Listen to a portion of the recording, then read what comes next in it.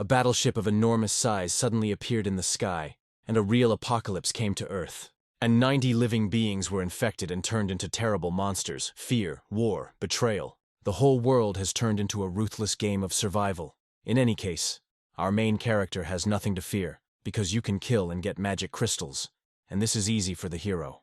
Our hero's name is Mike, and he has a huge experience in survival and combat, and this will allow him to become a god in the world of the apocalypse, and all because he experienced all this for 10 years. Mike was fighting a bunch of zombies alone, and unfortunately, he was losing. And he was alone in the fight because he was set up. And to be honest, our hero would never have thought that he would die because of betrayal. After all, Mike is not able to survive in this crazy apocalyptic world. Let's go back a little, just 10 years. When the apocalypse had just begun, then countless roulettes descended from the sky. Gradually people discovered that the crystals from the zombie's head can be used to spin the roulette, in which you can get incredible things. You can knock out absolutely everything. Materials, weapons, even drugs that allow you to awaken supernatural abilities. And of course, the surviving people began to fight for these roulettes. The world became a cruel and merciless game of survival. Therefore, in order to survive, our hero could only accept and obey the new rules. In order to survive, he discarded all human principles. And after 10 years of training and hard work, Mike finally made the team. And he thought that his life would get better, and he would have a bright future. Mike thought if he tried his best, he could survive. That was how it was supposed to be. But damn, he would die in the end because of his comrade's betrayal. At this point, our hero's game ends. Opening his eyes, Mike suddenly wakes up next to the girl who died, and finds himself in his house, where he lived 10 years ago, before the apocalypse. Mike must have been reborn, looking at his watch. The guy became even more nervous, because today was the 10th of September, and if he remembered correctly, it was on this day that the apocalypse began. However, Mike was not happy about the rebirth. He was worried that he would have to go through it all again, and this thought made him break out in a cold sweat. But suddenly it dawned on him. Rebirth is a chance for Mike. His precious 10 years of experience are his strongest weapon, and this time he must succeed. He must not give up, Mike told himself. Then Mike got up and got dressed. The girl also woke up and asked where he was going. But Mike ignored her. He went to the box and opened it. Map. Why did he rise? This is an inheritance from his parents. In his past life he did not dare to spend this money, but now he must do it, because after the apocalypse, the money will become useless. The girl got angry that the guy ignored her, and then she shouted. She asks him where he is going. Mike turned, looking gloomily at the girl, and said that he knows perfectly well that she and June are together, and she is dating him only out of pity. Hearing all this, the girl covered her mouth in surprise and broke out in sweat. In her past life, after the apocalypse began, Mike did everything to protect her. But in the end, the girl decided to go to June and dump the guy, so Mike decided to put an end to it right now. The girl started screaming, who gave him the right to slander her and June, and said that Mike was just jealous of his beauty, money, and power, and called him a clown. Mike replied that since they had met before, he would give her advice. Don't mess with June anymore. He's not the kind of person you can rely on. Mike had a point when he said that, because he traded her for 3 cans of food back then. Even though Mike warned her, she would hardly listen to him. But that's all he could do for her. There was no more time to waste on her, because there were more important things to do. The guy got dressed and was already leaving, while the girl was screaming that she was breaking up with him. She was the first to break up with him. But the guy didn't listen to her. He wanted to prepare medicines, food, and equipment for the beginning of the apocalypse. Mike went into a taxi and handed him large bills, asking to take him to the nearest hospital, and as quickly as possible. First of all, the most important thing is of course the medicines. Mike just burst into the hospital warehouse and started to get all the necessary pills. Then a nurse came in. Seeing Mike, she was surprised and asked who he was. Mike took the bag with the medicines and ran away. The nurse screamed that he stole the medicines and called the security to stop Mike. Mike told her that he put the money on the table. Medicines are a very rare and valuable resource during the apocalypse. There is also another unexpected use. Then our hero went for equipment. While the guy was paying for the clothes, he noticed the machete he used in his past life, which was pretty good, so Mike bought that too. Then he returned to the taxi and told the driver that if he got to the area with the villas in 5 minutes, he would pay another $300, and the taxi driver of course started to speed. No worse than the racers from Fast and Furious. The equipment is collected, only the tape measure remains. This apocalypse tape measure is also called a trading tape measure, since it is the only source of resources for survival. water, food, equipment, even special abilities. All this can be obtained from the roulette, and Mike decided to get to it first. So he came to this area, because somewhere here the first roulettes first appeared. The security guard stopped the car, saying that the taxi could not go any further. Mike told the taxi driver to continue driving anyway. He would take responsibility. The taxi driver's greed was of great help to our hero at this moment. The taxi driver drove ahead and broke the barrier. The guard started shouting that a taxi had entered the headquarters. Then he asked for reinforcements. Mike told the taxi driver to stop and go back along a less crowded route, and Mike managed to arrive before the aliens arrived. Of course, the guards came running to Mike and shouted at him to stop the taxi that had broken the fence. Then he scolded Mike not to pretend to be a fool and not to think about running, but Mike just pointed up and told the guard to look there. The guard looked up with distrust. A huge alien ship was already in the sky, frightening everyone with its terrifying power. The apocalypse is starting, just like 10 years ago. Mike got nervous and wondered why they brought roulettes to this world and made people fight each other. If history repeats itself and a game of survival begins, then Mike will not miss the chance given to him and will become the strongest. The guards were shocked. One of them even started filming the ship. He thought they were filming a movie. And the king was a special effect. Even Mike, who saw all this, was also very scared.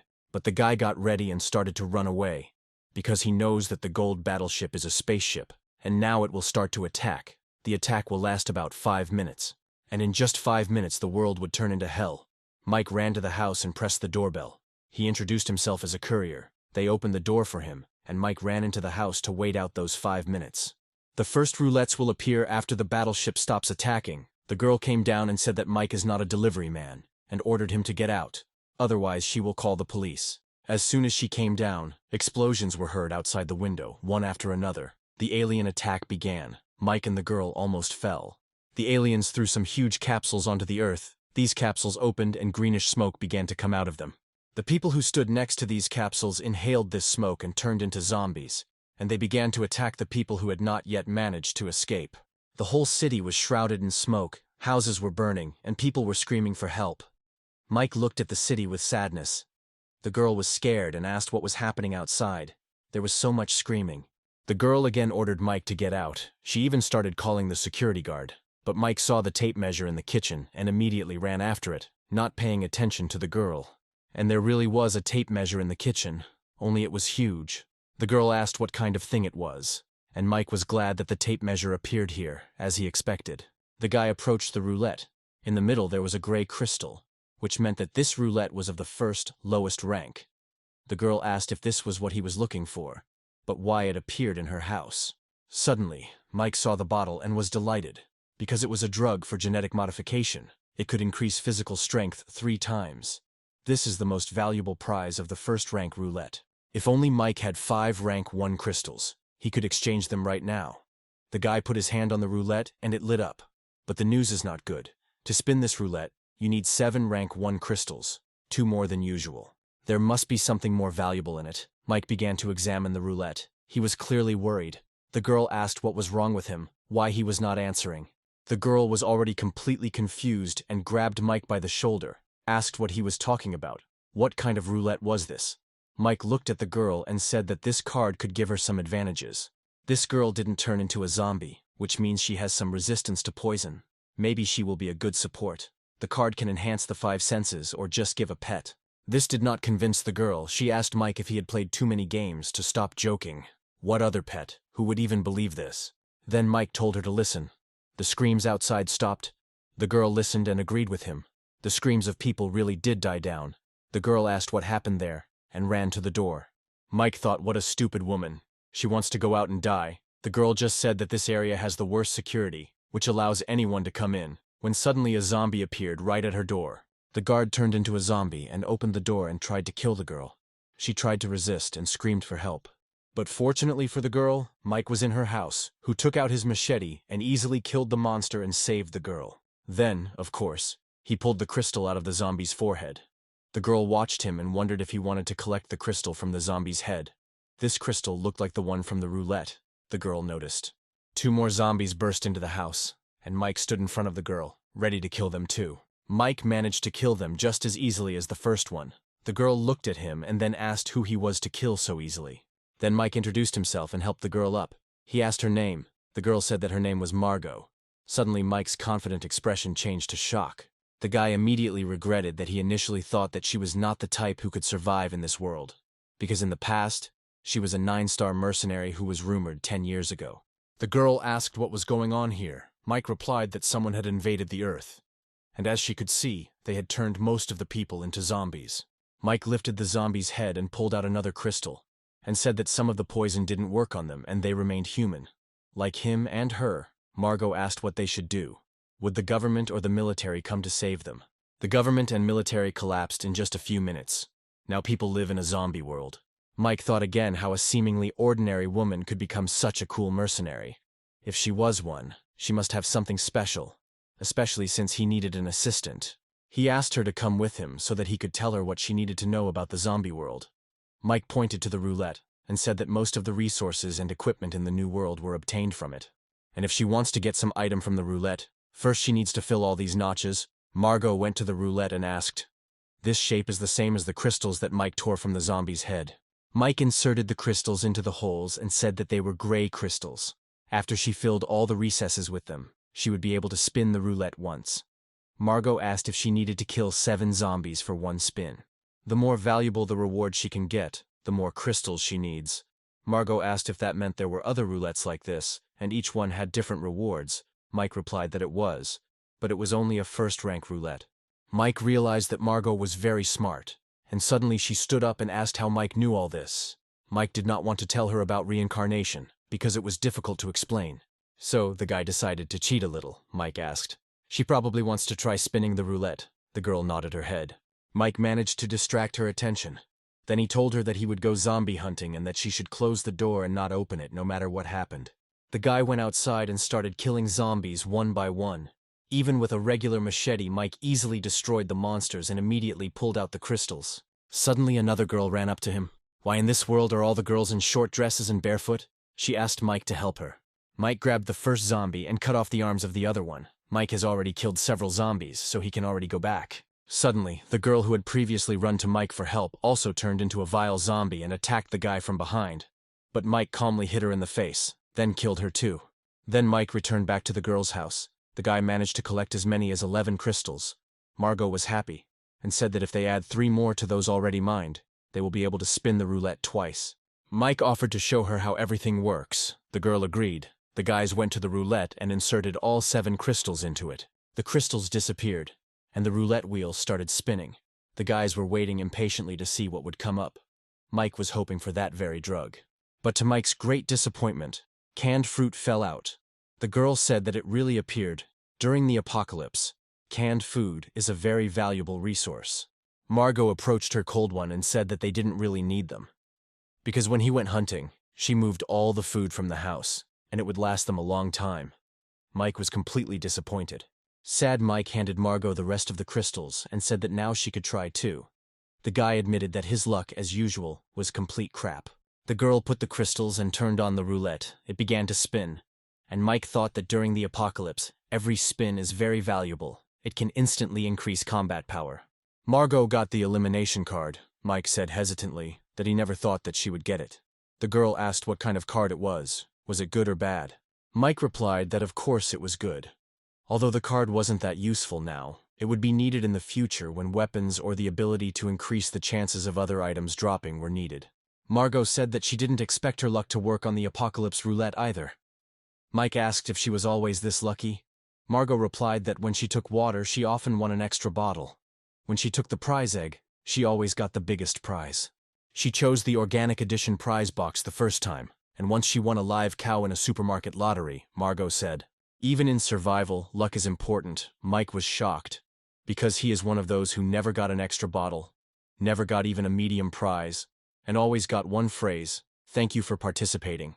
Since Margot had incredible luck, Mike decided that he should take advantage of this luck to the maximum. The morning of the second day, Mike got dressed and was about to go out. Margot came up to him and asked where he was going. Mike replied that he was going to collect crystals. Margot was surprised that he was going to leave so early. Mike replied that his goal for today was 100 crystals. Margot thought that this guy was pretty reliable. Then Margot decided that she too couldn't just sit at home and do nothing. Margot was going to cook a meal worth hundreds of crystals. Mike came back from hunting, and he didn't look happy.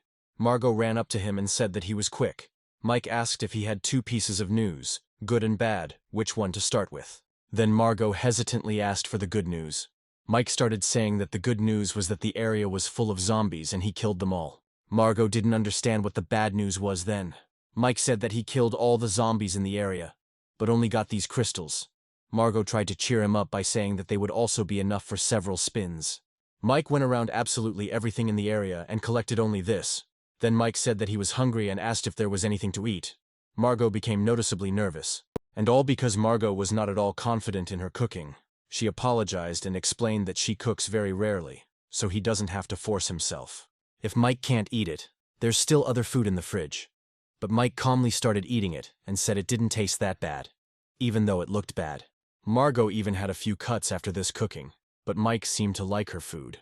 Mike thought how good it was to have food, considering that in the past he had to eat human flesh to avoid starving to death. Now, after Mike had eaten his fill, they decided to get down to the main thing. But this time he immediately entrusted the roulette spins to Margot. He hoped for Margot's luck. Luckily, Margot's luck worked this time too, and they got weapons, 2 useful weapons at once. There was one more time left, and Margot suggested that Mike should try too. Mike replied that it was not worth it because he had very bad luck.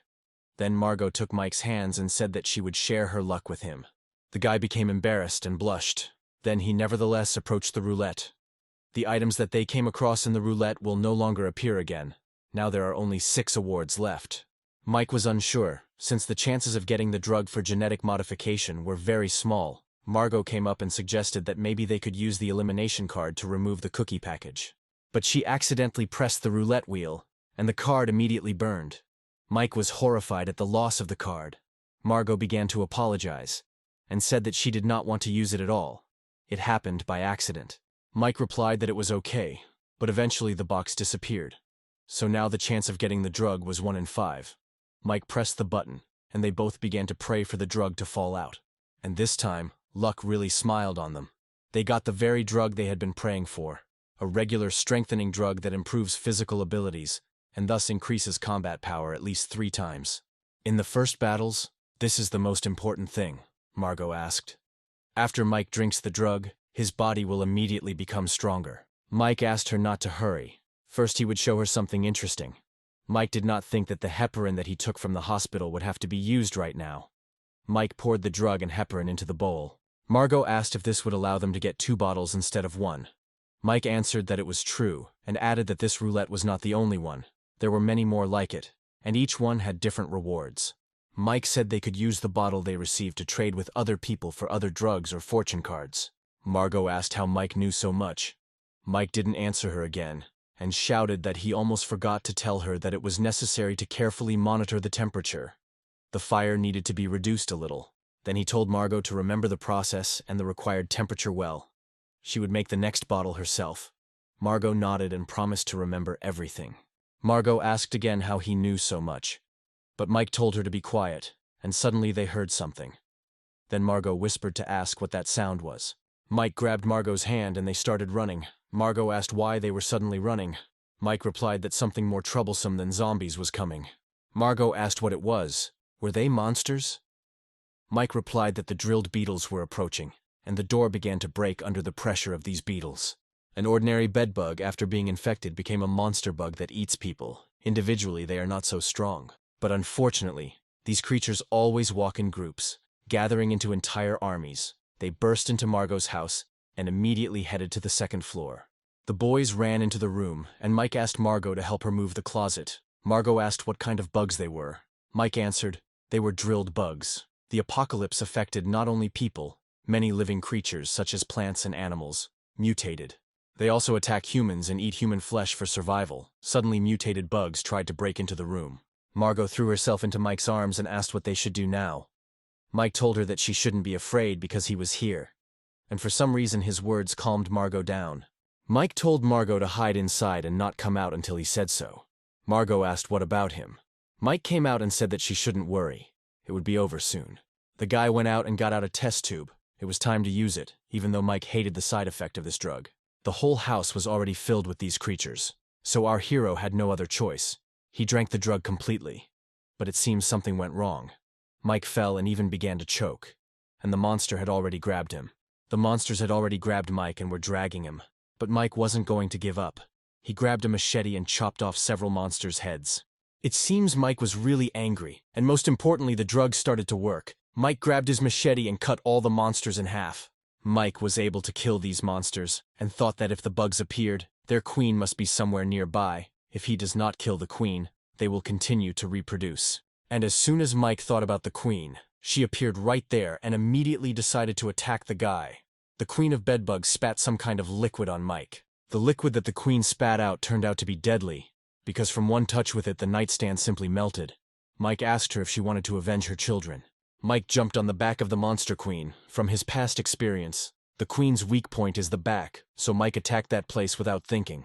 The queen was defeated. Mike got up and decided to go back to Margot. He was irritated because of the side effect of the drug. The more power, the stronger this effect, so his whole body hurts terribly. Mike opened the door and just said that she could come out. When Margot jumped into his arms, Mike asked if she was crying because of something. This is the apocalypse, and during the apocalypse, crying is the last thing you should do. Then Margot quickly wiped away her tears and said that she wasn't crying. It was because of the stench, Mike teased her. But Margot turned away and suggested that they close the topic. The boys went out into the living room, and Margot asked if there were so many bug corpses here, what to do with them.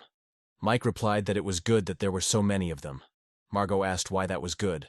Now they can still find food in houses and supermarkets, but a year later food will become very rare and valuable, Margot asked. Because of the mutations, they will not be able to grow food or livestock.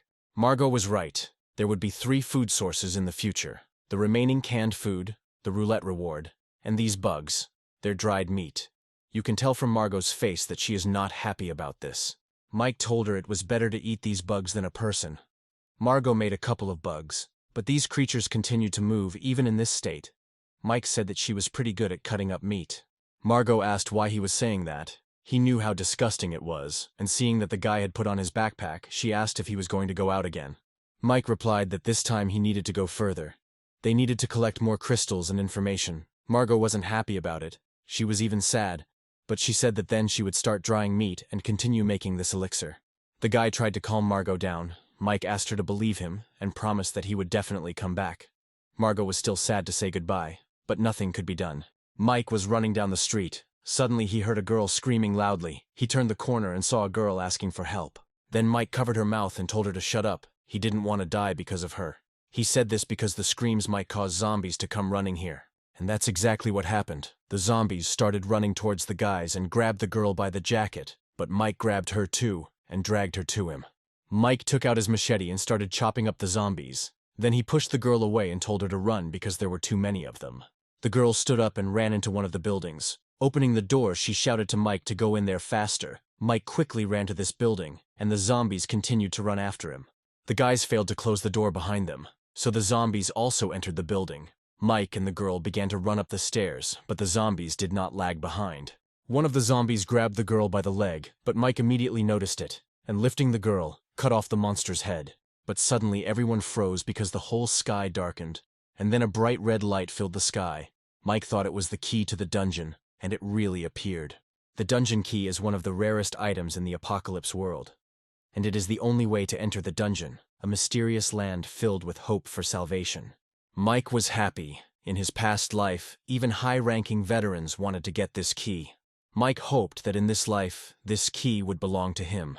But the monsters weren't going to stop. They continued to attack the guys. The girl shouted at Mike to turn around. Mike punched one zombie, then cut his throat with a machete. The narrow stairs are perfect for protection and the shape of the crystals.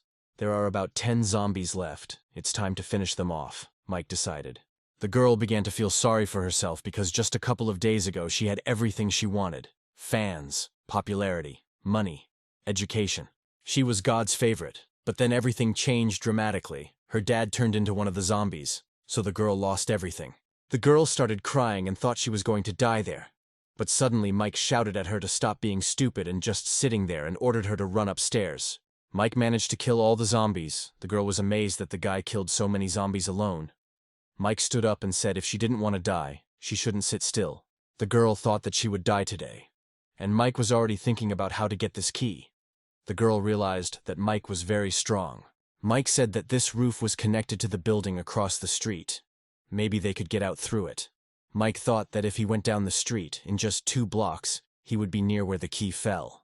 But the guys were in for a big trouble. The entire passage was filled with these vines, and they were still moving.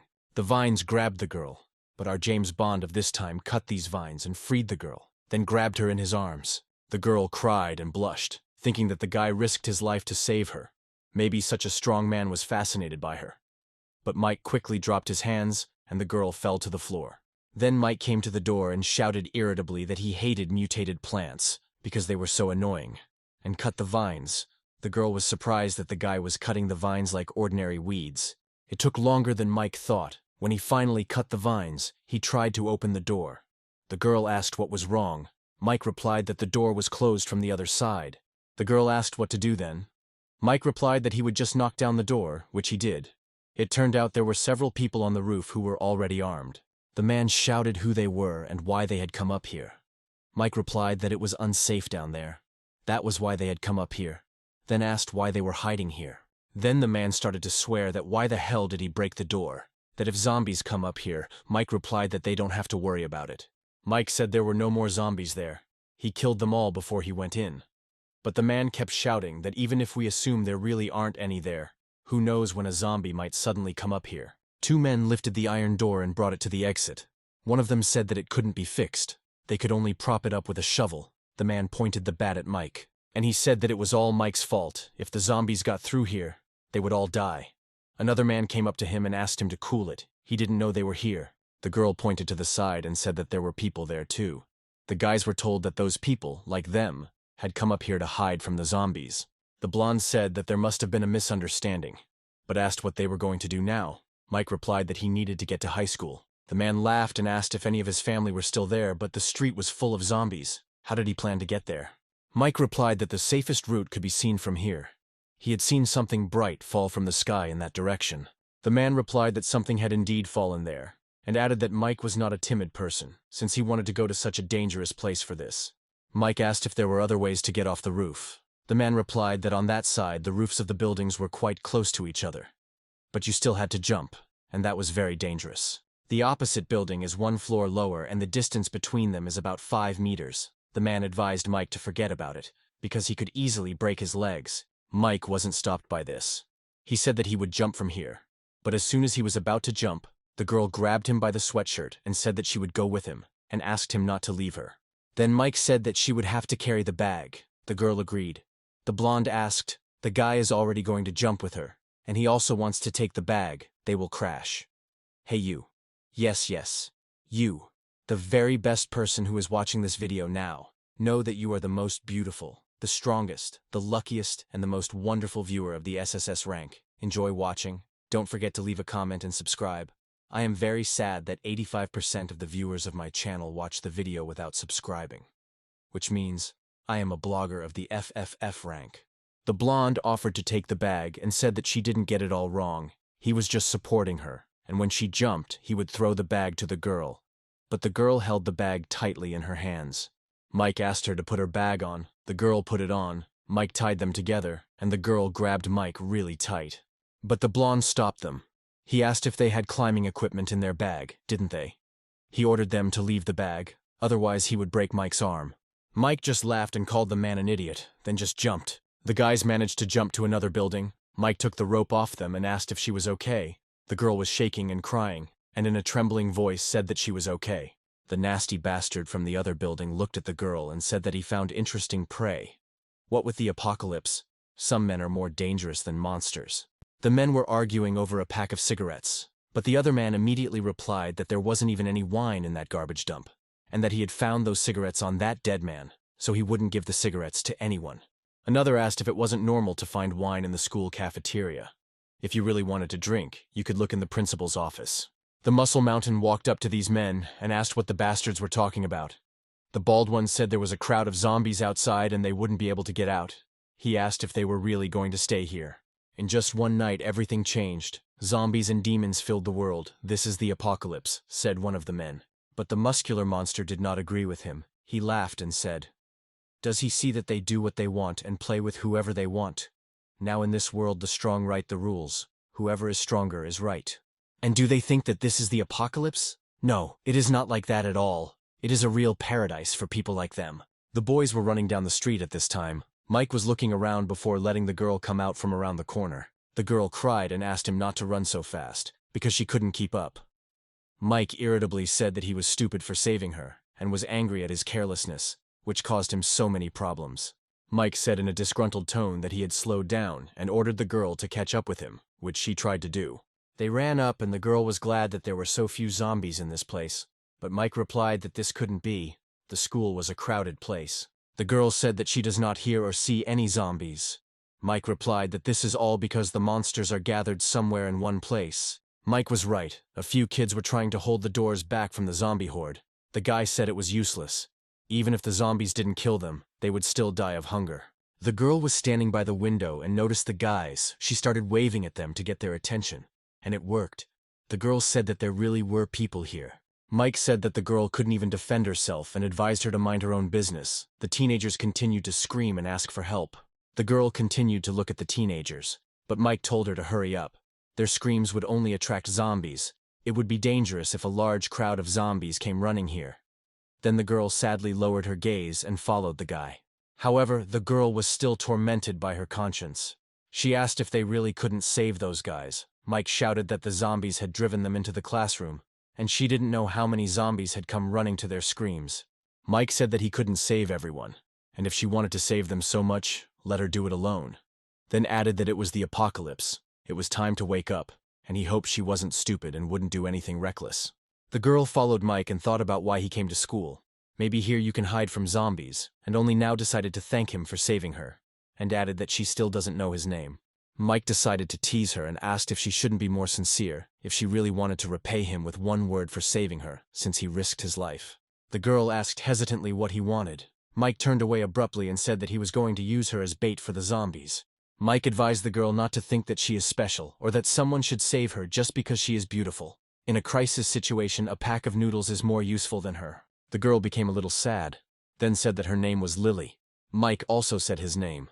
Lily was surprised and thought that, although he was rude, he was not a bad person at all. Suddenly the kids from the school started knocking on the windows and shouting. The kids noticed. Mike immediately thought that they could see where the key fell from this place. So Mike yelled at Lily to hide somewhere, and he ran into the school and started climbing up the pipe into the building. Mike burst into the school and immediately killed the zombie that was attacking the children. When the zombie died, the teenagers immediately ran into the teacher's arms, and she thanked Mike for saving her students.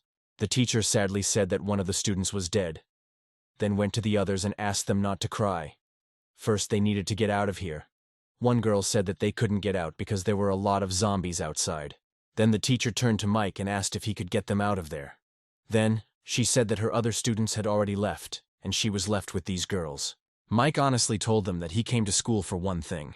If they told him where it was, he would protect them and ensure their safety. The teacher asked what he was looking for. Mike asked if they had seen a beam of light in the sky and where it was falling. The girls turned their heads and said no. Then the teacher said that she saw it. But she had conditions. First, he had to get out of here safe and sound. Only after that she would tell everything. Mike asked how she could prove that she saw it. The teacher said that this light appeared in the sky. It looked like a meteorite landed somewhere in the school. The boy realized that she had seen him after all, and asked where he had landed. The teacher asked what if he left them after she told him. If they stayed, they would only die. If they told him where he fell, the boys would at least have a chance to survive.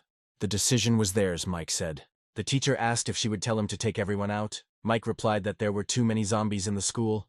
He wouldn't be able to protect 3 of them at the same time in his current state. The maximum he could take was 2 of them.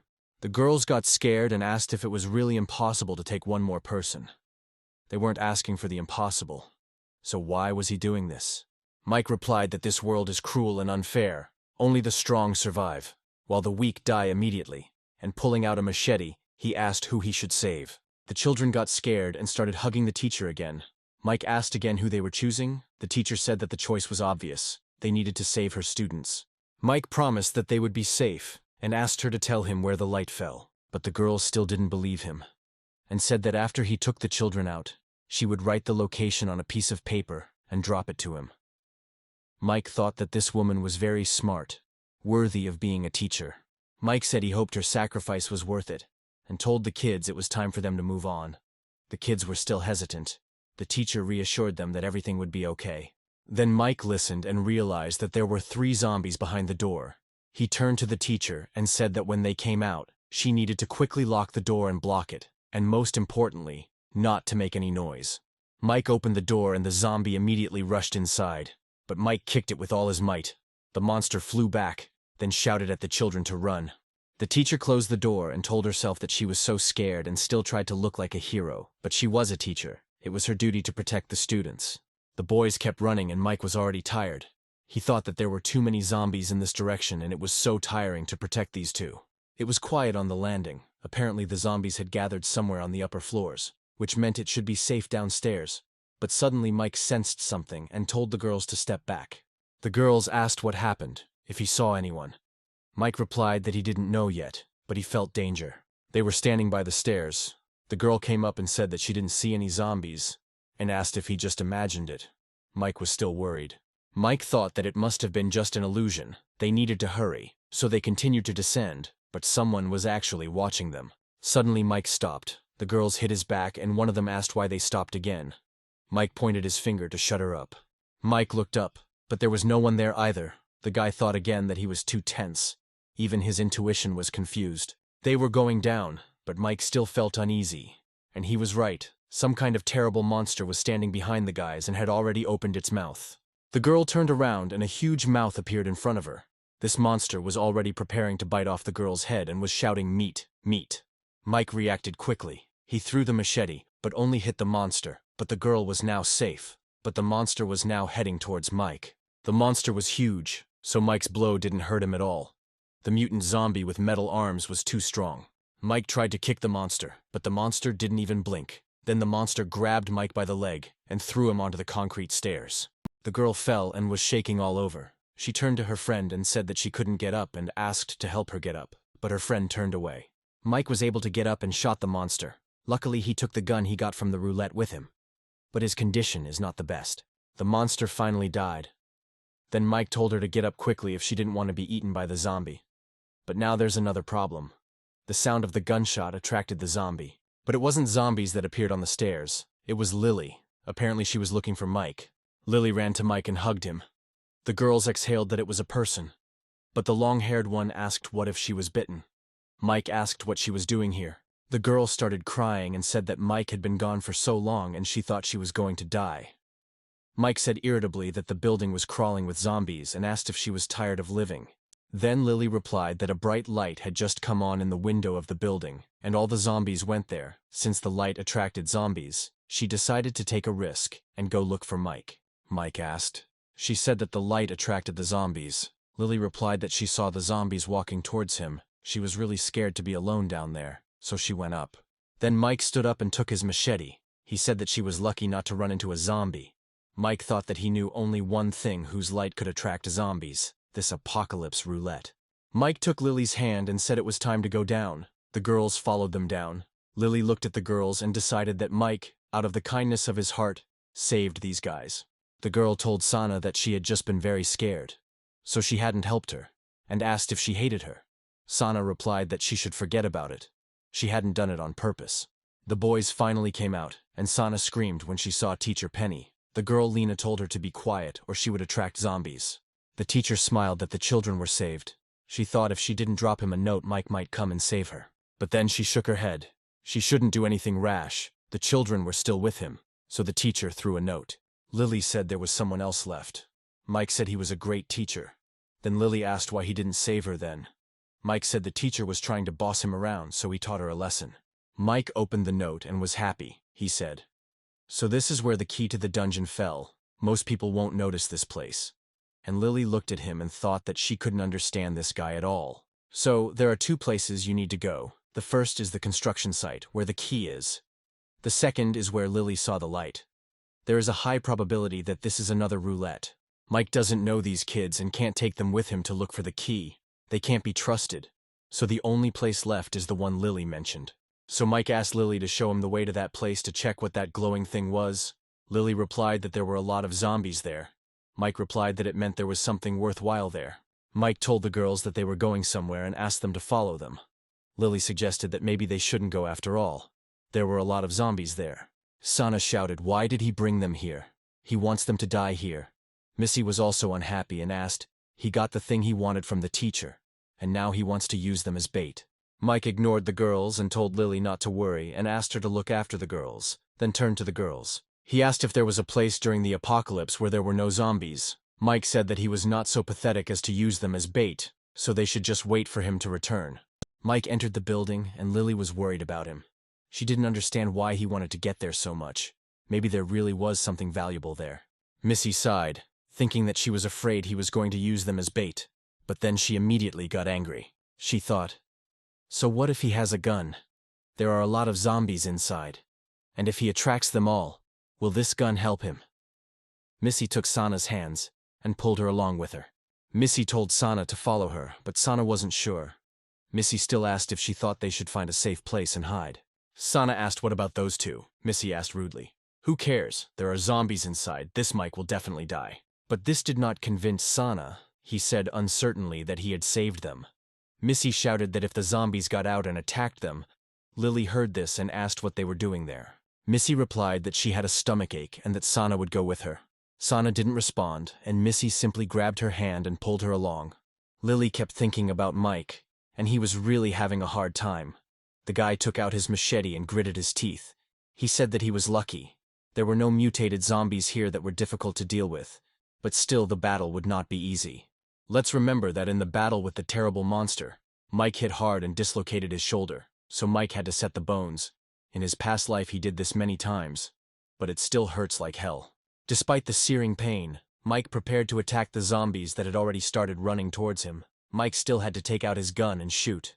Missy started swearing that Mike shot, and told Sana that they needed to leave this damn place immediately and hide. Sana asked where they should go. In the teacher's dorm, when the zombification started. There were no people in the dorm.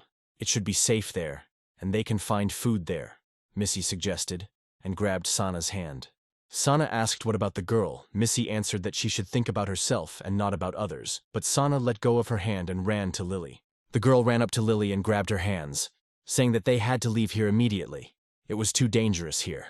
Missy watched them and got angry, because the more people, the less food, and if she knew, she would have run away alone. The girl began to regret that she took Sana with her, and called her a fool. Lily turned away and said that she was not going anywhere. Sana countered that once the zombies broke out of the building, she would not be able to escape. Sana didn't understand why she didn't want to hide, and Lily asked how long she thought she could last alone. Without Mike, Lily confidently stated that Mike was very strong in the current situation. Leaving him meant dying. Then Sana mumbled that he couldn't even protect himself. Why was she still waiting for him? Lily asked why he couldn't. Lily was right, of course. Mike did it, and he was right. It was this unusual three-colored roulette that attracted the zombies. After the apocalypse began, regular roulettes appeared, with various items for survival. The rank of these roulettes varies from 1 to 9. The higher the rank, the better the items. But there are also special roulettes, for example, 3-color, because it has 3 colors. Of course, there are 5, 7, and 9-color roulettes. They are called colored. Unlike regular roulettes, you can get professional skills in them, for example, combat skills, such as sword or bow skills, killing techniques. There are also auxiliary skills of a doctor, alchemist, cook, and the like. Only after acquiring these skills, people will be able to fully utilize the items from the roulette. For example, if a warrior gets a sword, he will be able to easily kill others, just like in the movies. But only 1 in 5 roulettes is colored, so they are very valuable and difficult to find. Mike did not expect to find a 3-color roulette here. However, this roulette has one unpleasant feature. When the black color comes up, it simply explodes, and our hero's luck is not the best. Although he might still get lucky, since Margot seemed to have shared her luck with him. But is it worth the risk? Meanwhile, the girls continued to argue. Sana told Lily that the building was filled with zombies. Mike would not survive there, and Lily should go with them. But Lily continued to say that she believed in him, and if they wanted to, then let them run. But she reminded them that they shouldn't make loud noises if they didn't want to attract zombies. Then Missy came up to them, grabbed Sana by the hand, and told Lily that Mike had gathered all the zombies inside. There were practically none outside. Then she told Sana that there was no point in wasting time on her, and that they needed to hurry.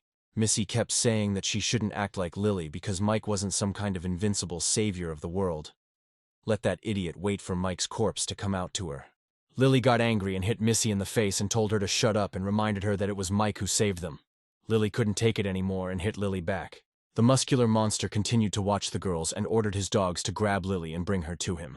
The guy told him that there was no point in making so much noise, because there was still a crowd of zombies downstairs.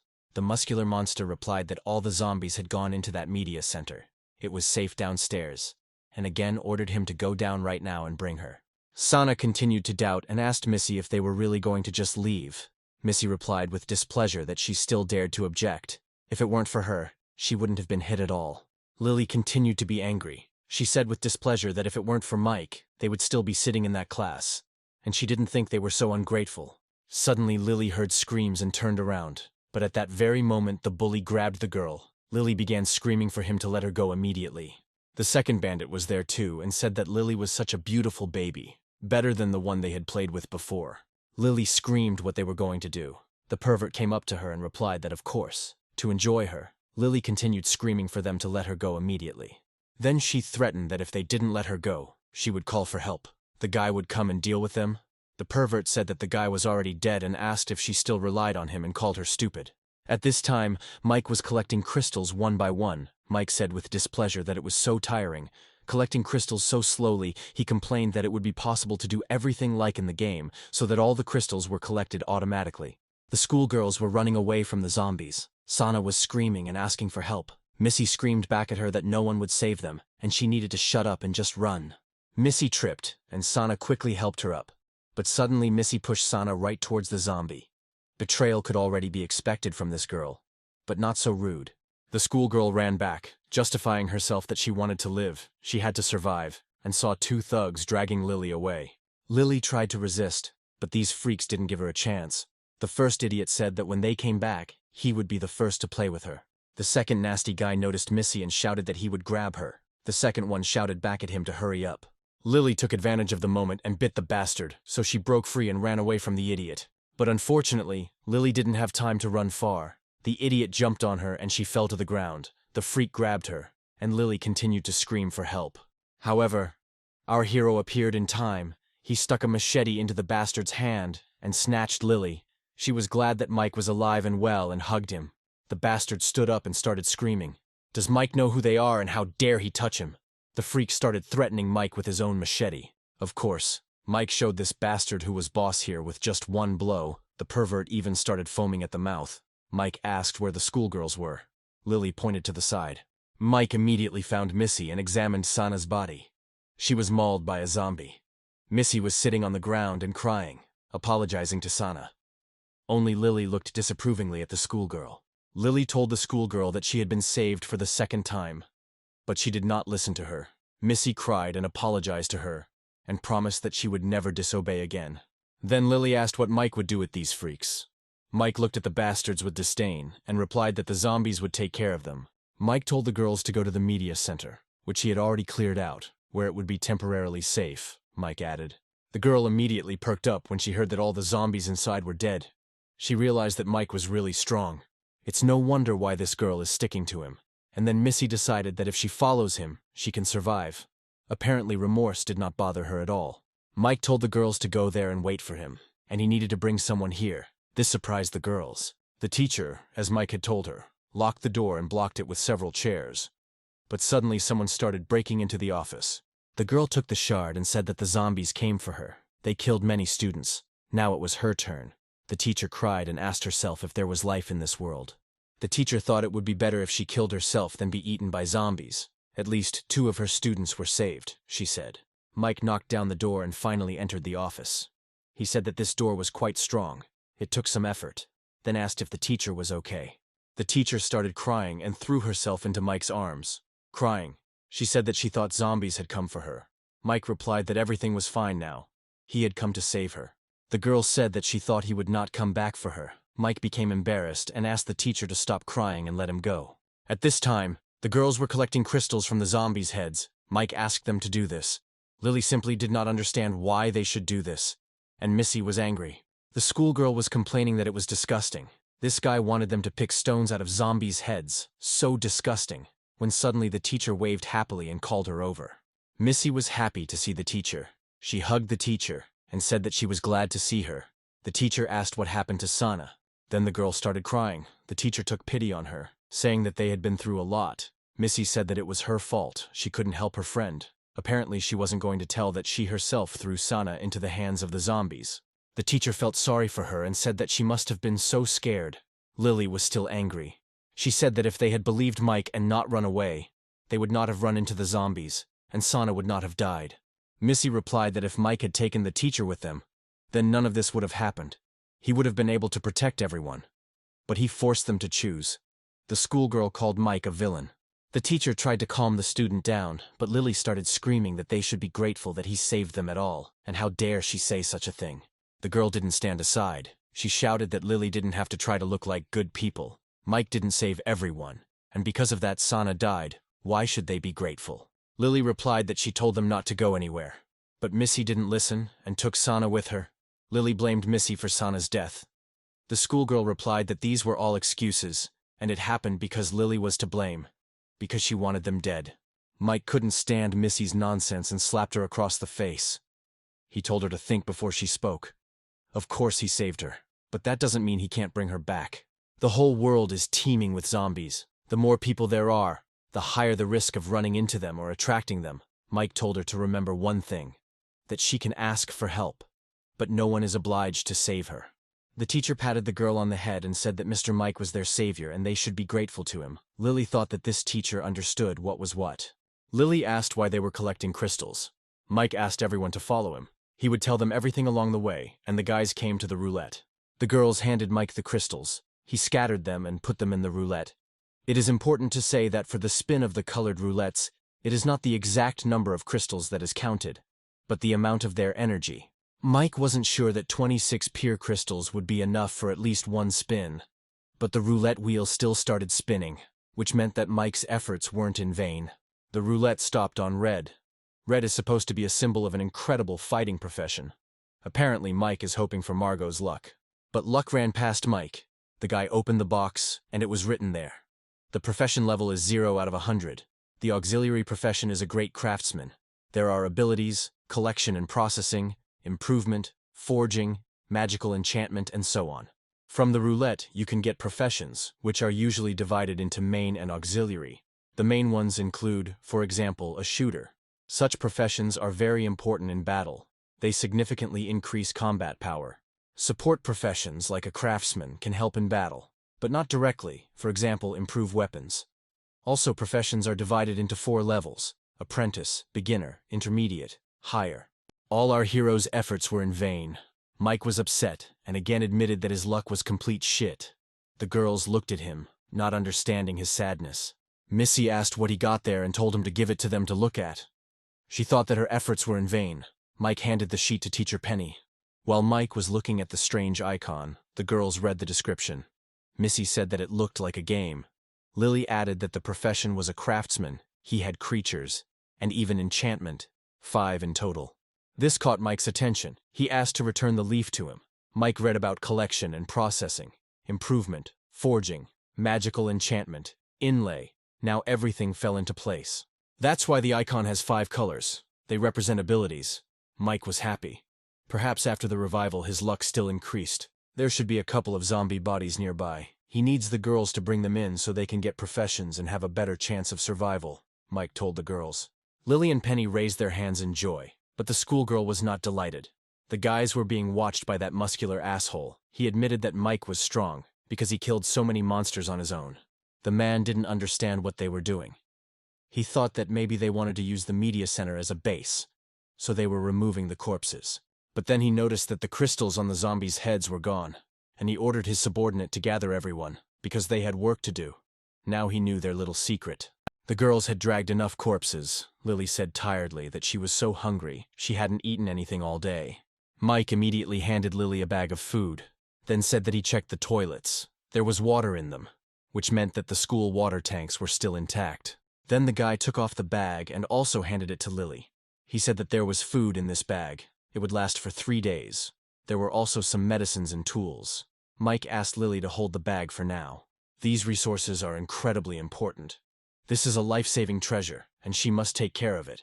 Lily was surprised that Mike would leave her something so valuable. Suddenly, Mike said that he trusts Lily, and now the media center is their refuge. They continue to collect crystals, and he will go look for the key. Lily asked if he was going to go alone again. The schoolgirl and teacher Penny also came up. Missy asked if the guy was leaving them. Mike was making something and replied that they would only be a burden. He would go look for resources and return quickly. Missy asked what if zombies attacked, who would protect them then? Then Mike replied, as he had already said, he was not obliged to protect others. The guy broke the mop and used his abilities. So the guy created a thin wooden spear, medium attack power, can be used for defense. Then he said that if zombies come, they will have to defend themselves. Otherwise only death awaits them. Penny said Mike was right. It was time for them to stand up for themselves. Then she explained to Missy that the world had changed. Everything was not the same as before, and Missy can no longer live under the protection of teachers or parents. As before, they all need to become stronger. Mike gave the spear to the teacher. Before Mike left, Lily told him to take care of himself and come back safe and sound. Mike replied that she shouldn't worry and added that she should take care of herself. Mike was almost at the place where the key fell. And here it was, the construction site of the new school building. The key should be somewhere here. Just when Mike thought that there shouldn't be anyone here, the girl fell right into the guy's arms. The girl quickly jumped down and grabbed Mike by the hand. Mike shouted in displeasure what she was doing, because he had just saved her. The girl asked who he was and why he came here. But Mike managed to free himself. The guy immediately pressed the girl against the wall, grabbing her by the throat. He said that she would tell who she was and what she was doing here. The girl screamed at the guy for daring to attack a police officer and ordered him to let go quickly, which Mike did. She asked if Mike had done martial arts. He had good reflexes. Mike answered hesitantly that he had been practicing for about 10 years. The guy thought that in his past life he had been in many battles, although in the beginning he was simply beaten. Suddenly, bullets started flying at the boys. They quickly ran around the corner, and Mike asked who was shooting at them. The girl replied that they wanted to kill her, and she tried to hide from them at the construction site. Mike asked if she was from the police. The girl replied that that was exactly why they wanted to kill her, because they were criminals. In Mike's past life, there were groups of people who roamed freely around, and many of them were criminals. They were incredibly cruel. There were no rules or even attempts to stop them, so they killed people like ants. Then Mike decided that they could not expect mercy from him. He asked the girl where they got the weapons. The girl replied that they cleaned out the arsenal. Their boss ordered his subordinate to take her out of the corner, and he could just finish off the guy. The freak was delighted and shouted that it had been a long time since he had killed anyone. Just as he was shouting that a shot to the head was the best thing that could happen, he himself received a bullet to the head, saying that he got what he deserved. Then the two pulled out another cannon and started shooting to suppress them with continuous fire. But as soon as they approached the corner, there was no one there. Their leader shouted where they had gone. Mike replied that he was here. It turned out the guy was already upstairs. Mike immediately shot at this boar. Then the girl managed to run to the second one and hit him before he managed to shoot at her. The blows sent him falling to the ground and he began to bow to her, asking for forgiveness and mercy. But as Mike had told us earlier, the bastards could expect no mercy, so he shot him. The girl asked that he surrendered voluntarily, so why did he kill him? Mike asked if he wasn't a criminal, and added that he was just finishing what they, the police, couldn't do, which was kill such bastards. Or did she, Madam Officer, naively think that the criminal would start a new life after they simply let him go? Mike asked. The girl irritably asked what he meant. Then Mike approached her and said that she should know better than anyone that now, when there are no laws and rules, such men will only continue to rob, rape, and kill. Then he said with a stern look that Miss should not give them the opportunity to continue their dirty deeds because of her kindness. Mike remembered that in his past life, his girlfriend was raped and killed by exactly such scumbags.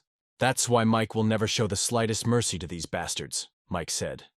And the girl thought that although it sounded cruel, it was not at all unreasonable. The girl followed Mike and thought that he was still so young, but he shot the criminals without hesitation. What did he have to go through to become so cold-blooded? Another subordinate ran up to the muscular monster and shouted that as for the two he sent him for, when he arrived, they were already gnawed to death by zombies. The man with the weird haircut continued that the guy was skilled in martial arts, and asked why they didn't just avoid the guy. But before he could add anything else, a muscular mountain punched him in the cheek, screaming, "What nonsense is he talking? If they kill him, then the girls, the weapons, all this will go to them. They will start ruling here." Then he asked if the others had gathered. He replied that everyone was waiting for him in the hall. Then the muscular man entered the hall, and everyone greeted him. He shouted that some brat dared to behave arrogantly on their territory. 2 of them had already been killed by him. Then he hit that guy again, but on the other cheek, when he said that they were mauled by zombies. The man said that it doesn't matter how exactly those 2 died. What's important to know is that in the past they were just hiding. But now that zombies are roaming everywhere, no one can stop them. They are free. It's time to show their strength. They can't let a common brat destroy their paradise. From now on, whoever dares to provoke them will be killed. A bunch of idiots cheered up and started screaming. Muscle Mountain told everyone to get together and go kill him together, and today is the kid's last day. The beaten guy asked what about him. What should he do? The muscular boar replied that he had a more important task for the beaten guy. Mike at this time continued to look for the key. The girl asked what he was doing. Mike answered that he had lost the key. Very important for him. He had to find it today. The girl asked what the key looked like. Mike hesitantly replied that he had never seen a key, but that this key was very special, and when he found it, she would immediately understand everything. Then the girl said that she would help him, but this place was just huge. She asked if they could find the key before it got dark. Mike thought that in the dark it would be even easier to find it, since the key emits light. Suddenly the policewoman said that she found the key. Mike was delighted and said, as expected from a policewoman, so quickly. But turning around, the guy was in for a surprise. The girl asked if it wasn't him. He looked normal. Mike immediately changed his joyful mood and said that he really looked special, but it was not the right key. The girl got upset and threw the key back. The keys rolled on the ground and stopped in front of some creepy dog. The policewoman told Mike about this, who didn't notice anything. The girl replied that she had good eyesight and pointed to the dog. Mike said again that he couldn't see anything. Then the girl said that there was definitely a dog there. They worked with police dogs, in training. They are very obedient. Mike will need them. But when the smoke cleared and it wasn't a dog that appeared there, it was a big monster. Perhaps some wolf that had mutated after infecting the planet. Mike took out his gun and tried to kill the wolf, but the wolf calmly turned away from each bullet and jumped on Mike and opened its mouth. Mike trembled with fear. But suddenly the wolf cub began to lick Mike like a real dog. The girl was right. The dog could still be useful in the future. Mike asked what was wrong with the dog. The girl replied that it seemed the dog was trying to please Mike, and that was true. It seemed that not only the girl loved Mike, but the dogs too. Then the guy noticed something. Mike remembered how in childhood he saw some freak bullying a small dog. The bastard threw a bottle at the dog. The poor puppy was lying on the ground and tried to get up, but the freak stepped on his tail. Then little Mike ran up to the dog. The boar asked what the brat was doing there. The boy lied that he fought off the dog with his hands and some germs were transmitted to him, and his hands turned red for several days. She also has a lot of fleas and lice, and she's dirty as hell. It's better not to touch her. The man stepped back, and Mike continued to say that she has so many fleas that when she walks, they fly in all directions. When the man left, Mike was glad that he was able to protect the dog, and did a good deed. The dog came up to Mike. The boy sat down and stroked it. Mike felt sorry for the dog, and gave him a cookie. Its little tail was lying on the ground, but the baby was still happy, and started eating the cookie. The dog is of course cute, but Mike's parents will not allow him to have a dog. But throughout his childhood, Mike and the dog continued to be friends. Mike remembered his dog named Yoke. The girl said that it meant his dog. She was able to recognize Mike even after the mutation, surprisingly. But the name is somehow strange. Mike used to feed this stray. He looked like a little yellow ball, so he named him Yoke. The girls were sitting at the table and apparently having dinner. Of course, Missy was unhappy as always. She asked Lily if there was more food in the bag. Lily answered no. Missy got angry and stood up. She screamed at Lily that she was taking them for fools. She saw the cans of meat inside and asked why Lily didn't share with them. Lily replied that Missy should be glad that she at least gave her a cookie. If she didn't want to eat it, she could return it. Then Missy grabbed the bag and said that if Lily didn't give her food, she would take everything herself. But Lily snatched the bag and said that Mike asked her to look after the bag, so she has no right to touch it. The girl replied that he is not here now, so she does not have to try to scare her with his name. Missy shouted again for Lily to give her the food. The teacher told Missy that there was no point in arguing. Lily was not taking all the food for herself, and moreover, she shared it with them. Then Missy let go of the bag. And she shouted that this bitch, like a dog, guards her dog food. Lily thought that this girl was too arrogant and evil. It was not worth sharing with her. Teacher Penny tried again to calm her student down by saying that it wasn't even their food, but they were still given some, so they should be grateful. Missy finally sat down on the chair, but she was still angry. She thought that Teacher Penny was too kind, and they could have taken everything for themselves, and this Mike was risking his life, and who even knew if he would come back. Meanwhile, the guys continued to look for this key. It was already dark. The girl said that they were lucky that they had a flashlight. Without it, they would not have been able to see anything. Mike replied that it was not necessary to use a flashlight. The darker it was, the easier it would be to find this key. While the guys were looking for the key, a monster was slowly approaching them. Suddenly, Mike saw a glow and began to quickly dig up the key, and finally saw the key to the dungeon. Mike happily picked up the key. As expected, the key was glowing brightly. The girl said that it took a long time, but now he looks happy. Suddenly, the policewoman felt movement, and when she turned around, she saw a huge open mouth. The monster even managed to grab the girl with its disgusting tongue. But Mike arrived in time and used his machete, which the guy had improved with the craftsman's skill. With this machete, he easily cut the tongue of this monster. The monster started screaming and bleeding. Luckily, Mike had improved his skills. Otherwise, he wouldn't have been able to handle its physique. The dog also came up and started biting the monster's paws. Mike ran up and stabbed his eye. Blood flowed like a fountain. But to fight such a huge monster, you need a lot of endurance. Yoke stood in front of Mike, ready to attack the monster. Mike was worried about the dog, so he asked Yoke to run away faster. But it seemed the dog was not going to do this. The dog jumped on the monster and bit him. The monster got angry and hit him with his tail. Yoke fell to the ground and Mike ran to save his friend. But the monster swept him aside. The monster turned to Mike. He opened his mouth, and then a policewoman came running. She stuck a long piece of iron into the monster's mouth, and stuck it all the way to the monster's head, so she was able to kill the monster. Mike fell tiredly to the ground and said, as expected from a policeman, "Such a merciless murder." The girl turned around, but said nothing. Yoke ran up to Mike. The guy stroked him and praised the dog for how bravely he fought the monster. Yoke happily licked Mike, and the guy asked him to stop licking him, because it was so disgusting. Then Mike stood up and pulled a crystal out of the lizard's head, and held it out to the girl, and said that this was the most important resource in this apocalyptic world. A magic crystal. The girl extended her hand and asked if there was magic in this thing. Mike closed his palm and answered, "Something like that, but even more amazing." The policewoman asked what use he was. Mike asked if she wanted to know. The girl replied that of course she did, and asked her to tell him everything. Then Mike said that first she had to accept one of his conditions. The girl immediately refused. She thought that the guy dared to force the policeman to agree to his condition.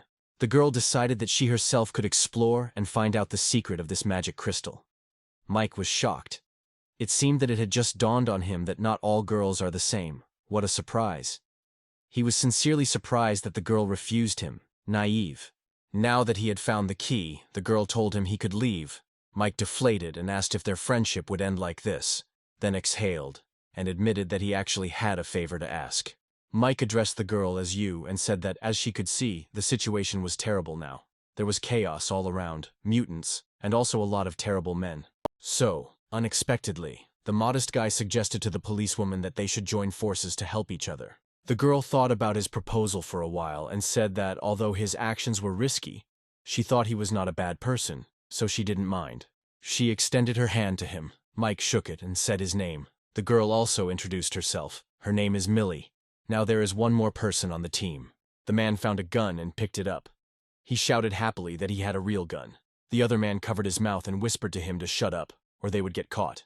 They crept up on Mike and Millie. The scarred man whispered to him not to make any sudden movements.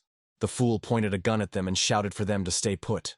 The one with the scar said that if they wanted to live, they should raise their hands. The second one yelled at him and said that they were ordered to kill this bastard. Then the man with the scar said that today the bastard would pay for killing his brothers.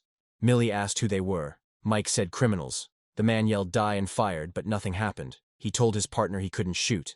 The man with the scar said the idiot didn't take the safety off.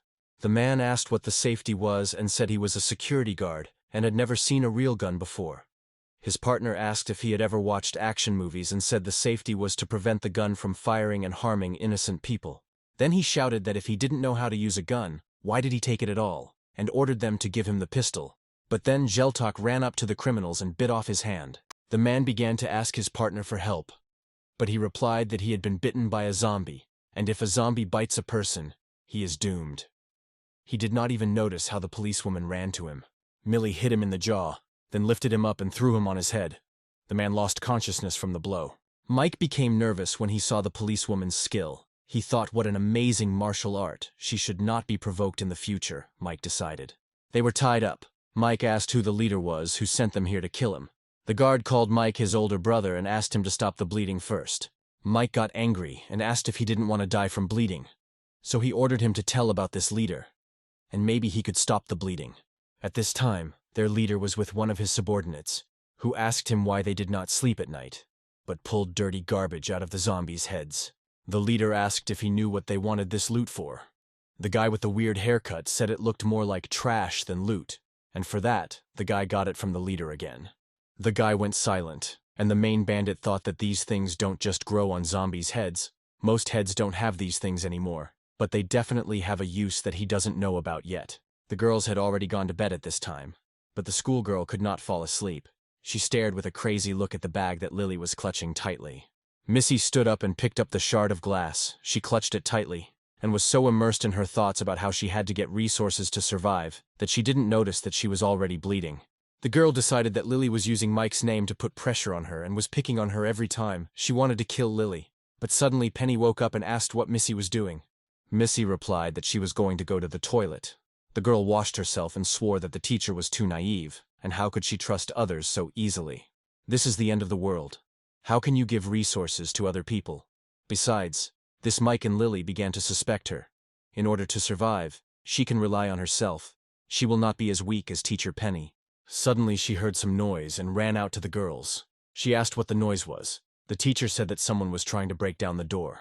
Lily said that everything will be fine. Zombies can't get in here. But the door started to be knocked down even harder, and it seems that it's not zombies. The door was knocked down anyway, and a bunch of freaks lifted it up. The teacher asked what they were doing there. The freaks came in and broke Lily's spear, and one of them came up and said he liked the teacher. The old bastard shouted that the short-haired schoolgirl had escaped and ordered the others to catch up with her. The blonde said that the boss had told them to kill the guy, but he didn't say anything about the girls. The bastard replied that there was no leader here, so he was in charge here. And besides, all these women were accomplices of that bastard. The fat bastard said he would catch her. The old man shouted at him not to try to take advantage of her alone. The bald man asked if the teacher didn't recognize him, and replied that he had been a student at this school, and even in her class before. The other freaks grabbed Lily, and one of them shouted that she seemed to be a celebrity. He had seen her video before. Mike and the policewoman tied up and hanged the two guys. Millie asked what his next step was. Mike replied that if someone wanted him dead, he would find them. Miss Millie suggested that this guy had a lot of henchmen. Maybe they should go back to the station to get equipped, plan everything, and then find them. Mike said, "Miss Millie, don't be naive. There's chaos everywhere now, so hiding and avoiding is not his style." Mike decided to head straight to their base. Millie said that she would go with him then so they could cover each other. Then she asked what use the key was. Mike replied that the dungeon key could open the future. The girl said that it sounded somehow mysterious. Mike replied that she had already seen zombies, monsters, crystals. The world had changed so much that it was hard to imagine. Then Millie asked when they would use this key. Mike replied when they were strong enough. The fat bastard kept running after Missy, shouting that he would break her legs and arms so that she would not be able to run away anymore. The girl ran to the door, but it did not open. Then the fat freak was already behind her. He asked why she did not run away. The fat man shouted that she could run away, and began to whine that every time she saw him, the girl despised and ridiculed him, avoided him and ran away, so she was a mystery to herself. But now the apocalypse has come, and he has a chance to make it so that she cannot leave him. Missy replied that she will not laugh at him and will not leave him. The schoolgirl began to manipulate, saying that she was different from other girls, and he was not at all disgusting, but very handsome, and if he let her go, she would do whatever he wanted if they were alone. The fat man grabbed Missy and said that she had a good appearance and spoke beautifully, but he could not betray the main one. Missy again asked to let her go. They returned to the room and Missy saw that the teacher was lying on the floor unconscious. There were abrasions on her arms and blood was in her mouth. The fat man said, so cruelly, even her clothes were torn. She was just a poor teacher, and he began to laugh. The old man replied that this teacher was quite furious. She bit and kicked, so he could not do anything and got it. Now he is bleeding and in no mood. Pleasure is not in the cards for him. Missy ran to the teacher and called her. The fat man said that he didn't expect the teacher to be so strong. Then he walked up to the old man and said that he had brought a schoolgirl, and she wanted to join them. The old man said that the girl was smart and knew when to change sides. The fat man said that he would not dare to hide anything from him. The fat man shouted at Missy to stop crying and come over to them. The old man asked her if she really wanted to join them. Missy replied that she would do whatever she was ordered to do and asked to be accepted. The old man said that she could prove her loyalty. He pointed to the girl and ordered Missy to beat her to convince him. The old man pointed out to Lily that it wouldn't be difficult for Missy. Lily screamed at her, calling her a traitor, and repeating that Mike saved her. The schoolgirl, without thinking twice, hit Lily on the cheek with all her might. The crazy old man was delighted and shouted at her to continue hitting her. Missy, with crazy eyes, replied that he could not worry.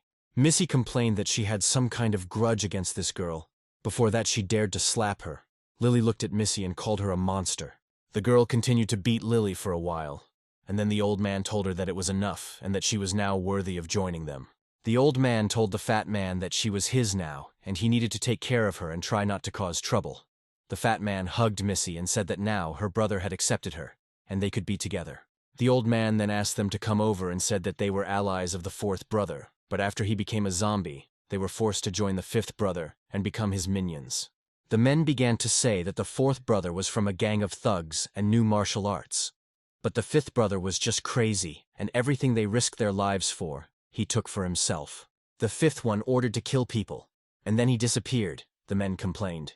Then the old man said that the apocalypse had come, everyone can be a ruler, and asked why they should live under someone's command and obey him like dogs. From today on they will not obey the fifth brother. From now on they will follow him. The men began to shout and support the old man. It seems a coup is beginning. The old man and one of his subordinates came to their old base. The canteen seemed empty. Apparently the fifth had not returned yet. The old man said that this was a great chance. They could set up an ambush. But as soon as the old man entered the dining room, a bone flew at him. He shouted who threw the bone at him and turned around. It was Mike. It turned out that Millie and Mike had already arrived at school. Mike told the guys that they arrived just as he finished eating. It looks like they were very lucky. The old man got angry and shouted who the hell he was and what he was doing here. Mike stood up asking if they didn't want to kill him and said that he just saved them time and energy and came here himself. Mike said that his two brothers who wanted to kill him were killed themselves. Now it was his turn. The old man realized that those two failed to kill him. The guy shouted that the arrogant boy would now regret his words and asked the old man for permission to kill Mike. The pervert asked him not to rush and bring that girl here, which he did. The old man said to come up to Mike and asked if this was his friend, wasn't it? Mike immediately got angry. The old man pressed Lily's throat and asked where his confidence had gone, and now he was afraid because his woman was in his hands. Mike replied that it was a pity, but he didn't have that kind of relationship with her, the old man asked, still self-confident, and added that he had seen them together. The old man got nervous. Mike said that he thought he wouldn't need his dirty hands and mouth anymore. Mike looked really creepy. With incredible speed, the guy stuck the bone into the old man's hand. Mike called him a clown and grabbed Lily towards him, her hand immediately covered in blood, and the old man screamed at Mike how dare he stab him. The old man shouted for his men to attack Mike and kill him. Mike pushed Lily to Miss Millie and asked her to take care of her. The schoolboy ran up first and tried to hit Mike, but of course he didn't succeed. Mike immediately attacked him, hitting him in the cheek. The guy even lost a tooth. Mike was surrounded by 4 freaks at once. Mike got ready and told the impudent scum to attack.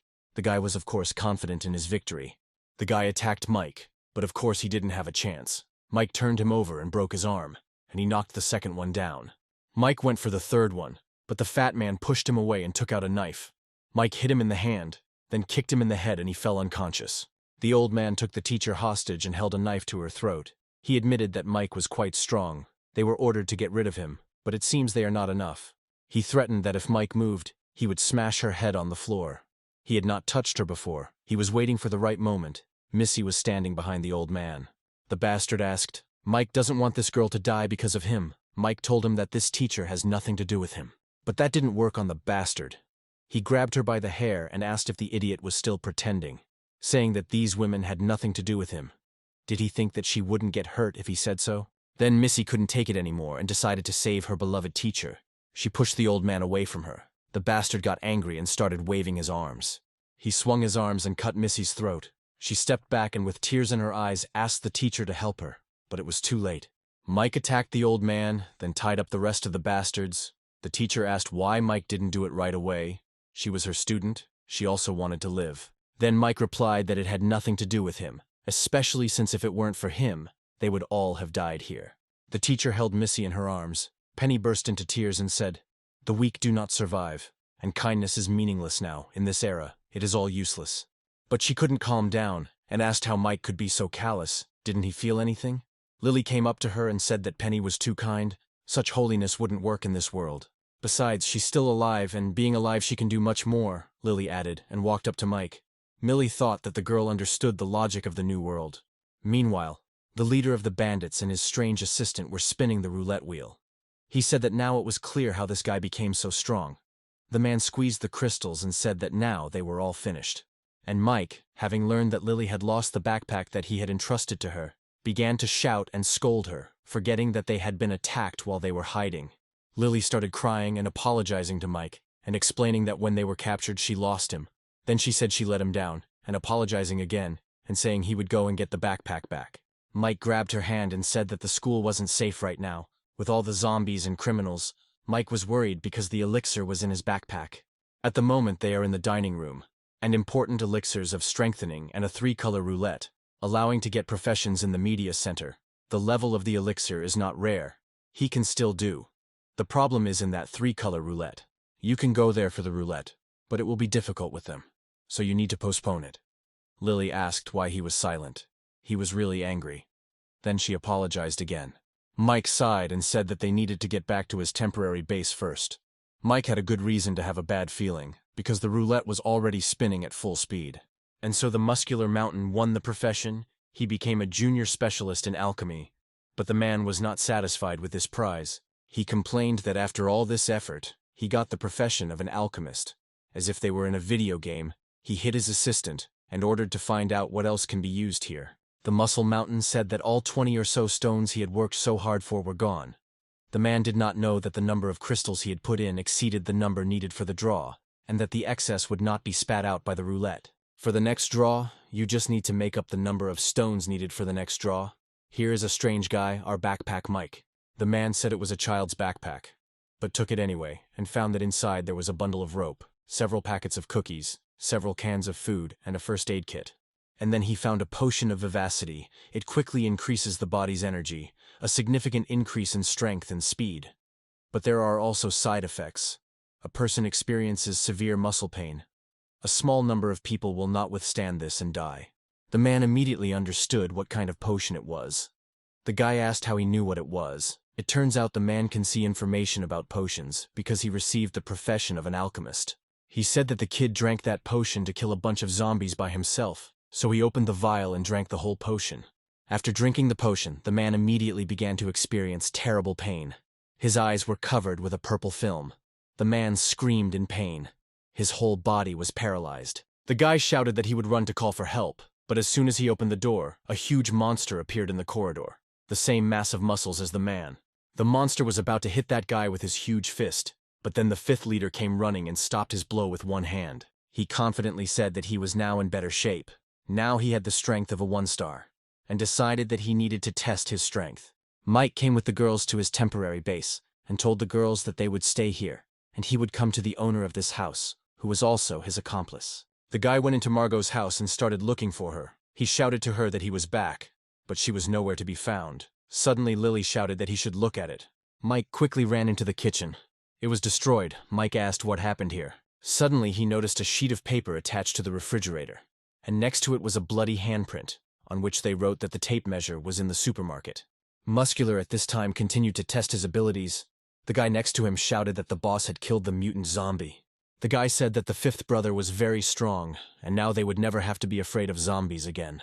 The man put his hand on the boy's shoulder and replied that the zombie was now his prey and shouted at him to go look for other zombies. They returned to school, and the guy said that the guys had gone out somewhere. Otherwise they would have come out to greet him, but when he opened the door, they saw his comrades tied up. The blonde woke up and was happy about the main thing, and he immediately said that it was the guy he was going to kill who did it. He also killed one of them, and took the supplies. The muscular mountain ran to the closet. Opening the closet, he saw that there really was nothing there. Don, that was the name of the leader, got angry and said that he would personally kill the guy. Mike suddenly shuddered. Lily asked if Mike was okay, why he suddenly got scared. Mike answered that he just had a strange feeling. The policewoman suggested eating and resting, because there was still a lot to do ahead. Mike said that his assistant Margot must be in danger and composed a roulette message. They should follow the trail and start with the roulette in the supermarket. Lily was a little upset and asked if this Margot was his girlfriend. Mike replied no, she was his good friend. Then Lily immediately became inspired and said that then she would gladly go with him on the search. She hoped that if she helped him with the search, perhaps he would like her. Mike wasn't too happy about the help and asked her to stay out of the way and be useful.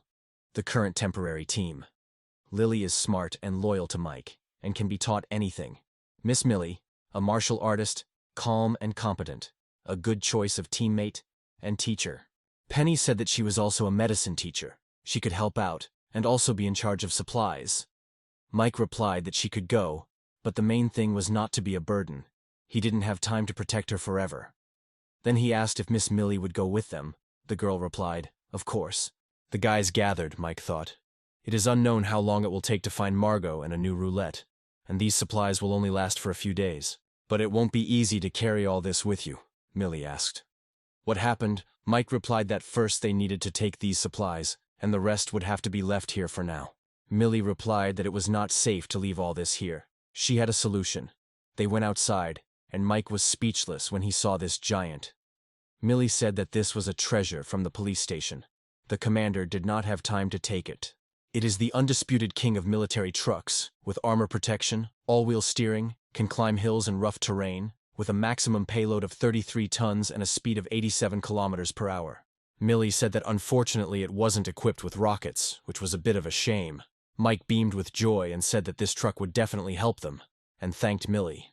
On the other side of town, a boy asked the leader Don what they were going to do now. Don replied that they would find the boy who took him and skin him.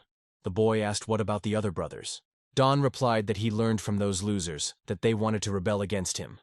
Let them survive themselves, and that guy who single-handedly killed zombies, he would personally kill. The boys started their journey, and Mike said that with this car, it is much safer to collide with zombies. These zombies are nothing compared to the truck of their army. Thanks to Millie, they have a military truck that they can ride in relatively safely. The teacher praised Millie, saying that one can expect from a police officer much more capable than their ordinary people. Lily was a little jealous and wanted to be helpful too. Mike said that Margot's note didn't have a clear address for the supermarket. They'd have to check each one in turn. There was a supermarket a little further on, so they headed there. Suddenly Millie shouted for Mike to look around. Out of nowhere, a lot of zombies appeared. They didn't seem to be following them, but rather running away. And Millie was right. The zombies really did run away from this monster that looked like a gorilla. It turned out this monster ate zombies. Mike became nervous and said, a mutated white monkey, an evolved beast, powerful and cruel in nature. With his current 1-star strength, Mike won't be able to fight this mutant monkey. But having survived a battle with a white monkey in his past life, he knows it's Achilles' heel. Mike ordered the girls to hold on and be as quiet as possible. But no such luck. The monkey blocked their path with one jump. Then Mike tried to throw the monkey away with sharp turns, but the white monkey held on tightly to the truck, and then the guy asked Millie to drive the car, and he got out and kicked the monster in the face. But the monster grabbed Mike's leg with its tail and drove it into the asphalt. From such pain, Mike would not be able to get up for some time. The monster began to approach his body, screaming joyfully. Millie realized that Mike was in mortal danger, so she stopped the car and shot the monster several times.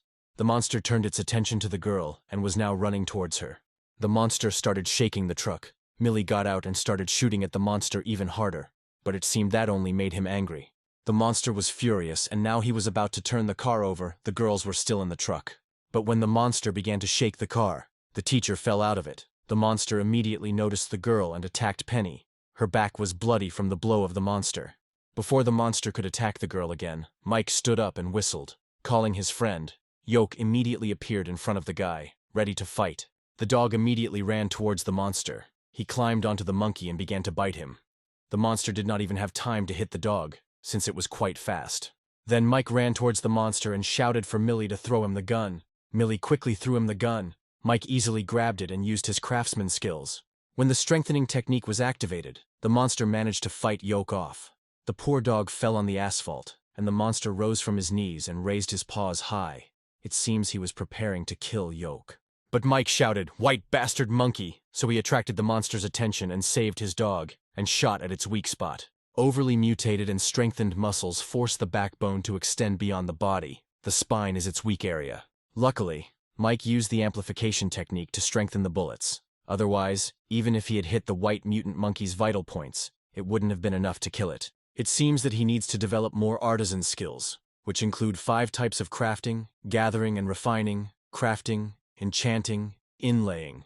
In the car, Lily was cleaning Penny's teacher's wounds. The wound is a little deep and Lily uses alcohol to disinfect it. She asked Penny to be patient for a while until she completely cleans the wound. Mike burst into the truck screaming that he heard the teacher was hurt, but he arrived at the wrong time because Penny was half naked. She shouted at Mike to get out. Millie asked how Teacher Penny was. Mike replied that her wounds were not deep and she would live. Mike went to his dog. After all this, he was shocked to meet such a monster so early. Mike stroked Yoke and thanked him for his work. Luckily, the dog's wound is not serious, but it will affect his mobility. The wound will heal slowly. So Mike decided that he needed to find medications to speed up the process. Lily said that the teacher's wound was too deep. The bleeding couldn't be stopped easily. Miss Millie said that such wounds required stitches, but they had no instruments or anesthesia at hand. Mike replied that he could make suture tools with his craftsmanship, but anesthesia was a bit difficult. In his past life, he had already tried to do it without anesthesia. But Mike was afraid that Miss Penny would not be able to withstand this torture. So Mike said that there should be a private hospital nearby with all kinds of medicines to perform the operation. They had better go and collect medical supplies. Lily asked what about his friend. Mike replied that she was smart and would definitely survive. Besides, she was a future 9-star assassin, Mike thought. Mike said he was sure she wouldn't die that easily. Millie said there was always a chance to find her, so they should split up. He would take Miss Penny to find the cure, and she would go to the nearest supermarket to do some reconnaissance. She would only do some reconnaissance, and she would not act rashly. Mike was against it. He said, "It is unknown what else will appear." Miss Millie said that he shouldn't underestimate her. She was a police officer. He himself had seen her abilities. She had the skills to protect herself.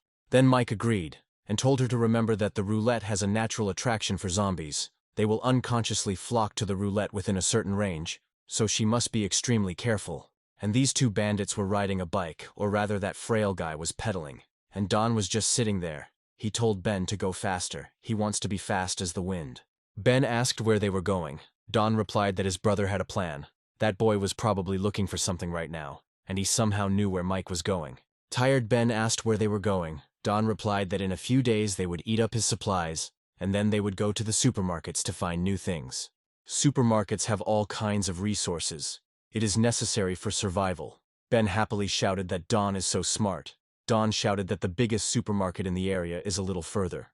They arrived. Ben told Don that he should be careful. There could be zombies here too. But Don replied that he didn't care about them, and he would hunt them himself. Ben noticed that there was nothing there and said that the place looked like it had been ransacked. The shelves were empty. The guy went down to get some noodles and a zombie appeared on the top shelf. The zombie opened his mouth and started screaming. He jumped to the floor, but for some reason he didn't attack the guys. He just turned away and went somewhere. Don told his partner to follow him. Mike was right. The zombies were unconsciously heading towards the roulette. Several zombies were already standing next to the roulette. Ben got scared and said that they needed to run. But Don had a different opinion. He realized that they were very lucky.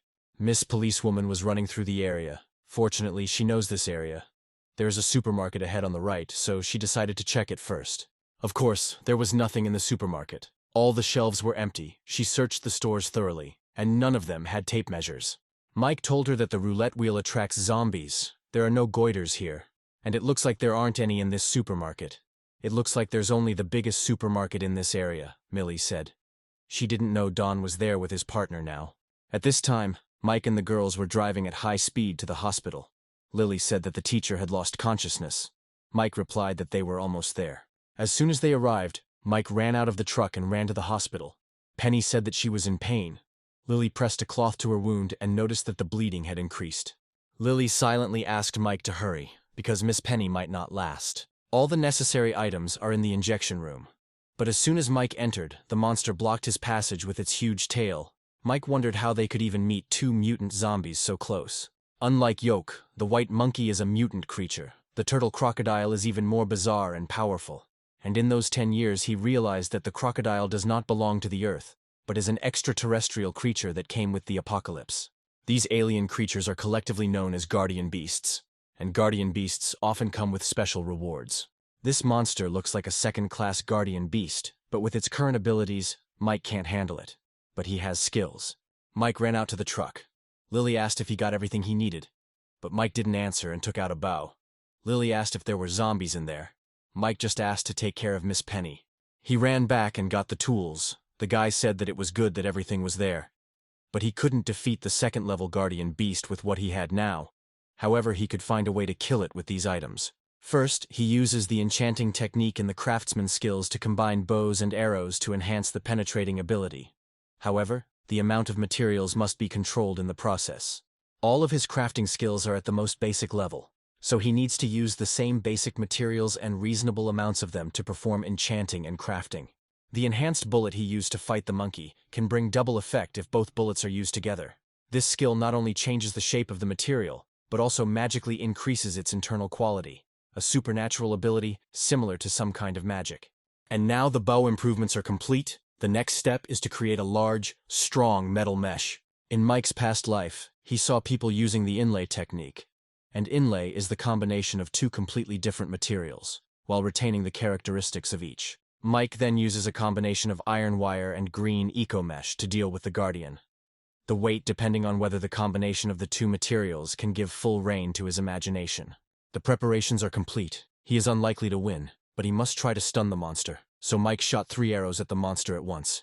Thus, Mike was able to block the monster.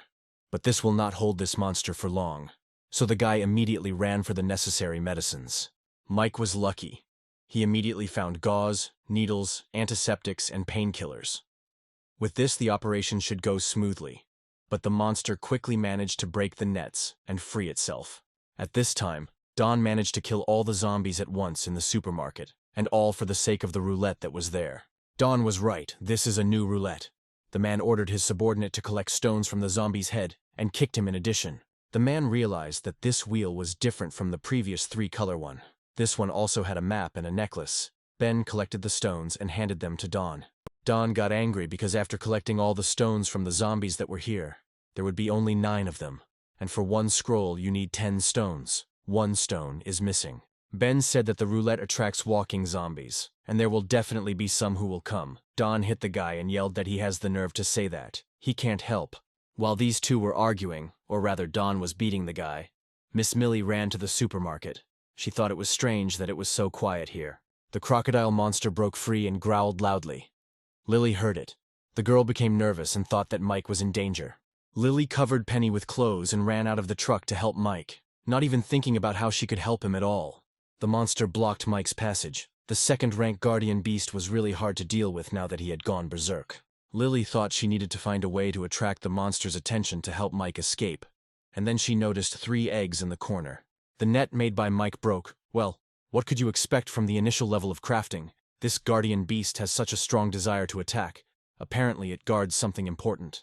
And then Mike noticed Lily in the corner, and he couldn't say he was happy. The guy was wondering what she was doing there, why they came. The situation got even worse. Suddenly the monster smashed the wall with his tail. Lily ran towards the eggs that the monster was so desperately protecting and shouted for the monster to pay attention to her. The huge, creepy monster that Mike couldn't handle immediately ran to the girl. Mike started shouting at Lily to run away from there immediately. The girl suddenly pushed the eggs away and they rolled in different directions. The monster, who was about to kill Lily, looked at his eggs in panic. Then the monster immediately abandoned Lily and ran in a hurry to his eggs, and cutely picked up each egg. These are the eggs of a female crocodile.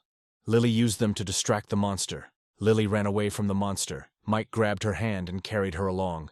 The boys came out and Lily exhaled and said that they seemed to have broken away. Mike replied that if they were far from the eggs, they would be safe. Then Mike grabbed Lily and started screaming that she wanted to die. And did she even understand how much danger she was in? Lily asked him to let her go because she was in pain. But Mike continued to squeeze her hands and scream at her if she realized that she was almost dead. Then Lily replied that she was just in a hurry to save him and didn't think about anything else. Then she apologized. Mike told her that it was not necessary. He did not need her to save him. Lily apologized again, and Mike silently thanked Lily for running to save him. Millie went into the supermarket and saw a bunch of corpses. Suddenly Dawn came out from around the corner and said, "There is a girl in a police uniform. He would be interested in playing with her." Miss Millie stood her ground and said that he wouldn't be able to enjoy it. Only the potion was still working, and Dawn was much stronger than an ordinary person. Having obtained all the necessary medications, Mike immediately began the mini-operation. After the effect of the painkillers wears off, there will still be some pain. Penny sadly said that it must have left a very ugly scar. Mike replied that she should be glad that she survived and added that now she can rest. Then Penny thanked him. Mike got out of the truck and Lily ran up to him. She was clearly worried about Penny and asked how she was. Mike replied, "Nothing serious. She just needed to rest and everything would be fine." Suddenly Lily's stomach loudly announced its presence. Lily said sheepishly that her stomach was growling. Mike smiled and said that after they had a snack, they would go straight to Miss Millie's. And Millie was doing a good job of dodging Dawn's blows, who was now twice as strong. Dawn hit Millie in the arm. The girl fell, but immediately hit him back with her foot in the shoulder. Then Dawn admitted that the girl was a good fighter, and that he liked it. He started swinging his fists again, and Millie managed to dodge them for now. Millie used her fighting skills and finally hit Dawn in the face. But Dawn said it was like a mosquito bite, and said to show everything she had. This guy doesn't seem to be afraid to fight, Millie thought. And maybe he's mutated. Millie still got into a stance to fight him. She hit him. But Dawn grabbed her hand and told her she could continue. Millie rolled over and hit him in the hand, and Dawn screamed the more she resisted the stronger he was getting. Ben thought that this girl was fighting so well that the brother who drank the potion could not defeat her. They found a roulette. They were very lucky. And then she came and disturbed their peace. The guy wanted to help the fifth brother deal with the enemy, and he can spin the roulette and become mega strong. If he does this, he will no longer be afraid of anyone in this zombie world. So the boy ran up and hit Millie from behind like a rat. Then Dawn took advantage of that and hit her in the stomach. Dawn proudly said that by drinking the potion he could defeat 10 of her kind, although he couldn't do it without that boy's help. The freak picked up Millie and laughed. The one who sent her was disappointed. The policewoman was the arbiter of justice, laughter, and nothing more. Then he raised his fist, preparing to hit her, but Miss Millie smiled for some reason, and all because Mike appeared behind the freak, and he was furious, because this fool dared to hit his partner. Mike hit him, and he walked away.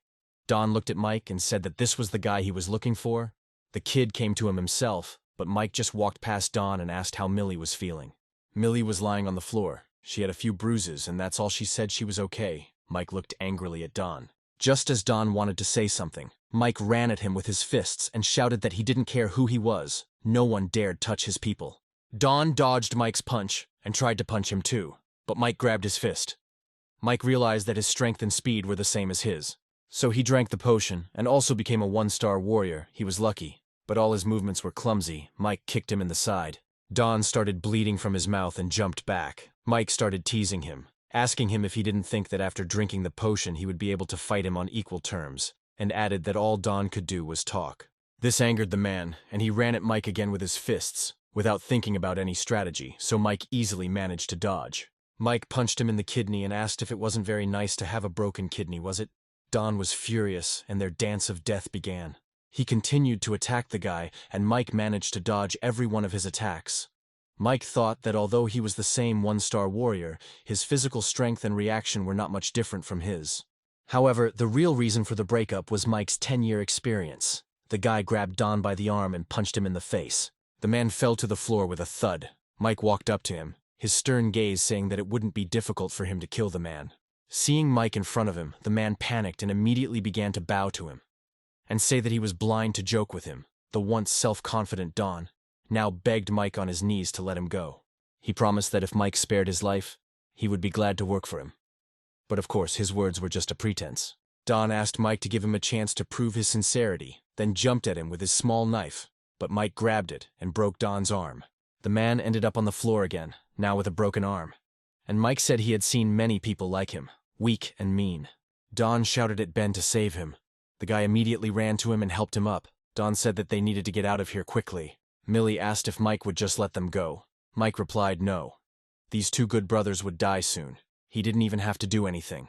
As Dawn rode off with his boyfriend, Mike came down and asked again how she was. Millie replied that he shouldn't worry. She just needed some rest. Mike said that she was lucky that she didn't break anything. Millie replied that it was difficult to break a police officer's bones. Apparently, she was very proud of her profession. Mike picked it up and said that this was the tape measure that Margot was talking about. Dawn said that a good man is known in trouble, and it is so. From now on, they will go through successes and failures together. Ben replied, Of course, when the fifth brother gets better, he will again conquer this world. Then Don shouted that he was useless when he looked at his hand, and added that they had a tape measure, but he would rest a little and get better, and then he would get it back. Ben, on the other hand, was not so sure and looked tired. Unlike Don, the guy said that there was one thing he wanted to clarify. He had been with him for so long, Ben said, and asked if Don considered him his equal. Why only Don had to eat meat while his brother couldn't even eat soup. Should an honest man be bullied, Ben shouted that he should not be a pawn all his life, and threw Don away from him. The boy grabbed Don by the broken arm and shouted that Don was now useless. It was safer for him to collect stones alone. He will take care of the stones for him, and Don can stay here and recuperate, the guy said sarcastically, because zombies had already gathered behind Don. Don asked him to help him, and promised that he would give him all the crystals. But Ben asked how he could work with such a useless person, and pushed him towards the zombie. What another betrayal. Lily was in the car. She said she thought she heard screams. Suddenly she saw Mike carrying Millie in his arms and asked what happened to her. Mike replied that she was injured, and needed to find a safe place to spend the night nearby. Lily asked if two men were leaving the supermarket, and if they were the ones who did this to her. Lily said irritably that if she had known, she would have definitely knocked down those two bad guys. The girls went to bed, and Mike and Lily were still sitting by the fire. Lily asked if they should hide the tape measure, in case someone used it. Mike replied that the roulette could not change its position. When they found out about it, there would be a war. But they won almost all the useful rewards. Strength potion enhances combat power and allows you to get the rank of 1-star warrior. Immunological pills prevent the occurrence of certain specific mutations. Necklace is a familiar item to enhance mental strength. With the increase of the time of use, it can be improved. Silver shield to protect against the attack of the second-level zombies. It was all thanks to all the hard work Mike had put into collecting the stones that Lily held up the necklace, and said it was very beautiful. Mike reminded her that it was not a decoration, but an important artifact. Lily became embarrassed and put it down, asking if she could wear it all the time, only when she was fighting zombies. Lily looked a little sad, as did the other girls. Then Mike said that if they, as a room, could work together, they could at least ensure survival. And Mike, not a very good person, in his words, wants the girls to help him save people. He needs them to trust him, and then prove their effectiveness. And he will give them the power of the future. Millie also sat down with them, and the girls asked what this power of the future was. Mike picked up the vial and said, "This is called a power potion. As they know, it is one of the prizes taken from the roulette. The drug can significantly enhance a person's physical capabilities, such as muscle strength, speed, and even the body's immune and metabolic capabilities," Mike said. Lily asked if it was super strength. Mike replied that it was an exaggeration. Now it is the main drug for increasing strength with roulette. It can increase the body's efficiency by 20 to 30%, which is more than enough to deal with a normal zombie. Lily sadly said that she would not be able to improve her physique by 20%. The best thing about this potion is that it takes their existing body potential and increases it by 20%, so don't underestimate your capabilities, Mike reassured her. Miss Millie asked if Mike had become stronger because of this potion. Mike asked if his physique could be compared to that of a professional police officer. Millie just asked, "Potions can only strengthen the body, but not combat skills and experience, right?" Now Millie also reached doubts, and she said that Mike knows a lot of post-apocalyptic information, and his combat abilities are even stronger than those of professional police officers. Lily thought that she had had the same strange feeling when she met him, because he seemed to have adapted well to the zombie world. Millie asked if Mike knew the reason for all this. Mike became nervous and replied that he only knew what Margot told him, and they could find her if they wanted to know more. Mike was actually nervous. He thought he couldn't tell them he was reincarnated. Whether they would believe him or not, that was another story. But that was his ace in the hole. Lily said that meant Margot wasn't an ordinary person. Mike was surprised that they believed him so easily. Lily asked if the potion would really work and if there were any side effects. Mike replied that the side effects are usually severe body pain, and in some people, bleeding to death due to rapid cell degeneration. This scared Lily, and she said that it could be dangerous. Mike replied that the risk could be weighed against the result. He would not force them. They could think it over carefully. Of course, Miss Policewoman was the first to say that she would take the potion. Mike handed her the vial and said that the pain from it was too great for an ordinary person, and that it was better to be prepared. Lily thought that she couldn't continue to be a burden on the team, and she should try to become stronger and be useful to the team. So she told Mike that she would try too. Mike said they could drink the potion tomorrow and they should take an early rest today. Then he buttoned Lily's jacket and said she should watch her clothes. They were too baggy to move in. Where he saw baggy clothes is anyone's guess. Millie irritably shouted at the guys to speak more quietly, because she was going to sleep. Mike suggested that everyone rest. Tomorrow was an important day. Mike himself went to the truck to see his dog. The guy fed Yoke a cookie, and he was happily eating it, when suddenly Mike heard a rustle. The guy immediately took out a machete, but immediately stopped. Because it was just Lily, Mike asked what she was doing here.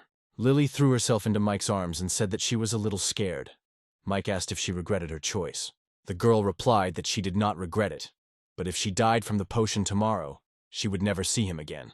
Lily even cried and admitted that she couldn't sleep when she thought about it. Mike hugged her back and stroked her head.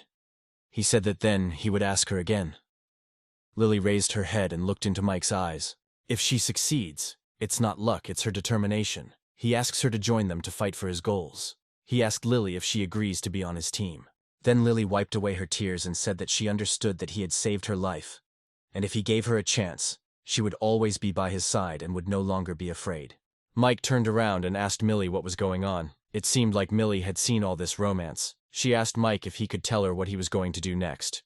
Then Mike replied that it was nothing special. Tomorrow he would go first to the hospital, and then to Pearl Lake in the south of the city. Suddenly Millie said that she might have to leave.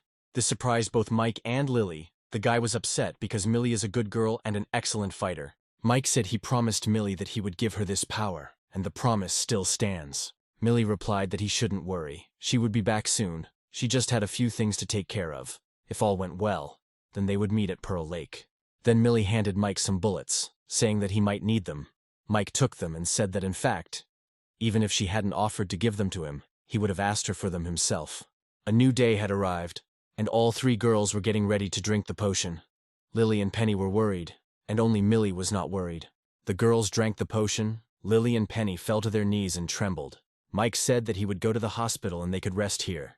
They could try hunting zombies nearby if they felt in good shape, but a little later, the girls nodded. Before leaving, Mike reminded them not to get involved with too many zombies. When they see a white magic stone or a mutant, it's better to just run away. As expected, he returned. The monster was lying quietly in the hospital. In his past life, Mike heard about this place. They said that 3 mutants were found in the hospital, who killed many strong teams. And after, the powerful 6-star warriors killed these 3 mutants and received the scheme and eggs. According to rumors, it was the scheme for creating a sword. After that, a man with a practically strongest sword appeared in the team. This time, the scheme of the sword and the egg will be his. Mike killed the zombies in the district so that there would be no incidents. Now we need to make final preparations. Last time he prepared a net and a bow, but the bow was very weak. This gun is not bad, but it is gray rank, which is extremely weak. But Mike can try to improve it. He still has the claws that he got last time. This is how the magic bullets appeared, which are long range and very powerful. Mike told the dog to wait for him here and not let the zombies in. Mike went down into the corridor where the monster was lying. He took off his jacket and took it out. The monster noticed it and ran to him screaming. The monster slapped its paw on the jacket, but there was no one there. Then it began to look around in bewilderment as the jacket flew away to the side. Mike was hiding in the corner and had already prepared his gun. It turns out that the alligator quickly gets angry when he sees the red color. Mike ran out and shot him in the belly. The monster got angry and started waving its paws. Mike stood right in front of the monster and took out his machete. Mike jumped on his tail. The monster threw Mike, but the guy only took advantage of this. He thrust his machete forward. The monster opened its mouth. Then Mike put the machete vertically and immediately took out a gun and fired, so the guy killed this monster. After a successful battle, Mike went to the eggs of this crocodile. He immediately saw a piece of paper. In it were indeed written instructions on how to make a sword. The 3rd rank is purple. It is a very rare thing. Has 1 passive and 1 active skill. It turns out 2 skills. When the apocalypse began, the first 5 years such artifacts were very expensive. But after a while they became cheaper, but were still expensive. Although the weapons and items that have skills are quite amazing, but the purple rank weapons with 2 more skills, it is one of the most expensive and best. However, it requires 1,000 5th tier magic stones to create it, so Mike won't be making it anytime soon. Then first of all, he will make a 1st rank sword, a sharp moon, then a 2nd rank sword, and then moonlight. All this can be solved. Mike was reborn. Is it really difficult for him with his knowledge? And these are excellent items. With their help, you can strengthen the body and psyche, and also make the pet evolve. so Mike loudly called his dog. Mike cracked the eggs and cooked them over a fire. The evolution pills lived up to their name, and his powers and mental abilities returned very quickly. The guy clearly feels that the strength of his body has increased twice compared to what it was after taking the strength potion. Then Mike asked the dog to raise his head and show his abilities. Yolk raised his head, the dog's fur suddenly stood up and suddenly needles flew out of it. His new skill is a needle shot, but unfortunately after that the dog went bald. Mike stroked him and said that he may have become uglier, but his skills have become even better. They got up and Mike said they had to go. The guy went back to the hospital and said it was not too late to make a first-rank sword. Crafting skills in action, monkey turtle claws and teeth, plus a second-class magic stone. And now Mike's sword is ready. He decided to test it right away. And the sword, as expected, is very sharp. There are also materials left to create weapons for the girls to increase their strength. Mike returned to the girls. He also brought the girls an omelet made from crocodile eggs. Mike asked if Millie had left and how the girls were feeling. Lily said that the magic stones are here. It wasn't hard to kill zombies. Now that they have evolved, they can kill zombies with a stick. Penny caught her by saying that Lily threw up when she killed a zombie. Lily replied that it was the first time. It happens to everyone. Mike praised the girls for their work. He thought that such a quantity of magic stones was nothing. But the ability to adapt so quickly to this post-apocalyptic world was worth the investment he made in them. Handing over an omelet, Mike told them to eat. Lily asked what it was. Mike replied it was food that would make them stronger. Mike thought that later, during the trip to the Pearl Lake, he should get one thing. There was one more egg left, so we had to be careful to save it. The girls were eating the omelet, and the dog was wagging his tail, asking to be given something to eat. Penny felt sorry for him and threw him some meat, and said that it had only been a short time, so why had he become so ugly? And Lily continued to worry that she would gain weight after all the food they had been eating lately. The teacher said she felt that this diet had helped them a lot in improving their physical fitness. Mike asked Lily if she was finished eating and asked her to come to him when she was done. Lily came to him and Mike handed her the gun. A new weapon for Lily. Mike asked her to try it and see if it works well. If everything is okay, then she can take it for herself. Lily took the handle in her hands and began to swing it, leaving large holes in the ground from the whip. The girl said that when she holds the handle of the whip, it is as if she becomes one with it, as if it was made for her. Lily happily said that she used to do a little gymnastics, and with this, she is sure she will be able to help him. Mike asked Penny what kind of weapon she would like.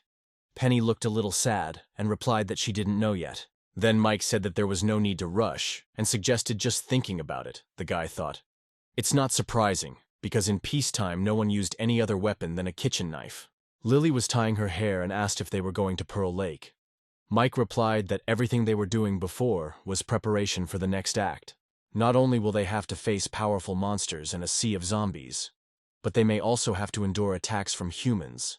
Mike asked if they were sure they wanted to come with him. Lily immediately raised her hand and shouted happily, yes. Penny was unsure. She asked if she could help them. If they thought so, then she would go, but if Mike decided that she was a burden, she could stay. Then Mike suggested doing it together. He only mentioned the dangers they might face, not to mention what they would get if they succeeded. They got into the truck and drove off, Mike thought. In his past life, he had only had the courage to leave the house after he had exhausted all the food and drink in the house. As soon as he left the house, he was surrounded by a crowd of monsters. They all started running away somewhere. Mike was in a panic and didn't know where to go. These zombies were crazy. They just ignored him and ran towards the light and that sound, Mike thought, and decided to go home and just watch. The guy ran back to his place and started looking out the window. The zombies continued to run to the side. Suddenly, there was a huge explosion. Only after this did Mike gradually learn from the survivors what happened that day.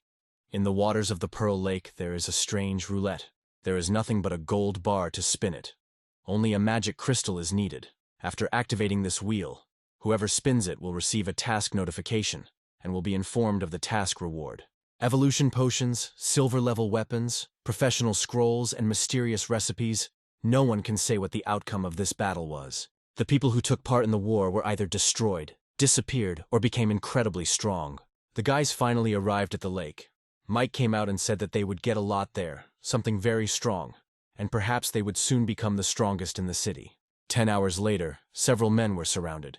The old man with the scar asked. Mr. Lin thought about it for a long time, and what did he think? The man in the suit asked if he didn't say yes. Would he and his brothers have to say goodbye to this world today? He was very angry, the man thought.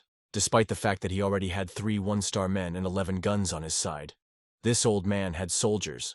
If they weren't there, he would have more time. This young soldier looking at his aura. The man is afraid that he is already a 2-star warrior. The old man said that if Mr. Lin were to ask him to answer the question he asked earlier, he could answer him clearly. Yes, if he did not join them, then they would not allow any surprises that could affect their plans. The man approached Lin and offered to fight them, but was refused. Moreover, their work will not be in vain, and they will receive the promised reward, the old man said. He pointed to the stars and said that even if they didn't believe in him, they should believe in the uniform he wore. The boy asked the old man, after this Mr. Lin would become as strong as him. Why not? Mr. Lin extended his hand and said that they would work with them. Then the guy came up and shook his hand. He said hello and said his name was Will. Then Mr. Lin asked if they would finally say what they were going to do, and the old man replied that they had received a tip. A special roulette appeared in the city's Pearl Lake, for which everyone will want to fight. It turns out they found the very roulette that Mike and the girls came to. The old man has eyes and ears in the area. The guy radioed the old man that it was time. They told him they would be there soon, and he ordered him to guard the roulette. Mike was sitting in his truck looking through his binoculars at the tape measure.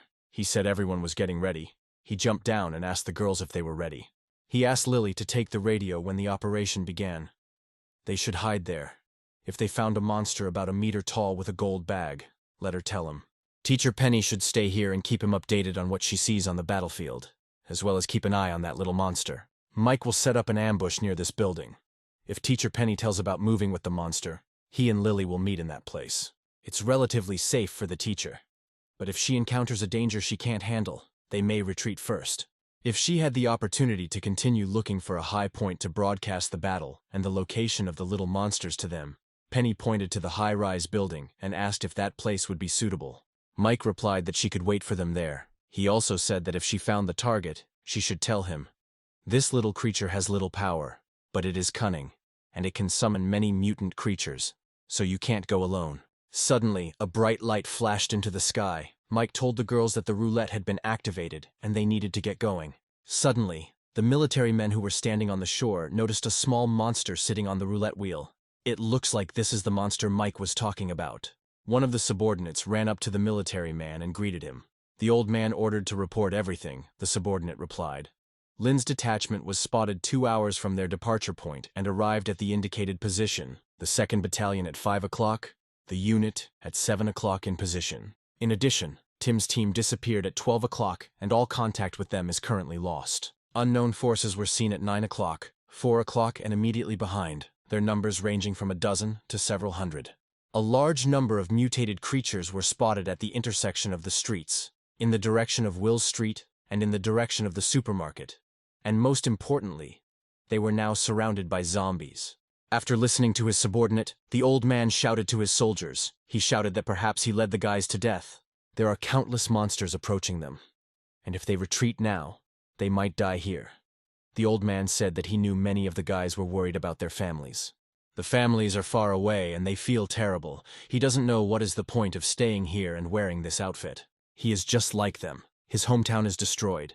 He doesn't know how his father and mother are doing, and he doesn't know if his wife and children are safe. But are these the reasons why they surrender? Are they the reasons why they leave their faith? The military man asked. They are soldiers made for war. There is a war going on now. They must become stronger, stronger than these monsters. And if he is destined to die, he will die in these clothes. Mike watched the military and thought that a friendly team in the New World was an extremely rare phenomenon. But now Mike even envies them. At least at this moment the will of the military is so hot. Mike wondered how things were going there. Suddenly sparks began to appear in the forest. Mike thought they were approaching. The gates were opening. That little monster had opened a space channel with his horn. This horn not only summons evolved creatures and walkers from the surrounding area, it also summons powerful monsters from space. The monsters started coming out of the portals one after another. A gate also appeared on the roof. Ants ran out of there. Although they were only level 1, there were hundreds of them, so Mike was nervous.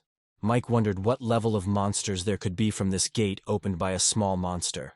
How could so many terrible monsters appear here? Since the apocalypse began, not only have the wheels of fortune fallen to the ground, but also countless golden glows have been corrupting the surface. The crash sites are teeming with alien and dangerous monsters, and it can make anyone feel absolute despair. In such places, unknown plants, precious stones, and resources are stored, and unknown treasures have been found there. A huge monster, a zombie monkey, came out of the gate, and this is very bad, because this monster is a third rank. Mike thought it hadn't been that long since the apocalypse began. So why had a third-tier zombie already shown up? In a past life, what was the fastest evolution of a person to 3 stars? It seems like about 3 weeks. Then what the hell is going on here now? This huge monster grabbed one of Mr. Lin's subordinates and squeezed him like a bug in his hand. Penny watched this from the roof of the building. Mike asked on the radio to report what was going on with her, where the little monster was now. Penny replied that he was now on the shore of the lake. Then he asked, what about that Minotaur? Where is he now? Penny answered, to his left, behind the Ann Company building. Mike asked to report to him about his every step, to inspect the entire area and report on every change. Mike jumped over the roofs of the building. He ordered Lily to move closer to him. Penny reported that she saw that little monster. He was riding a fighting ant, and he was, walking along the lake. Mike asked if the black hole was gone yet, and Penny replied that it was still there. Looking back at its past experience, the treasure monster can only blow its horn once, but now it can no longer blow its horn. So it's strange that the hole hasn't disappeared yet. Mike killed all the monsters on his way, and decided that such goodness should not be wasted, and began to collect crystals, when he heard the screams of people. A second-rank monster, 1 rank higher than Mike. But right now, the evil Minotaur is the easiest monster present, and his body, nicknamed the Goat's Treasure, and his yellow fur are worth quite a lot, so Mike decided to fight this monster. Mike ran towards him and jumped on the monster's back. The guy grabbed one of the monster's horns. People looked at Mike in shock, and the monster suddenly started jumping. The monster decided to throw Mike off, but it was no use. Mike immediately stuck his machete into the monster's back to hold on. People were hiding and still in shock. They thought they couldn't even pierce this monster's skin, and this guy just stabbed him. The monster was very smart. He began to jump from side to side and hit the asphalt, but Mike still continued to hold on to the monster's horn. The monster looked at Mike, and the guy said that the monster wanted him to get off of him, and he fulfilled his wish. The guy wounded the monster again, and jumped to the ground. However, the monster did not wait long and attacked Mike again. But the guy pulled himself together, and also attacked the monster. The monster continued to fight, but Mike confidently told him that he was finished. Suddenly the monster began to step back, and then fell. And as Mike said, the monster's body fell lifelessly to the ground. He managed to kill this huge monster. Then the people came out of their hiding place. The guy asked if he really killed that devil. The man asked how he did it. Did he have some kind of plan? Mike looked at them sullenly and said that if they had fled the battlefield, then they should not come back. He was not going to play friends with them, so they could get lost. The guys didn't like this. And the guy said that they didn't deny that he was the one who killed this monster. But he shouldn't deny that they also contributed. The impudent guys demanded half of the reward. Mike grinned and asked if their share was a reward for their invaluable fear of the monster, or for that non-existent scratch they were able to leave on the monster. Then the impudent ones started shouting that Mike shouldn't act so arrogantly, and that he should learn some manners before opening his mouth, which is a very useful thing during the apocalypse. The guy was yelling that they were all trying to survive here, and he was sure he didn't want to make any personal enemies. Mike just yelled at them to back off. The most cowardly one, who was shaking the most with fear, shouted that there were more of them here, and at the same time the kid was acting so arrogantly. He ordered Mike to be a good boy and get the hell out of here and leave all his things here, otherwise they would kill him. The man said more calmly that Mike might not have noticed, but there were 3 of them, and suggested that he think about it and not do anything stupid for his own sake. He pointed to his hand and said that he couldn't even move his hand and asked if he could fight against the 3 of them. The guy pointed at the guy with the bat and said that he was a real psycho. Yesterday he had already killed a couple. The world had changed. Now power was in charge here. It was strange that he was talking about power, while they had run away from the monster, and Mike had calmly killed him. But then Penny radioed him that a horde of zombies was running towards them, and that little monster was still riding on an ant and had run into a candy store. And one team of survivors is heading there. Mike thought that their main target is this little monster. They just can't miss it. Mike must quickly get to the Goat's Treasure and run to them. The freak told him that if he leaves, then he should leave his gun, radio, and everything else. Then Mike turned around and said, "Guys, you typical greedy pieces of shit." The guy decided to attack first. He thought that with the onset of the apocalypse, everything had changed. The one who always did not let him sleep peacefully, humiliated and scolded him in response to his complaints, would never bother him again. His boss, who undermined his authority, got down on his knees and begged after he broke his daughter's legs. This man has no authority. He's a loser. The idiot confidently attacked Mike, but Mike, with one swing of the knife, cut the bastard's hand. Mike said that in the apocalypse world there is a saying, if you want to kill someone, don't forget that you can be killed too. The guy kicked the freak and he flew back and fell on his own. They also fell and started whining that it hurt. Mike started cutting the monster and said that they didn't have to remember his words. They wouldn't help them anyway. Millie was with other soldiers. She was defending the street. The chief said that she was not herself. Millie replied that she was fine. Then Millie asked her partner if everything was okay with her. The girl replied that she was fine, just a little worried about her husband. The man told the girl that she shouldn't worry. There weren't many zombies there, and besides, the armory was nearby. Then he asked Millie why she was going to leave them. Millie remembered Mike and tried to find the right words. But then one man said that everyone should pay attention to the task. That sound was made by that huge monster. The monster started running towards them, and all the soldiers started shooting at it at once. But the bullets did not harm this monster. The boss ordered Millie to help him, but suddenly some terrible rats ran in and the guys started shooting at them. Suddenly one zombie ran towards them. Millie pushed the main one away, but the zombie managed to wound Millie's hand before the main one killed him. The man started shouting why she did it at all. Millie replied that she wouldn't get infected from it, but the man shouted that saying it wouldn't change anything. Then Kate suggested that Millie cut off her hand.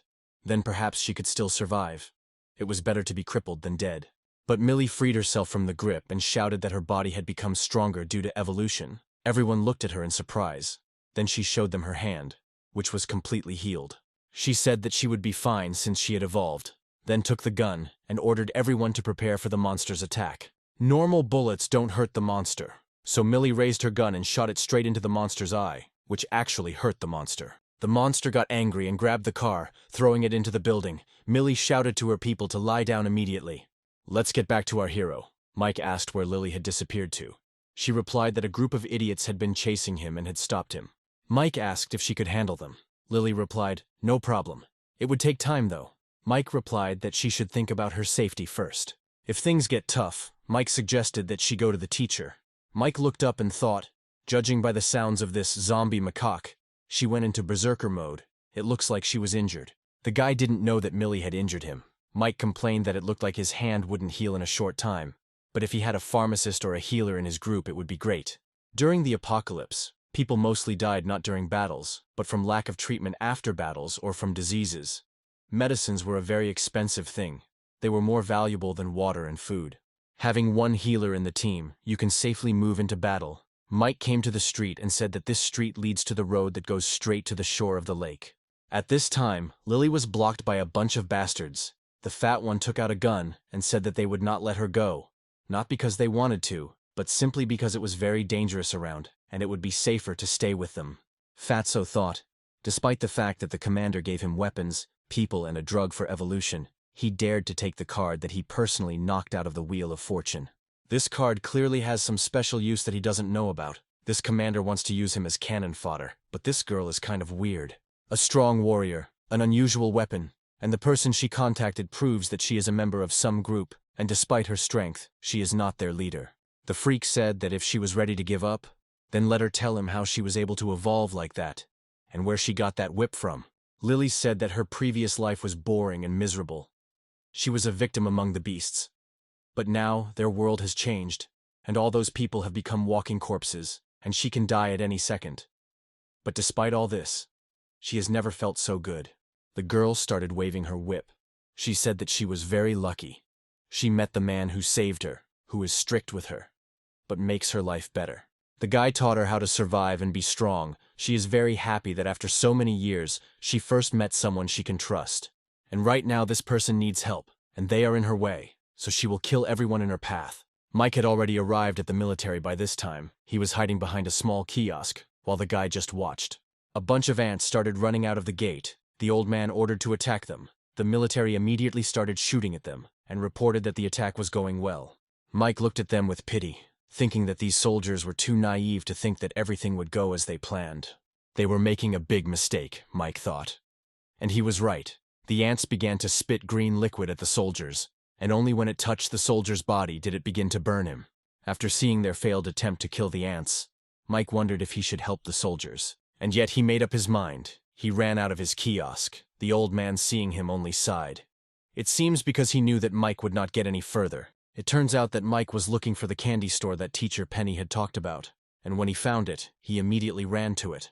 But when he ran to the store, bad news awaited Mike. This little monster was able to call the portal twice. Mike was scared, because this had never happened in his past life. Suddenly, a terrible monster in chains came out of the portal. Seeing this monster, Mike was horrified, because this prisoner in chains is one of the strongest monsters during the apocalypse. Despite such a short time, he has already appeared. There is a green crystal on his head, which means this monster is already 4th rank. Very soon he will become the 5th, 6th, 7th rank, and after a year he will become one of the first 9 rank monsters. Last time, without the 9-star hunter, this monster could not be defeated. Even though he didn't have such a goal, just wandering around the world, he easily destroyed dozens of survivor bases. Even when the first 9 rank appeared, people learned of his weakness. It took 3 strong hunters to kill him. After this fight, Margot received the nickname Bloody Rose. Even though Mike is a 1-star hunter who ate the meat of a crocodile monster and changed his body after evolution, he is stronger than an ordinary 1-star. With his professional experience and knowledge of the apocalypse, killing a 2nd-rank monster is still possible. Mike ran to the ant monsters and easily cut off several monsters' heads. Fighting one-on-one with a 4th-rank monster is unthinkable. The guy couldn't even touch this monster. Mike collected the ant's body parts and crystals, and thought, what's more important is that he needs to catch the monster with the treasure. He needs to catch and steal the bag of this monster. He broke into the store and saw corpses lying on the floor. So he immediately told Penny that he was in the store now, but that monster was not here. But neither Penny nor Lily answered. Then the guy got nervous. Back entrance, soldiers shot at the monster, and Mr. Lin reported that they spotted the monster with a gold bag. The monster throws evolution potions at them. They answer that this monster is their main target. There are many useful things in this bag. The soldiers hit the monster in the shoulder. Mr. Lin shouted that the monster was wounded. Now we must pursue it and try to remove it from the ant's back. Then Mike ran in. He immediately attacked the first soldier, then the 2nd and 3rd, but did not kill them. Mike hit Mr. Lin and took the gun from him. Mike thought it was a military gun. It looked like their leader had invested a lot of money into this operation. Taking the gun, Mike ran towards the monster. He thought that he couldn't hide the value of this monster, and very soon everyone would find out about it, so he had to get the bag before that moment. Mr. Lin picked up the radio and said that this monster was here and that he should hurry, otherwise the treasures would be taken by others. Mike finally found this monster with a gold bag. He was sitting next to his aunt and eating his lunch. The monster regenerated so quickly, despite being shot. The little monster noticed Mike and shouted something to his aunt in his own language, and he immediately ran to Mike. This battle ant is 2-ranked, and also a commander. As Mike knows, battle ants have the 1st rank. But among them there are ants of a higher rank, ants of the 2nd rank, other species of the 3rd. And as for the queen, no one has seen her. So the queen's rank can be 4th rank and higher. The ant spat out its liquid on Mike. Mike of course dodged the attack. Then the ant wanted to fly away from him, but Mike quickly came to his senses and cut off its wings. The ant fell to the ground, and Mike immediately plunged a machete into its head and took out the crystal, then approached the monster, who became nervous and even dropped his lunch. All you have to do is cut off his head and then the bag will belong to Mike. Suddenly the monster threw a simple scroll at Mike. The initial scroll is summoned. It is a skill scroll. It was one of the most popular types of skills. Great thing. Mike happily took it. The monster got scared again and threw another scroll at Mike. A profession improvement scroll, and in the past, Mike risked his life for it. But now he doesn't even lift a finger. And this monster throws away such scrolls like trash. Mike wanted more, and told the monster that he liked him more, and ordered him to give him everything he had, or he would kill him. The monster panicked and started throwing useful things at Mike, one after another. Suddenly Mike got a profession scroll, but he got the profession of a gardener. Millie's teammates asked her why she wanted to leave them. She replied that it was fun there, the leader asked, and that was the reason she wanted to leave them. Millie thought that the potion, the gun, the bullet, her payment that she deserved for her assistance, her help did not justify all these things. Then Millie replied that some things are beyond imagination. If there is a chance, then she will let them in on the details. The monster ran towards Millie. The girl shot and wounded the monster again, this time in the knee. People started shouting that he might have been wounded, and that they needed to shoot him in the wound, that his knee was damaged, and that he wouldn't be able to run. The man in the suit said that the one who was shooting now should follow him. The general asked him to convey to them the order to join his group. The boys continued to stand and did not move. Then Millie ordered them to hurry up and attack together at the right knee. The man asked if they hadn't heard his speech, and seeing Millie's weapon, he tried to grab it, saying that this weapon was unusual, but he got it in full. He ordered Millie to immediately explain her misconduct, whether she had illegally obtained this gun, why she had not allowed him to inspect it. Millie got angry and replied that she was trying to save their lives here, and she asked not to interfere with her in this. She was staying here, and she was not going to any general. So he shouldn't piss her off or she'll kill him too, the man tremblingly shouted. How dare she disobey the order and promise that she would be punished? And for these words, the man received a bullet. Millie shot into the wall right next to his head. The man tried to show off again, but Millie shouted at him that if he didn't leave, she would just cut him, and then he quickly ran out of the building. The two teammates said that Millie was being too thoughtless and how she planned to stay on their team. Apparently they wanted to scare her, but she just smiled and said that then she would no longer stay here. Except for comrades like them, she no longer had a reason to be here. The man asked how she could talk about it so calmly. Millie asked if this place was not as good as the teacher thought it was. Does he think he even knows what they are fighting for? What they will get out of it? She said that she heard what the commander's group was talking about. They are just bait. The leader's group now has better equipment, and the reward in the form of treasures is hundreds of times better. And they sacrifice their lives while their captain wants to get evolution potions for himself, his wife and son, to join the ranks of the army, in the hope of salvation. Mike got the profession of gardener. Gardener is similar to blacksmith. These professions have more than one skill compared to blacksmith. This profession has two skills: cultivation and activation. Cultivation helps to grow plants better, starting from the seed and ending with its germination. Activation allows you to control plants. The effect can be different, but one thing is for sure: this thing will help you cope with any type of task. In his past life, Mike saw a sycamore tree of unknown origin.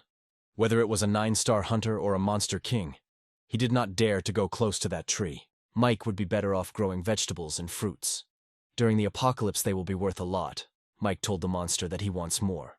However, this time, the monster almost killed Mike, but he managed to jump to the side, and a strange monster appeared nearby. This monster doesn't even have a core. Usually monsters have a crystal on their head. The monster is also green and has high acidity.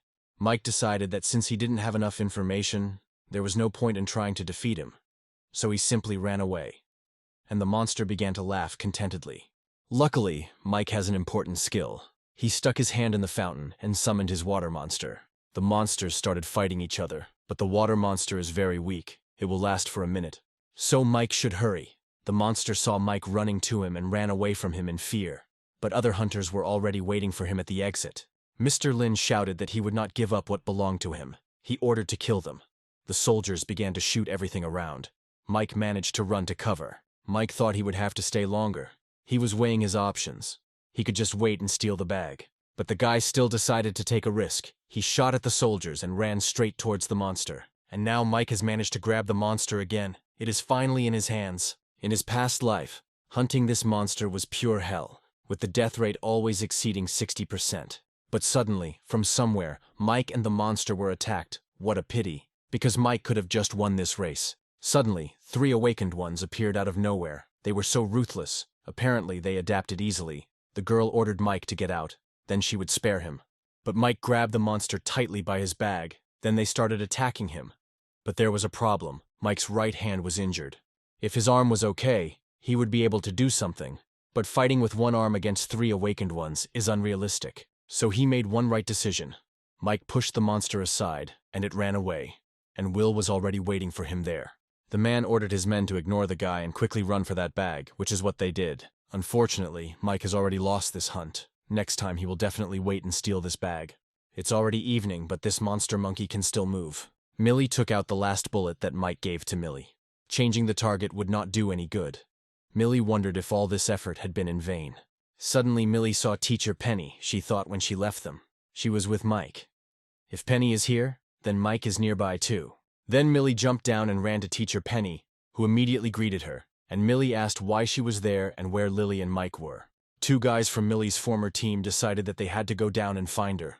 The man got angry, but Kate asked him to calm down. Suddenly that man burst into the room. He asked where Millie was. She tried to kill him, and also disobeyed the order. She should be scolded and punished immediately. Kate asked him if he realized what time it was, and he started talking as if he didn't understand. The man shouted that they needed workers now. It was not the time to ask people to take responsibility for their actions. Then he jumped out and ran after Millie. Kate just smiled and thought that she even envied others, but she was different from them. At this time, Penny was saying that the last time she saw Mike was heading towards this monster in chains. Penny said that now they should go and save Lily. She saw how the men attacked her, Millie asked. Then what about Mike?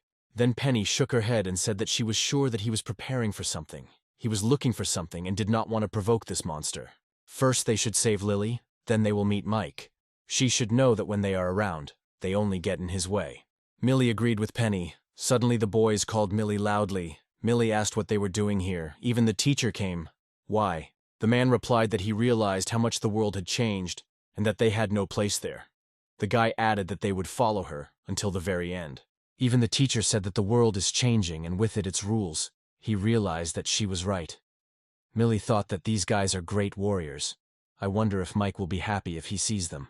Then Millie said that first they would go save their partner. The guy asked who the captain was going to save. Lily was still fighting the bandits at this time. She thought that killing people was not that difficult. The man shouted to his men to shoot her in the legs, but he needed her alive. Let them break a couple of her limbs and that's it. Lily grabbed one of the criminals and used him as a shield. The girl understood that if things continued like this, she could die. Luckily, the rescue team arrived in time, and the guys beat up these thugs one after another. Mike calmly watched the guys fight. That pumped-up guy probably has a profession, and most likely it is very rare and strong. That guy with the spear also has a profession. These three not only met 1-star wheels and evolved to the first star, and each of them also encountered a 3-color roulette, and they knocked out a profession for themselves. But having a profession as a top star is not at all strange, because you can't know the exact number of these wheels, and you won't know when they will appear. And those who have seen wheels before will gain courage and intelligence, understand how to use them, and then they will instantly become much stronger. And this soldier who came out of nowhere, clearly a 2-star hunter, Mike again ran after the monster with the treasure. Despite his rebirth, he still has 1 star, and if he hadn't been lucky, he wouldn't even have a profession, Mike complained. Could they spin the 2nd-rank wheel anyway? He knows where the 2nd-rank wheel is. But will there be enough 2nd-rank monsters there? If there are a lot of them, will Mike be able to kill them? The guy with the spear attacked Will, but Will didn't even bat an eye. He grabbed the spear and hit that strange guy. Will's blood glowed on the tip of the spear, and the boy said that the spear was now his, and they better not go near it. With these words, Will threw a spear at the girl. She did not have time to dodge, and the spear hit her in the stomach, and Will said contentedly that this bag belonged only to him. But turning around, the guy saw that the bag was already with Mike. He finally managed to take this bag. Mike thanked the guy for helping him stop those guys and immediately ran away. The only question was where to run.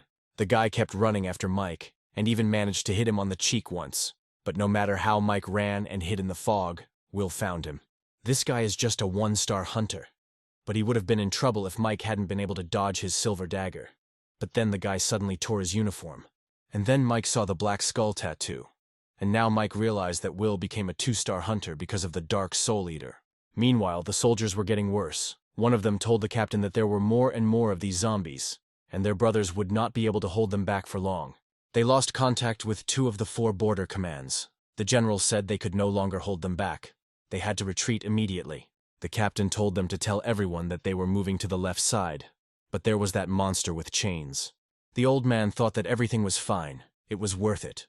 Will and the others would cope with their tasks. If he only met them, despite all the sacrifices, it would be justified. In his past life, Mike heard of a wheel that had a special black card, no description, just a picture of a skull.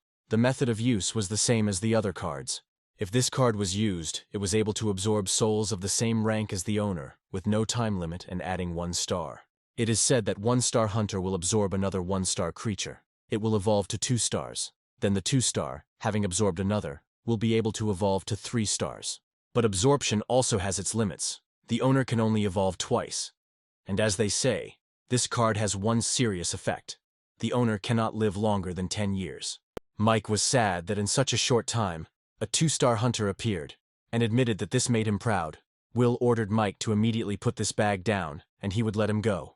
Mike then told Will that he had come as a surprise and dared to ruin his plan. But that didn't mean he had given up. Will wondered. This guy still had some kind of ace up his sleeve. No matter, plans are nothing. Before a force superior to you. Suddenly Mike told him to look back. Monsters and soldiers were approaching them, and on the other side was that same group of hunters, Mike said. Apparently, all the survivors were now gathered in one place. Mike said he heard his name from a subordinate. His name is Will, someone Mike used to admire. But now he sincerely despises. The soldiers deserved their respect, and even in the apocalypse, they must defend their honor, and he is no exception, including his captain. Mike started shouting. He said that their hearts were consumed when the apocalypse came. Mike asked what they did until today. They were all stroked by greed. The captain arrived in a tank, and Mike continued to say, since the beginning of the disaster, they were the only force in the city. But what they did, saved innocent people, helped the victims, killed zombies. No, they did absolutely nothing. They just killed zombies for their own benefit, not to save people. Instead of saving people, they recruit them, and for this reason they were able to evolve. The guys who helped them were nothing more than cannon fodder that they didn't care about, Mike said.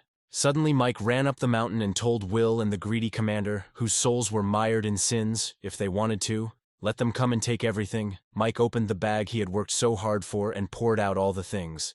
The girls overtook everyone else and grabbed their prizes. Millie tossed one prize to Penny's teacher as she was lagging behind. One of Millie's subordinates found one of the rewards, but Will ran and threw a stone at him with all his might.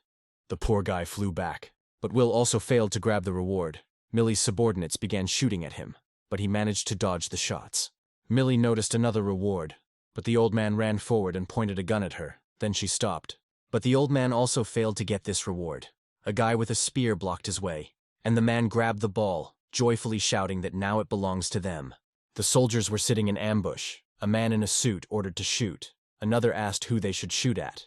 The fat man hit him on the cheek and shouted, "Are there guys here?" and ordered to shoot at everyone in a row. Kate was tormented by doubts. She thought that the captain was cruelty itself. He ordered to shoot even at former teammates. The guys were still there. Suddenly a terrifying monster appeared on the horizon. Mike shot at the chain of this monster. The old man realized that Mike was trying to attract the monster here and try to kill them with its help. With his current capabilities, he shouldn't even hope to kill a level 4 monster. Mike wouldn't even be able to injure him.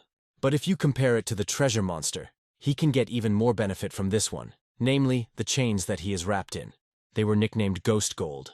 This metal was so valuable during the apocalypse that it was sold by the gram, and the prices for it were unheard of.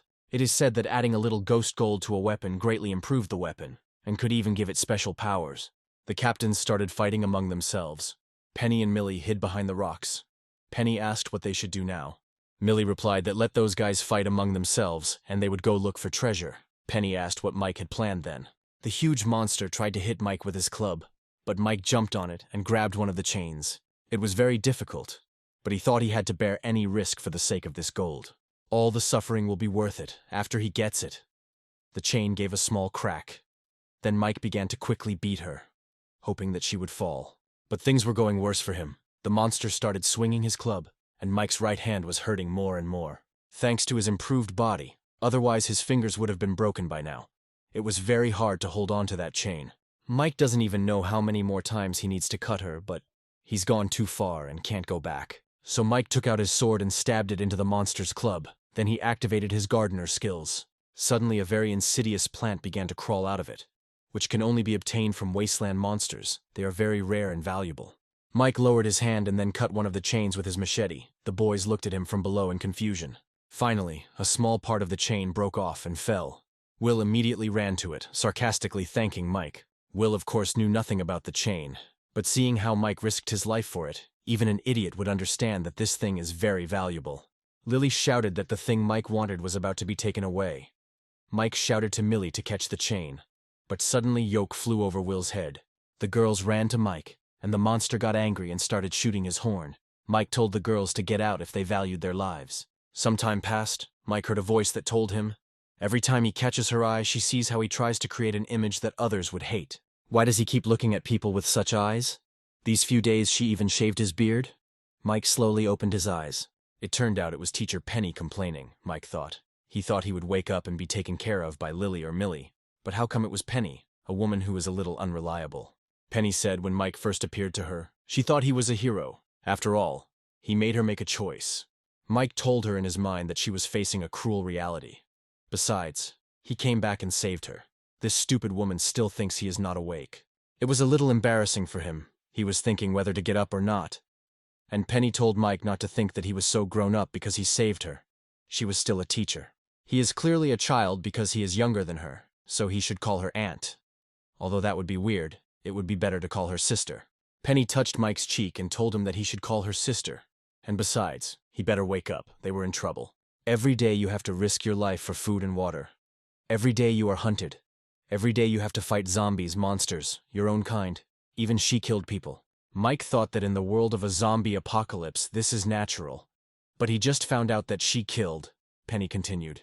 There is no peace in the team either. All these people are former colleagues of Millie, who are thinking about how to divide the treasure. Because they helped them during the battle a few days ago. Lily and they clashed several times. And each time Millie kept them at a distance. Millie is in a difficult position now. Especially since her director seems to have other ideas, which upsets Millie. There is Kate, who speaks fairly, but no one listens to her. Even Penny is tired, and she's sure they're even more tired, so little brother Mike needs to wake up. Suddenly Mike stood up and asked how long he had been sleeping. Penny dropped her bowl of water in surprise and asked when he woke up. Mike woke up. Lily was very happy. The girl Millie was talking to must be Kate. Penny said she was fair, Mike thought. Yoke came running and gave Mike a piece of chain. The guy was happy. The man came up and said that since he woke up, it was time to talk about the reward. He said that his boys had recently saved him from Will and his henchmen. Mike turned around and Millie confirmed that one of her former comrades had sacrificed himself for them. The vile man said that these past few days they had been going for food and water, fighting off zombies. Of course not without the help of the honorable military. Lily countered that he didn't have to try at all. He sat still and did nothing. The bastard shouted for the whore to shut up. If it weren't for Millie, he would have finished her off long ago. Of course, this made Lily angry. But for some reason Mike stopped her, although he himself was angry, and the nasty man said that they were entitled to a reward for saving him. He heard that they took a lot of valuable things from that lake. What about a reward in the form of these things, as a reward for his salvation? Mike asked where their things were. Millie picked up her backpack and said that they were only able to take 3 items. One was taken by Millie's former teacher and was not given back. The first thing is an alchemy recipe, low class, but also extremely useful. But there is not a single alchemist in their team. Space crystal. This is a high-level item. It is useless in battles, but is used to store things. This crystal is the size of an egg, but inside it, the space is 1 cubic meter. It will be possible to store various crystals in it. Carrying them in a bag would be problematic when it is in plain sight for everyone to see. The third item is a summoning card. Millie came up and said sadly that this was her teacher. When she left, she gave him the things for safekeeping, but she didn't expect it to happen like this. Mike told them that they couldn't give this thing away. The nasty man said that he didn't think he heard what he said and asked if he wanted to deceive them. Mike raised his hands and said that of course he was grateful to them for saving him. But these things were obtained before their help, and they had nothing to do with them. And how about he give them any other thing? The nasty man replied. Sure. We can see what Mike can offer him. Lily brought him a bag and Mike took out a potion. He said that this potion will help them avoid infection and not become zombies. The man replied that this is not enough. Then Mike got out another thing. The first star potion. It would help them become a 1-star fighter if they drank it. They had already met such people and should understand how strong they were. The man said again that this was not enough. Lily got angry and shouted, "There is no need to be shameless. The freak does not know what the price of the evolution potion is now." Yesterday, they had a fight between 2 groups of people over a bottle of evolution potion, and dozens of people died. Greed must have limits. Millie also supported Lily. She said that it would be fair to say that they would pay with their lives for these immunity and evolution potions. But the man was adamant. Then Mike said that he also had the eggs of a monster that was a 2nd-tier mutant. When they first eat one of these eggs, it has the same effect as an evolution potion, but can improve their health, depending on their build, by about twice as much. It is useful and even better when taken by a 1-star hunter, although it is less effective when taken by a 2-star hunter. The freak pulled out his gun and said again that it wasn't enough. He knew Mike was a great man. He lived a good life, so he can make Will jump with anger. The freak admitted that he admires Mike, and asked how the life of a man like Mike could be worth so little. When he recovers from his injuries and gets back on his feet, he will have the rest of the useful things at hand. He ordered Mike to give a little more now to get a little more later. Mike replied that he would give him this card, and that would be enough for him. But the man said he was not that stupid.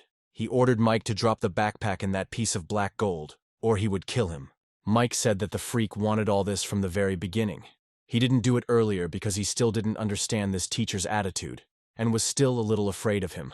At the time, he didn't know how much Mike would recover from when he woke up, and he was afraid that Millie would push him to take a step forward. But when Mike woke up, and he found that he looked sick, and his fear was gone, and he had just seen the attitude of Millie's teacher, knew that he had decided not to go with them, and his doubts about him disappeared. As for the other 3 women, although they were all developed, they would not have killed him, and he understood this. At the present time, they have an absolute advantage over the evolved ones. But the freak is too greedy. He wants everything he has. He was right when he said that very difficult times have come. There is a popular saying in the post-apocalyptic world that goes, "If you are greedy, you must have the strength to be so." As soon as Mike said this, the freak was shot right in the chest, and it was Kate, who everyone had forgotten about. Yoke dealt with the rest of the soldiers. Mike told Millie's teacher that he had won and ordered her to hand over the card, and then he would let them go. In his past life, Mike would have preferred to kill anyone who dared to encroach on his interests. But Mike had changed. Millie was standing on the balcony. Mike came up and said that the teacher should not have gone far. She could send the meat and the bottle of potion. It would be easier to kill him, but then Millie would leave, so Mike could do himself a favor and win Millie over once and for all. He may have done some bad things, but he was a teacher after all, and with a potion and a little meat he could survive, Mike said. Millie thanked him and ran to the teacher. Kate asked if he thought it was hypocritical to do this when he had already pushed him away. Mike asked if he was a hypocrite and threw her a potion. Kate asked what it was, a consolation prize for killing her comrade. And then Mike replied, "It's an advance. He's a man of his word, and he'll take her to her husband when he gets better." Mike laid out the rewards. The main loss this time was the weapon, several second-rank magic crystals, and a potion. This is what Millie's teacher was trying to take. This is the card that summons Cerberus. Mike used the space crystal and put the card in it. Mike picked up the bag, and it turned out that it was also made of gold. That day, in order to confuse everyone, he deliberately tore the bag to give them the opportunity to fight for the gold. The guy definitely tore that bag apart, so why is it intact? The bag is soft and gentle to the touch, but it's definitely not silk or any other textile that Mike knew. Mike took out a machete and cut it a few times, but nothing happened. The knife would have made a mark on the gold, but there was nothing on the bag. Then Mike threw the cloth over the eggs that were lying nearby, and suddenly the cloth began to glow, as if the life energy had been sucked out of the eggs. Mike realized that this golden fabric could absorb life force to repair itself after its own damage. This is a good material. Now it is clear why the monster carried this bag. He was not afraid of bullets. His wounds recovered in a short time, which was not his ability, but the use of the properties of this golden fabric. But here are the gaps. Mike did not know how to use this thing. He got the treasure that can directly improve his strength from these things. Mike swallowed the treasure and immediately regained his powers, turning into one of the Dragon Ball characters. He felt that his body and strength had increased again, and he was now 8 or 9 times more powerful than an ordinary person. Not only that, Mike felt his mental strength also increase. The guy put the monster's chain into the crystal. His main summoning skill is a skill that calculates the power and duration depending on the summoning and the amount of mental energy given. Not only that, he had enough mental energy to use the skills of the craftsman profession to work with such a large phantom gold juice right now. Mike went out and decided to use his craftsman profession. It was time to use gold. The second-tier magic crystals, plus the remaining claws of the monster, created a long sword. Moonblade? Ghost gold gives an additional skill. The user swings the weapon with all his strength to produce a blade strike and fires a blade cut.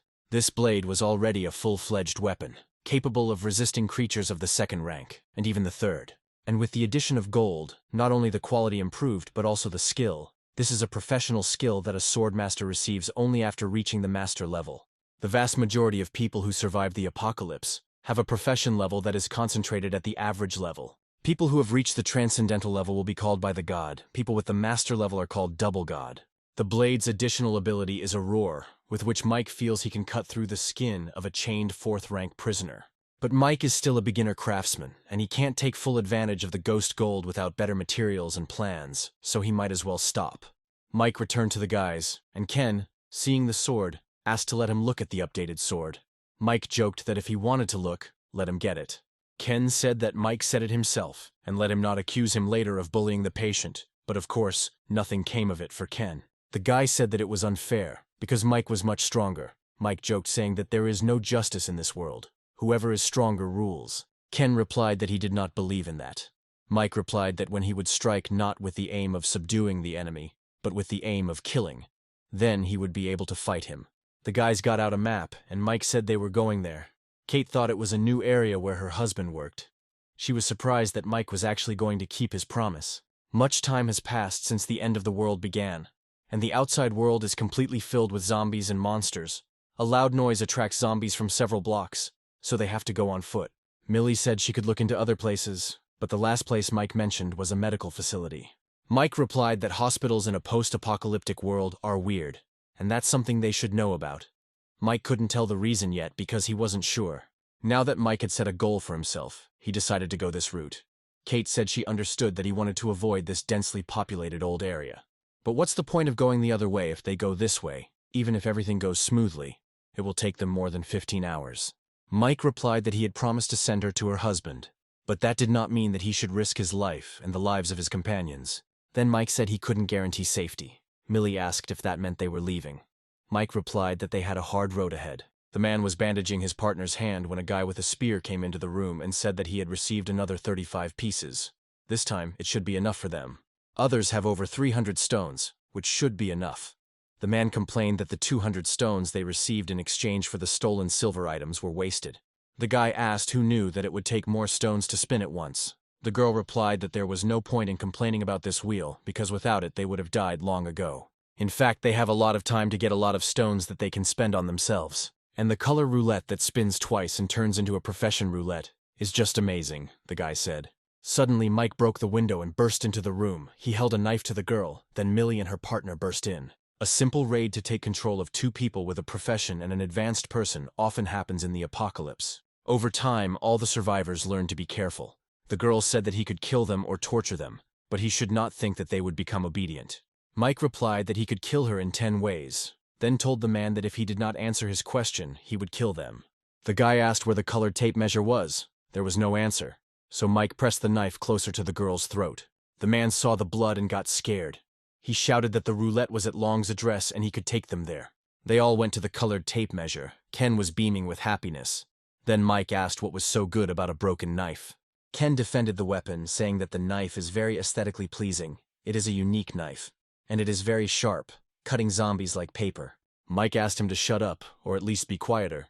Ken came closer and asked, "Their knives are similar in shape, so it shouldn't be a coincidence." The two seemed to get along well together. Mike replied that he was a craftsman and made both knives. The guy asked if he would also get a profession. The hint was taken, and Mike replied that he would distribute the professions depending on the type of occupation. Mike said that awards and professions are given to those who stay with him until the end. Ken somehow became sad after these words, and a pleased Mike thought his reaction was quite normal. He expected that Ken might start to behave loyally, but he would not be on their team.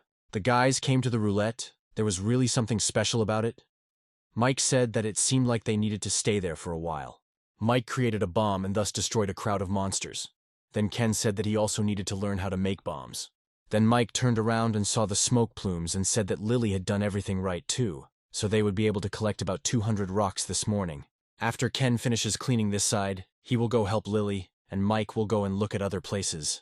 According to the trio, the last time they used more than 200 stones, they failed. This time, for safety, there must be at least 350 stones, and for the last spin at least 500, so it is worth collecting better stones. In places like supermarkets where there is a high concentration of zombies, the zombies are likely to have hunted a large number of people, and are naturally more advanced. So Mike was hoping to meet some rank 2 monsters here, but while regular zombies were appearing, there wasn't a single large monster on this floor. But Mike was wrong. There was one creepy monster here. It was a spider that sat on the ceiling, so Mike didn't notice it right away. The spider spat a sticky web at Mike, the ball too big for him to dodge, just in time to try out the upgraded moon blade. Mike swung his blade and huge sparks flew out, flames burst out, and in an instant Mike cut the spider.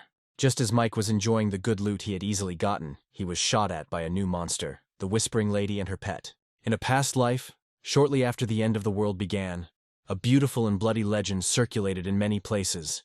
A woman of unrivaled beauty wanders the earth with her pet and meets a man she will love to spend the night with. Only after the night comes the bloodshed and murder. Men are cut into pieces and eaten. Later people realized that the legend was true. Just those young and beautiful women became zombies, and then completed their evolution and turned into a new, special kind of zombie. They are able to control other mutants. They have the skill Spirit Seed, a skill of complete control. which not only makes the controlled mutant incredibly loyal, but also does not believe their original consciousness.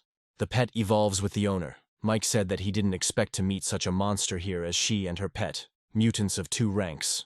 In the past life, there was news of a 9th-rank mutant woman in the East China Sea. Some saw such a mutant riding a giant snow-white snake. Although many 9th-rank mutants can speak human, the only ones who can speak with an accent are the Whisperers, and such high-level mutants have become less bloodthirsty and sometimes trade with humans. There are even suspicions that some of these women regained their pre-mutation memories and personalities after evolving to rank 9. But this girl is much more bloodthirsty than all mutants up to the 9th rank. She doesn't even think about him. She considers him ready-made food. The cat girl ran and started eating the spider that Mike had just killed. They just weren't afraid of Mike. That's why they started calmly consuming the spider's body. Apparently, she looks down on Mike. This post-apocalyptic world is not like the previous one, but Mike is not the same as before. Mike ran and attacked the girl's cat. She growled and the cat ran towards her. Then she transferred energy to the cat to heal him. That skill allows them to transfer energy to each other when injured, speeding up the healing process. When they evolve, they will be able to transfer life to each other. For advanced beings like this lady, this skill is usually only acquired after they become rank 9, but this lady is already at rank 2. Mike decided that he needed to kill her cat before she could heal it completely. But the lady was too fast. Mike couldn't catch up with her. So now Mike better get back and bandage his wounds, otherwise he'll turn into a tantalizingly smelling pie that will attract 1,000,000 zombies. Mike ran out the window and straight onto the street, but something was wrong. He suddenly had a bad feeling that this would not end so easily. Monsters came from everywhere, and each of them attacked Mike. Of course, this is the work of Lady. Although she can only control her main pet, she can pass on some information to other evolved creatures. Lady can even communicate with other mutated creatures, but she won't be able to kill Mike that way. After some time, Mike returned to the others. He was covered in scratches and deep wounds. He asked the girls to bring alcohol and gauze. Mike asked where Millie was. Lily replied with a trembling voice that she was looking for food, and asked where he got hurt so badly. Lily didn't know if she was doing it right, so Kate offered to help. Kate thought that Mike's wounds were of different shapes and sizes, cuts from sharp objects and bites from fangs. Mike told the girl that she better hurry, otherwise the smell of blood attracts zombies. Kate was embarrassed and quickly bandaged everything. Millie and Ken came back and said they had found food. Mike went to the tape measure and told them to start eating first. Mike spun the roulette and received a profession scroll. Apostle of Light. Mike had never heard of this profession before. This is actually a core profession, similar to a combination of a healer and a light mage, except the profession skills are more focused on the keeper skill. Mike held out a scroll, inviting the boys to look at it. A profession that can heal, protect, and help in the attack. It's a dream come true. It's a pity that to get this profession you need to be without a profession, and that once you become an Apostle of Light, you can't have any other profession. So Mike asked who wants to take the scroll. Ken shouted out what he wanted, but then became embarrassed, because he had been with Millie for too little time, and he was not a developed person. So pursuing a profession was a waste of time. Mike asked Millie if she had a profession. Millie replied that she didn't want to have only one profession. She wanted to become as strong as Mike, since he has more than one profession, and he is so strong, which means she needs several professions. Lily said that she didn't need this profession either. It didn't match her personality. Then they all looked at Penny, and Lily started screaming. Why is she so stubborn? They are asking her to fight. She doesn't want to. This profession suits her perfectly. Then Penny said that she wanted this profession. Mike said that he could give her this scroll, but again warned that after learning this profession, she would not be able to learn others. Lily handed over the scroll and told Penny that she could trust Mike. Penny took the scroll and it dissolved. Thus, she received her profession. Penny pointed her finger at Mike and said, "Bless him." Mike's wounds miraculously disappeared in an instant. He asked how many times she could use this. Penny replied, 8 or 9 times. This is truly the only profession she can get in her entire life that is either expensive in terms of the mental expenditure on skill, or enviably low in terms of the amount of mental energy that the skill expends. Penny said she had another skill. Mike asked if she wasn't a disciple level. The girl replied that she didn't have a disciple but an apostle of light, then a messenger, a saint, a holy maiden, and also an angel of light and a goddess of light. She has a diamond shield. She can put it on Mike. His defense is automatic. The shield automatically reacts to the duck and moves there to protect. There are 2 sectors left, black and yellow. The shield's defensive power definitely increases with the level of the Light Apostle's job. So Mike is looking forward to what will happen when Penny levels up. He put down the second rank stones and the roulette wheel spun and got the profession of Wind Dancer, which suits Lily. Wind Dancer is a profession that uses ribbons as weapons, such as whips, long ribbons, and so on. Only women can master this profession. The user is required to know the basics of dancing to perform the appropriate movements. The first skill is Shadow Square Dance, which allows for chaotic attacks. The girl congratulated Lily on her profession, because this profession was created for her. Ken also wanted a profession. But Mike replied that they didn't have any magic stones, and if they wanted to spin it some more, they would have to stay a couple of days. Mike ordered everyone to pack their things. The man shouted for Mike not to kill them. If Mike let them go, he would tell him something. He can swear on his parents' honor that what he says is true. He knows one guy who has a profession in his hands that involves using a knife. There's a small shop 2 blocks away where a group of people, 6 or 7, have gathered, and they've received a profession scroll from somewhere. Since there were too many people to share it, they announced that by exchanging evolution potions or other things for the scroll, Mike could go to them. The boys went out and Mike told the girls that they needed to practice while they collected the magic stones. Ken said Mike was really good, even took away those 3 stones. Mike replied that we need to leave some for later. The black sector on the color wheel is the death sector. If the pointer lands there, it means that everything will end for them. There was an explosion. Those 3 died. Mike said that this was the last time he was so kind to the enemies. It was a pity they didn't know about the black sector. Kate was not pleased with the petty act. Mike said that they became kinder only because they were stronger. If the roles were reversed, they would have done the same. They think he's being cruel now, but only because they haven't yet realized how cruel the world is, Mike said. If they live to see the day when they experience something unimaginable because of their foolish compassion, then they won't think like that. Because by that time they would already be a dirty corpse like her. Mike pointed to the girl's corpse. It's the end of the world, and the only ones who need compassion are the corpses. The rest of the time, it's better to remove pity. They knocked on the nasty fat man's door and said that a group of people from outside had come to see them and wanted to spin the wheel. 6 people and 2 men with weapons. The fat man said that everyone should gather at the roulette, and went out. Our guys came. Ken said that those 3 weren't lying. There really is a roulette wheel here. The fat man asked if they wanted to spin the roulette wheel. Did they know the rules? Mike asked if the fee was magic stones, right? Mike threw the bag down and said they needed to spin the wheel 10 times, then told Ken he always shouted about his luck, so he would spin it. Ken scrolled and said that his hands were lucky. There were now 4 bottles of evolution potion, and asked if he could have one. The fat man pointed a gun at them and ordered them to give them the potion and get out.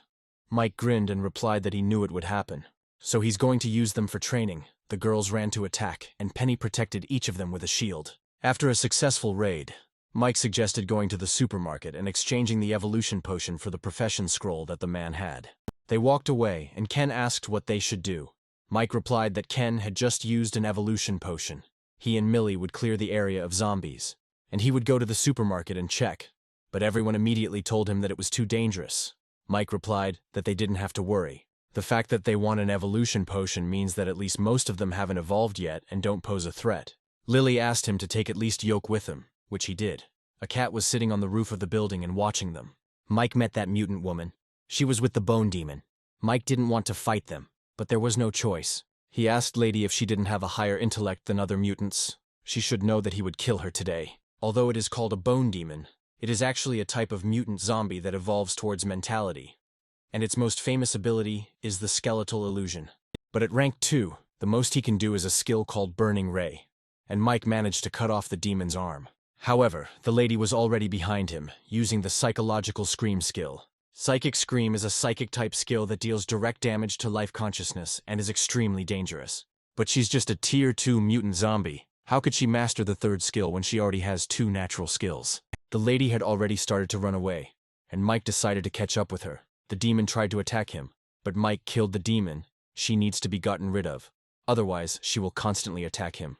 But suddenly Mike heard people talking in the store, and he thought, the only goal now is to exchange, to get that scroll and increase his strength as soon as possible. Then Mike came up and knocked, saying that he was here to make a deal. He had evolution potions. Mike told Yoke to go back to the guys. He would return after the exchange. Suddenly they asked him how he found out about him. It was a man, Mike answered. From the Trinity. He is alone, and there are no zombies nearby. The man told Mike to enter slowly and with his hands raised. Mike showed them the potion and said he needed to go get their goods. The man nodded, and the other showed him the envelope. Mike asked to look, but was ordered not to move. The man demanded 6 bottles, but Mike replied that it was too expensive, so they began to bargain. At the beginning of the post-apocalyptic world, the value of evolution potions was very high, as each bottle cost 10 or even 100 stones. In this world, it is very important to be able to get evolution potions and become an evolved person. A profession scroll is good, but if you are not evolved, it is a waste. Mike put on his briefcase and said that they should know how hard it was to get evolution potions these days, and 3 bottles cost a lot of resources. The man said that 3 bottles was the highest price they had been offered in the last few days. Mike asked why they needed 4 bottles. The uncle replied that 2 members of his family were in very poor health and terminally ill, and if they did not become developed people, they would not live long. The evolution potion improves all aspects of the human body and has some healing properties. It does not affect incurable diseases. Then Mike took out an egg and said, "This is a second-rank mutant egg." He took one. It may have some effects of the evolution potion. Although it is not as powerful as a potion, it can be consumed multiple times, and will have an effect each time. Of course, it works best the first time. Mike said that this was his last offer, and if they didn't want it, he was very sorry, so his uncle agreed. The deal went well. Mike went out and told his uncle that in a few days it would be unsafe here and they had better leave. Then he asked if he could tell him where they got it. With all due respect, they don't have the ability to spin the wheel with professions, Mike added. Uncle replied that they had found 2 strange-looking but very strong monsters fighting in one place, and they had found this scroll nearby right in the monster's nest. After that, Mike left. His profession as a master craftsman with the prefix master is also very strong, and now he has the profession of a sword master. It is worth testing how strong this profession is. With just one swing of his sword, Mike created a real explosion. The fire flew far, far ahead. This Klicken is twice as powerful as the one he used in his past life. Although he was also a swordsman in his past life, he was a 6-star then, but now he is only a 1-star. The profession of a sword master is essentially 2 professions combined into one. The seal master uses his minimal energy to manifest it outside of his body, as a seal in a special way, using various abilities. Mike is now a sword master, and has 2 branches in this profession. The first branch is singing, which now manifests as a technique. It is a function of karma, which has the effect of giving the ball as a carrier of the power of fire. The second skill branch of the blade master is blade technique, and he only has 1 skill at his disposal, slash. With his current abilities, if he uses the seal and slash together, Mon will only be able to do 2 swings. And the better the knife as a carrier, the more powerful the seal can be, by the way. He owns the profession of a craftsman. The girls fought with will. The shields broke because Penny was too weak, and she had to create new ones again. The guy said he wanted to see how many more times she could give her a shield after she healed her. Ken was wounded and couldn't move, and Lily was fighting the old man. The shields were gone. Apparently the ability had run out. Will ran at Millie with a knife. Penny protected her with her shield, but it didn't help. She had already used the healing technique once on Millie, and on Yoke when he came back, and had used the shield technique about 5 times on everyone. Will almost killed Millie, but luckily Mike got to the guys in time and used the flame blade seal. Mike cut off the bastard's hand and he ran away like a coward, just like the other soldiers and his old man. Then Mike said that they should run away too. Lily asked what was wrong with him. Mike replied that this technique consumes a lot of energy. The guys went up to the roof. Mike was already asleep, while the girls were cooking, and Ken and Millie were training. Mike woke up and said he was fine after a good night's sleep. Unfortunately, he used his fire sword twice last night, and was too exhausted to kill this Will. They sat down to breakfast. Ken said that he could fight Millie, and asked to be allowed to use the moon blade. Mike asked if it wasn't just a simple knife. Ken replied that Mike hadn't seen Will's face yesterday. Although their high level of evolution gave them an advantage, they didn't dare touch the blade of the moon blade. Then Mike agreed to make him a moon blade. He came up and melted the iron door and created a sword. Everyone was shocked. Mike proudly said that his second profession is a craftsman. Mike said that Ken should be grateful. It requires a 2nd-level magic crystal to make, not to mention other materials. The boys had strayed from their intended route, so Mike pointed to the street and suggested that they follow that path. 2 bandits entered the room where several men were sitting. The main one asked how the old men were doing. The uncle didn't answer. Then he said that he was here to tell them that they were running out of food and they should go and find it. Those who go will be given a full meal and a bottle of water, regardless of whether they find food or not. And if they do, they will receive a prize for 3 days. Two guys volunteered, but the uncle was silent. Then the bandit said that he was still missing. The bandit called him a musician. Mike and Ken were in the room. Ken asked Mike if he was sure this was the place. He didn't see a single living soul here. Then Mike got nervous. He wondered if he had come to the wrong place. But he clearly remembers that in his past life, the musician, according to rumors, left here. Lily said that someone is using living people to attract zombies across the road. The bandit beat those guys so that they would run out into the street, but they refused. Then the bandit simply beat them with a stick. Then they simply kicked them out, threatening them with a knife. Then the bandit asked what the hell they were doing. One of the guys said that there wasn't much food in this supermarket. Then the bandit hit the guy in the face and shouted that it wouldn't even last a day. That's all they got for wasting 2 baits. Another bandit said that most of the zombies outside were distracted, but there were still about 5 zombies. The bandit complained that he wouldn't be able to kill that many zombies. One jerk suggested using the musician as bait. The bandit said that he would cut him, but would not touch his legs, so he would escape. If he escapes, he will live and get food. If not, he will have a bad life. Then they cut his hand and pushed him into the street. The musician thought he is a senior engineer with an annual salary of more than 100,000, a research team, and a beautiful wife. But with the end of the world, the appearance of zombies and monsters, everything changed. It was the first time in his life when he had the courage to fight someone. He thought, when you die, there really is light at the end of the tunnel. But suddenly his hand was healed and Mike grabbed it. Mike told him that he didn't need to say anything now. He just needed to follow him. The guy was glad that the future father of magic weapons was with him. In his previous life, the post-apocalyptic world he was familiar with had many opportunities for people to survive among zombies and so on. Some strong people can fight him with their skills, professions, and so on. But there were few of them. As for weapons, there is very little to be gained from roulettes. The real reason so many people survived was the invention of magical weapons.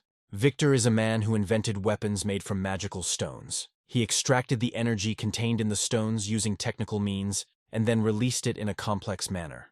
The guys came to a safer place, and Victor asked why Mike saved him.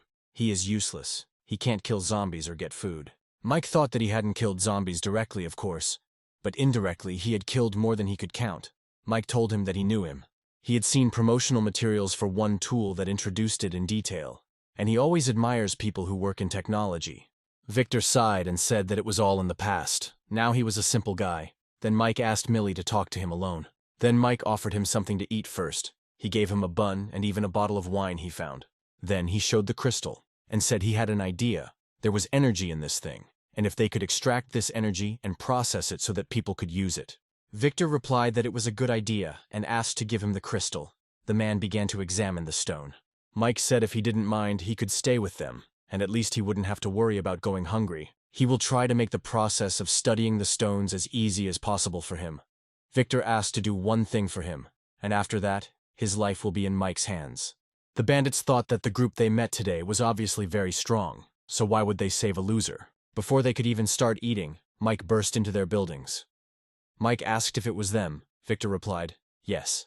Then Mike grabbed the guy who threw the musician out into the street and threw him on the ground, then said that the musician could do whatever he wanted with him. The musician took a brick and started hitting the guy with it. It was not a pleasant picture. Millie thought that Mike was not a good person, according to traditional moral standards. But as long as it doesn't affect his interests, he is not a man who kills indiscriminately. But what about this man? Kate couldn't stand it and grabbed his hand, saying that that was enough. But the musician didn't think so. He was rude to her. Ken burst in and said they had found people in the next room. They all came out and came to the door. Then Mike told the musician to go inside himself. There were things he had to decide for himself. Ken asked who this man was, what business he had with these guys. Mike replied that the world was in chaos, but the murder of parents and the debauchery of wives still remained an unholy offense. The musician came out and said that he couldn't do it, and let fate punish them. Then they left. Several people came running and asked if they could go with him. The musician said that he needed help with his research. Mike replied that he could only take 5 people, his choice. They had a lot of important things to do, and 5 people was the limit. The guys returned to the roof, and Mike pointed to the map and said that they were very close to that area, and this was their last target. Having cleared this place, they will go in search of her husband and the farm, an ecological farm for breeding wild pigs. Ken was delighted and said that he wanted to eat pork every day. Mike scolded him and explained that they were going to get the second-rank magic stones. Lily said that Mike had already killed more than one second-tier evolving creature. If they worked together, they could kill a less powerful mutant. Mike smiled and honestly said that the farm needed at least 50 people like them, which greatly surprised the guys. A man on a farm was drinking wine and complaining about its taste, and he was dragging a man along with him. Then he threw this man to the wild pigs. It turned out that they also evolved. They began to eat man. When they evolve to the second rank, they will help the man find the second-level roulette so that he can become a 2-star warrior. It was Glenn, a graduate of a prestigious university, who was supposed to have a successful career. When he was about 30, his career reached its peak, and then he married a crooked woman and started a family. However, he was set up by his colleagues and superiors and accumulated huge debts, and his parents died of illness after they wanted to help him pay off his debts. With financial support from his university friends, Glenn decided to start a boar farm and discovered that he had a talent for farming that others could not match. However, Glenn's farm was on the brink of collapse when the purchasing company defaulted on the contract and the chain of capital was broken, leaving Glenn in despair once again. It was then that the apocalypse came. Glenn discovered that his boars had mutated, becoming strong and bloodthirsty. But the only thing that remained unchanged was that they listened to him as their master. Suddenly, he felt that one of his babies was dead, and another one. He got up and ran to the window. There can be no mistake. This feeling of slight fluttering of the heart, which he feels only when one of the babies dies, cannot be an illusion. And one more. Maybe they met a zombie mutant of the second rank. Then he whistled, and all the pigs ran to him. Ken was sitting in a tree and reported that the man had gone away and left 7 boars to guard the house, 3 boars of the second rank and 4 of the first. Millie said the wild boar he had taken, plus the surrounding free-ranging boars, and a few more, made a total of 74 boars. Penny asked Mike if they should reconsider. Mike replied that the reward was always proportional to the risk. So what's the harm in taking a risk? Then Mike threw the radio to the musician and said that the operation was dangerous. He could stay here and be in touch. Kate was also staying here to protect him. Penny will go with Lily. If they see lonely and food-seeking boars of different ranks nearby, let them kill them as often as possible. Let Millie prepare the motorcycle. The second stage of the operation depends on it. And Mike will take care of the 7 wild boars on the farm. They will be able to develop one step faster than the rest of the world. It's good if they don't fall behind. Otherwise, they will soon die. Boar King Glenn was a 9-star in his previous life, and he was always accompanied by a group of extremely high-class mutant boars, 5 of which were 8th rank. Unfortunately, he was alone his entire life, except for the boars, and was eventually ambushed and killed by 2 9-star warriors. It was only after Glenn's death that someone began writing a serial biography of the most powerful man that Mike learned that they were from the same town, and that he had previously been a farmer. Mike needs to evolve, and he needs a lot of second-tier magic stones. This is the only place where he can quickly get a lot of second-tier stones. Perhaps today we need to kill the future 9-star warrior. This is the result of the blood affecting these boars. They have become very bloodthirsty. Mike was killing wild boars near the farm. Millie also managed to kill 10 wild boars in the forest. She reported that she was finished. The second stage could begin soon. Lily was not sitting idle either. The boar saw her and immediately ran towards her. Lily took out her ribbon and hit the boar. But the boar turned out to be stronger. But Lily was lucky. Penny created a shield and protected her. Lily was happy and asked, "Mrs. Penny, come to her aid." However, there was no time to rejoice. The second boar also decided to attack Lily. Then she grabbed the building and rose, then shot at the boar. Penny reported that they were finished and ready to move on to the second stage. Ken was sitting on a military motorcycle. Glenn and her boars were running straight towards him, but that was part of the plan. Glenn saw Ken and asked who the hell he was. Ken said that if the idiot wanted to know, he should follow him and drove away. This made the man angry. He didn't understand what was happening and who had come up with all this. Ken reported on the radio that he had done everything and was ready to move on to the second stage. Mike replied that he had done everything too and was also ready. He ordered everyone to get ready to send the king of the boars to the next world. Lily and Penny came to Millie. Lily admired Mike, saying that it was amazing that one person dealt with 3 2-rankers and 4 1st-rankers in just a few minutes. Penny decided to tease Lily by saying that it wasn't him but her. Lily asked if she didn't think about her brother Mike when they had missions. Then Penny blushed and said that she didn't mean it that way. She didn't mean the same thing as Lily anyway. She was hoping he would show up to save them. Millie was tired of their arguments and asked to get ready. Glenn was already approaching them. He thought that he had only 74 pets. Now a third of them were already dead. Glenn was furious and didn't even notice Ken disappearing on his motorcycle. He promised that he would tear the guy apart when he found him. Suddenly they started shooting at the boars. The boars died one after another. Glenn realized that he had been ambushed. Lily was on the roof, then came down. She said that if they all don't die today, then one day she will sleep with Mike. She was able to attack several boars at once, and Millie covered her from the building, then shouted for her to go up to them. Lily managed to climb up the windows and return to the girls. She said that she was running out of mental energy. Then Penny quickly began to heal Lily. Millie said that the armor-piercing bullets that Mike gave her were also used up.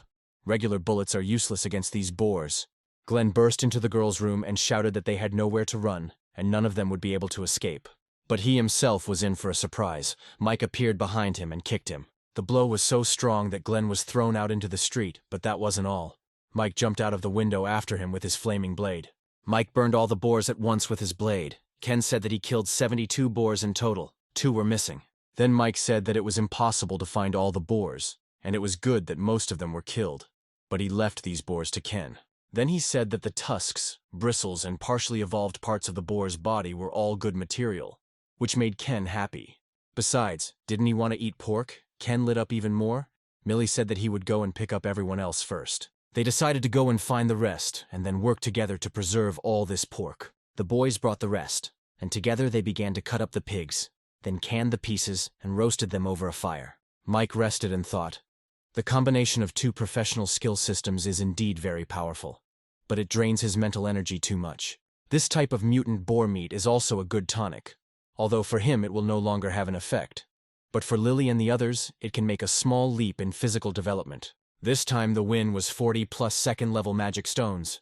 The next step is to look where there is a second-level roulette wheel and spin it. The color of the magic stone on the dog's forehead begins to fade. It will evolve again when it wakes up and evolution occurs. Suddenly he heard Millie talking to someone and came out. They were 2 ordinary people. Mike asked who they were. They said that they were both from the new district base, which immediately caught Kate's attention, because her husband could be there.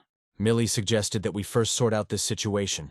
If this is a base, then its management is very strict. Kate walked up and asked who built the base. The man replied that it was created by the artillery battalion and the new district government and gathered staff from the government building.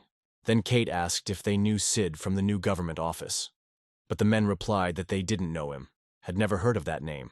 The girl immediately became sad, and Mike asked if they were hunting. The man replied that the new area had been created recently, so the creation of the base was forced, so they were significantly short of resources. Needing food and some other essentials, Ken asked what they were doing here. The man offered to let them move to their base. They are familiar with the area, and can take them there and give them some tips once they are inside so they don't get robbed. Ken said they have arms and legs, they don't need an escort, the man replied. They don't know the new terrain. The base is now surrounded by zombies and mutants. It's impossible to get inside. There are other ways to get in and out. Mike asked to tell them more about the situation. The man said that now they have to make their way through the sewers to get to and from the base. People can be allowed inside, but the network of pipes is very well developed, and it is possible to get lost if you go there for the first time, so they could be their guide. For this they would like some meat, Mike agreed, 2 pieces of meat per person. But they must stay and help them with the meat, and then take it to the base. First you need to cook the meat, they can't take all the meat. So they divide it into 2 parts. Here they will hide 1 part, they will take the solo part with them. Suddenly Mike heard his dog growl. If he evolved, it could take hours, but only 10 minutes had passed. They ran to the dog, who had already gone bald. Lily asked what was going on. Mike replied that in theory he should evolve. But this process is very stressful. But suddenly new fur appeared, and the dog successfully evolved into a second-rank mutant creature. Out of joy, he started running to everyone in a row. He was so excited. But the main thing is that he is healthy. Mike came out with the dog and asked him if he had any new skills, and the dog shot out his fur. In the past, his natural skill was known as Fine Needle, a group attack skill that many furred animals possessed, but it was not very powerful. But this time it seems he can control the amount and power of the attack. This is the evolution of talent. The soldier looked at the boys and thought. The strange man who had been running amok outside the base with a herd of wild boars was dead. His boars had become food for a group of people. The man approached him and asked what happened. The soldier asked not to call him captain. They are all in the same boat now, and they are all trying to survive. The man replied that then he didn't need to call him by his last name, just Ryan. Then he thought if he had a gun, he could start living well. The soldier came up and said that all the things were packed. The only thing edible was rice. There was a lot of soy sauce and some scattered noodles. The military man got angry and asked what was the point of having oil if there were no vegetables. They had to get a lot of magic stones. But then he remembered the guys and asked if those guys who killed the boars weren't collecting food. If these people could join the base, wouldn't the base's strength increase enormously? These people have dozens of boar corpses and dozens of stones. He thought that if the base received such a large fortune, he would be able to obtain the evolution potion as the chief, and ordered to return to the base to report what was going on. The boys gathered all their things and followed the men. The road was discovered by his family before others found out about it. The new district base later became the site where the combat group was finally destroyed 6 months later. The man said that at the base where they can't see the other side, there are more mutants. Many of them have evolved to the second rank. There's a dog there just as big as Mike's, with a white rock on its forehead, that attacks the base from time to time. And almost every time it happens, someone dies. Lily asked if their dog could protect all the meat by himself. Mike replied that the area was a wild boar area. There weren't many zombies there. They opened the hatch and told us to beware of the mutant rats and beetles that often appeared in these passages. The musician asked if it was so dangerous there. Why did they use that passage at all?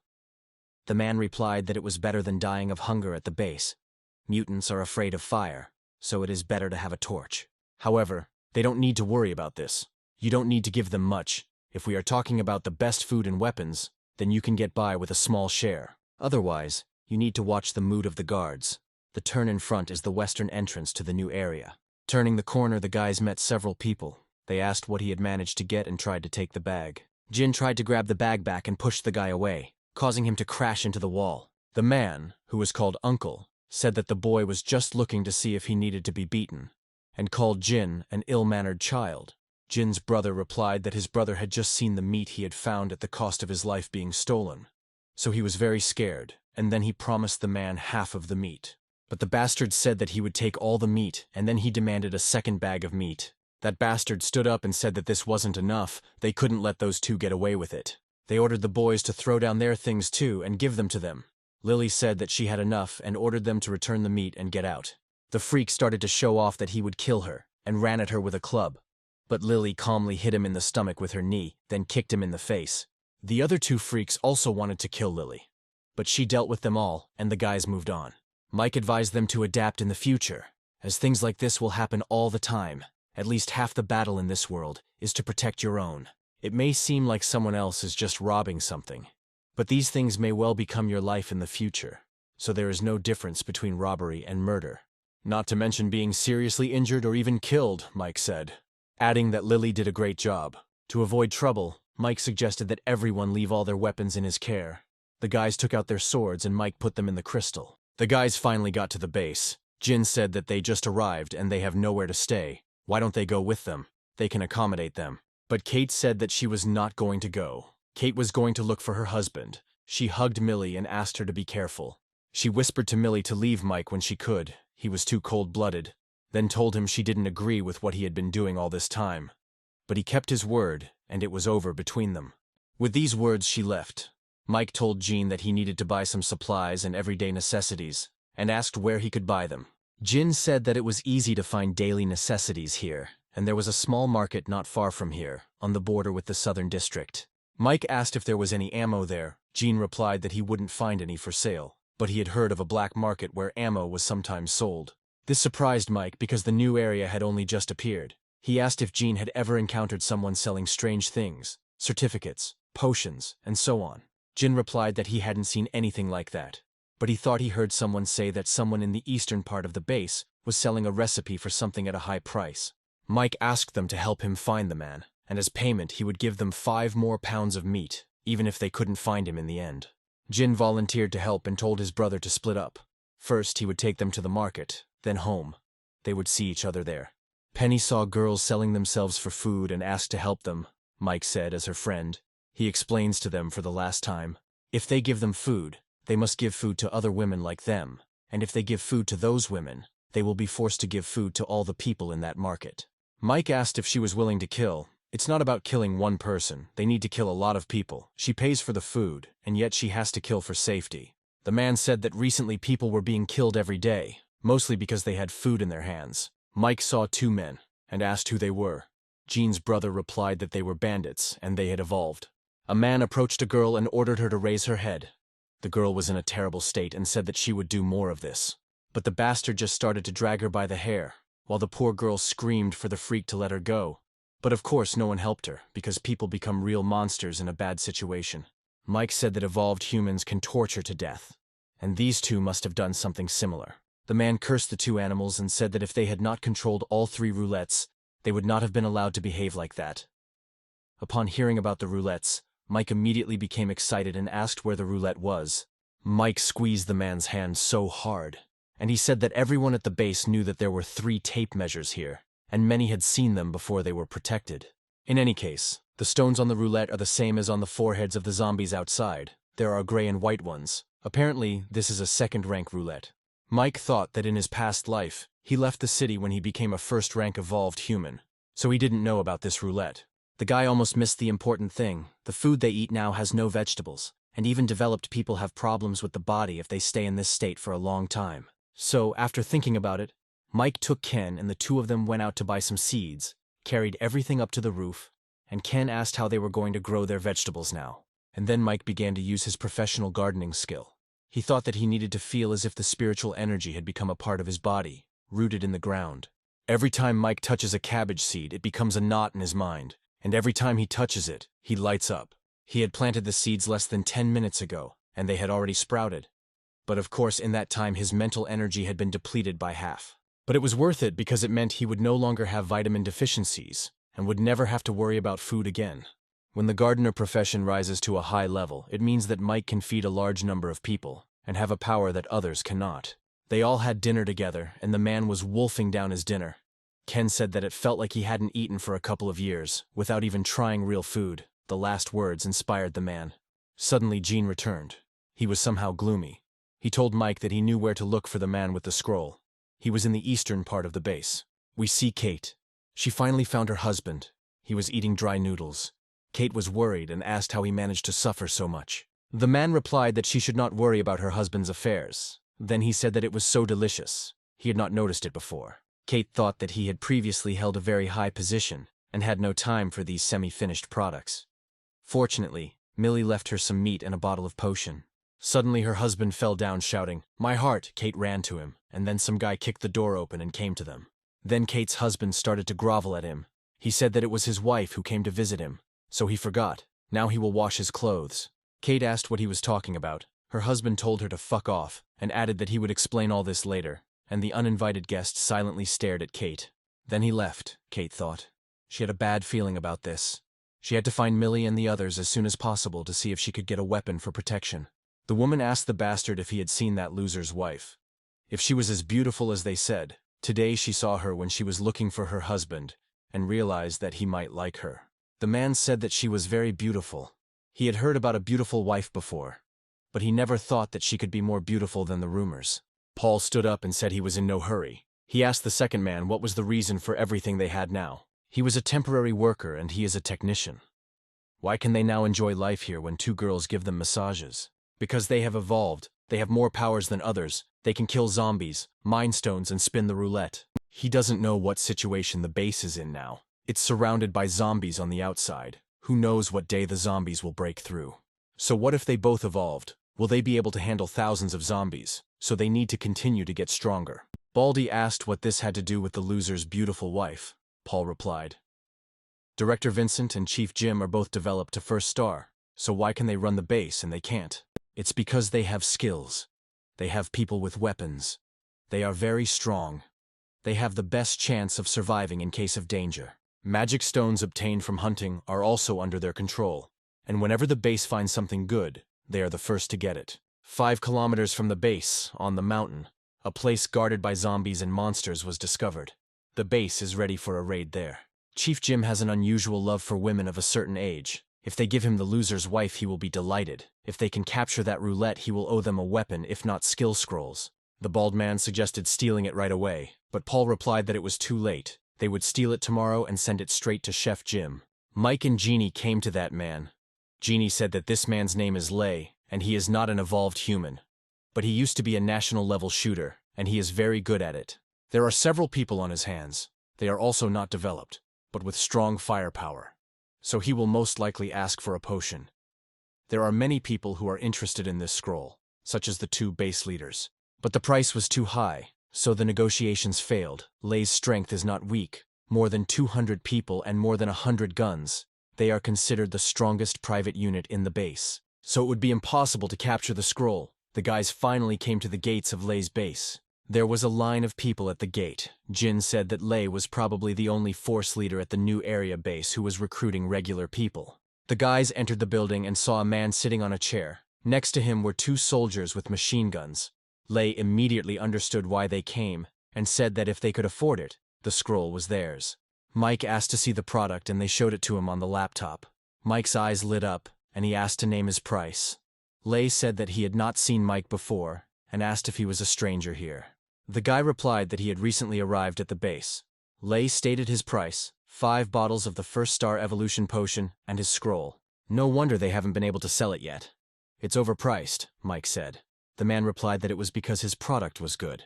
Then Mike for some reason decided to make fun of him and asked if the scroll was so good. Why didn't he use it himself? This of course angered Lei. Because the recipe is too complicated, he can't get all the ingredients himself, so he has to sell it, Mike said. Lei said that if they couldn't afford it, they should leave. Mike offered 100 first-rank magic stones. Lei didn't appreciate it and ordered his men to escort them out of here. Then Mike said that he owned one of the roulettes at the base. The man asked with displeasure, "So what?" Mike threw a bag of stones to Lei and said that this amount of magic stones would be enough for him to spin the roulette wheel. Lei thought about it and asked Mike to follow him. They came to the roulette, a wheel that only requires 6 first-rank stones to spin, since the best prizes had already been won by them. There is nothing special about the roulette except for the 1-star evolution potion. The reason why Chef Jim and the director let Lei control the roulette is obvious. The whole point is that the scroll was received, and the roulette is no different from any other first level. The wheel spun, and Lei thought why this guy was so lucky, and he wasn't. He couldn't even get the evolution potion. Lei knew that there was something dangerous about Mike. His position seemed random, but he accidentally hid next to his partner, blocking his view. Mike got 3 potions, and Lei was in a desperate situation, so he agreed to 3 potions. But Mike cheated. He said that he could only give them 1 potion and 1 good weapon. Lei got angry and asked if he was kidding. If the guy thought he didn't have a good gun, then Mike took a gun out of his backpack. Then Mike shot at the wall and a huge hole appeared there. Lei certainly didn't expect that because it was, as he thought, a simple gun. Mike said again, "The evolution potion, plus this weapon. If he thinks it's good, let him take it. If not, then the deal won't happen." Lei immediately replied that he agreed. The guys ate, and for the first time in a long time they ate greens. Mike took out the evolution potion and gave it to the musician. He thanked Mike with tears in his eyes. Then Mike got up and said that he was going to his room to rest, and let them eat. They wouldn't try anything like that for a long time. In the room Mike took out a scroll. At this stage, under these conditions, it is not surprising that Lei, neither the director nor the chef were interested in this recipe. The condition about the 2nd-rank stones alone already scared them. But for Mike this recipe is not difficult at all. You need to find a 2-rank roulette and there might be an evolution potion for the 2nd star. Kate Nick's husband came to Fat Jim. The chef said that he had heard about the former secretary. He had admired him for a long time. It was a pity the old man did not survive the apocalypse. He also heard that his wife came to the base today to look for him. A person could come from a city where there are a lot of zombies to a new base. It's amazing how she could do it. He has long admired the military police, and the fat man asked Nick to introduce him to his wife. Nick was furious, and the fat man added that he liked his wife and would like to meet her. Nick tried to calm himself down, because he understood that he could not compare with an evolved man. The fat man said that he would either force himself to meet with her and see with his own eyes how he raped her, and then they would both die, or he would persuade his wife to stay with him for a few days and he would give him a potion. Nick thought, an evolution potion that gives great strength when used. A potion that is the key to survival in this world.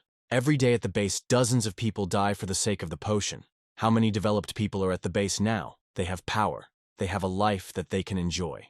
And if he convinces his wife, he will become one of these high people who have the right to vote on the base. He will get food, a woman, and much more. Also, he will ask her to stay with him for only a few nights. And if she really loves him, she will agree, so he can make amends when he uses the evolution potion. Mike came to the 2nd roulette, which is located on the roof of this building, as he expected. The second-rank roulette is guarded worse than the first. After all, no one had ever been able to spin it, so it didn't matter whether it was guarded or not. Mike easily entered the building, but unfortunately, he didn't find the jackpot. No professions, no skills, 2-star evolution potion, immunity potion. But suddenly he saw the attribute stone. Attribute stones are a great item to socket into weapons and gear to increase their power. But this stone has another ability that is even more valuable. This thing is edible. In the past life, it was discovered that the weapon with the attribute stone was accidentally destroyed during the battle, and the attribute stone was also broken and thrown onto the battlefield. Later, the starving survivor was unable to find anything to eat, and while in a trance, he ate attribute stones that had been broken to the size of rice grains as food. He never expected that he would come back to life and become incredibly powerful after eating the attribute stone. Only after this news spread, people learned that eating an attribute stone could also give a person the power of the stone itself. The price, which had been stable, instantly became a hit, and prices skyrocketed. If everything goes as in the previous life, the stone will remain unknown for at least another 4 to 5 years, and its true value will be unknown. Mike will be able to stock up on this material while others do not know about it. To create a puppet, you need to leave 5 stones, second rank. With his current supply of magic stones, Mike can spin the roulette wheel about 6 times, which has proven to be quite useful. The bastard complained that women were weak and died quickly, and they had to go out in the middle of the night and throw out their bodies. The second freak said that nothing could be done about it. It was not cold yet, and the smell of blood could kill them, not to mention infectious diseases. Nick made excuses to Kate. He said that he was sorry for the situation that she saw. If the evolved ones, he would have nothing to eat, drink, and in the end, he would just die. Then the freak dared to tell his wife that she should sleep with someone so that they could survive in this world. His boss told him that he would help him become developed, and he promises that when he becomes a developed person, he will stop treating her twice as well. He will forget what will happen today, he will not despise her, and he will try to make her develop too. Kate, of course, couldn't stand this nonsense, and asked how he dared to despise her. What she did wrong? Why on earth should he do this? Damn it! He makes her do something so disgusting and says he doesn't mind, Kate screamed. Kate said frankly that he was a bastard, a disgusting bastard, and she would rather go anywhere than stay with him because he made her sick. Nick tried to stop her, but then the fat man came and said that it seemed that his persuasion was not very effective. In the end, he had to do it himself. Kate ran up and tried to kick him, but the bastard grabbed her and threw her onto the bed with one hand. The bastard husband grabbed her hands and shouted at the fat man that he would hold her, and that he should not forget about the evolution potion that he promised him. Kate didn't expect such betrayal. She hit the bastard and, jumping up, took 2 evolution potions out of her bag, asking if this was all he needed. He dared to sell his wife for this. Kate burst into tears and told her ex-husband to look at himself. What a worthless person he had become. The bastard asked why she didn't tell him that she had the potion. She doesn't want to give it to him. So why is she talking about it now? The freak dared to talk about honor when he himself was on the same level as shit. He shouted that before she didn't give a damn about him, and now she was hiding a treasure from him. Kate had already accepted the fact that her ex-husband was a piece of shit and opened the bottle. The fat man ran towards her, screaming that she wouldn't get away with it. But suddenly he noticed a glow and realized that someone was spinning a second-rank roulette wheel and jumped out of the window. He shouted to his men to all run to the roof. Whoever was spinning the roulette wheel, they had to catch him. Suddenly voices were heard from everywhere, and Mike realized that he had been burned. But at least he had finally received the attribute stone. Now Mike has the attribute stone, the last magic stones, the last chance to spin the roulette. Soldiers burst onto the roof and surrounded Mike. They pointed guns at him and ordered him to move away from the roulette. But then Mike received a level 2 evolution potion. Mike quickly grabbed the potion and jumped off the roof. He stabbed his knife into the buildings and slid down. But the fat man wasn't going to leave him alone. The fat man ordered to search all the buildings and find the guy. Mike thought that he should take advantage of the fact that the chef and the director's people had not yet all gathered to get out of here. The soldiers found Mike and started shooting at him. But Mike was faster. He cut down every bastard in an instant. They couldn't even do anything. Now Mike just needs to find a secluded place, use the obtained second-rank evolution potion. Once he becomes a 2-star, everything will be over. Mike ran into the woods, and the soldiers ran after him. And meanwhile, it was time for payback. Kate hit the bastard in the stomach, and he crashed into the wall. Kate remembered how Millie gave her these evolution potions, and said that Mike asked her to give it to her, and to drink it if necessary. How ironic that a man who had nothing to do with her, who had made a deal with her, Gave her such a treasure for nothing, Kate thought. But the man she married, who was supposed to look after her, sold her to another man for an evolution potion. When she compares them, she realizes how terrible her husband is. She opens the bottle and drinks the whole potion. The bastard decided to change tactics since she had already drunk the potion and approached her. Kate slapped him in the face and said that she would kill him if he dared to talk to her again. The freak asked what she was going to do. Kate replied that she suddenly realized that some people were more worthy of her attention than he was. Mike hid because the enemies were everywhere, and there was no way to escape them. If he only had 10 minutes, he could use the potion. The soldiers were already running next to Mike. The guy started to stir, that they had found him again. If he didn't run away, he would be in trouble when the scattered enemy completed the encirclement. Mike pulled out a summon card. It is a popular post-apocalyptic card that increases instant combat power. It can instantly increase the survivor's strength. Mike had no choice but to use this important card. He threw it on the ground, and immediately a huge Cerberus appeared. The monster was fiery. It immediately attacked 2 soldiers, and they burned at the same moment. Their bodies were charred and lay on the ground. The soldiers started shooting at the monster, but the Cerberus easily managed to dodge the bullets. Mike continued to run away, but still several soldiers were watching him.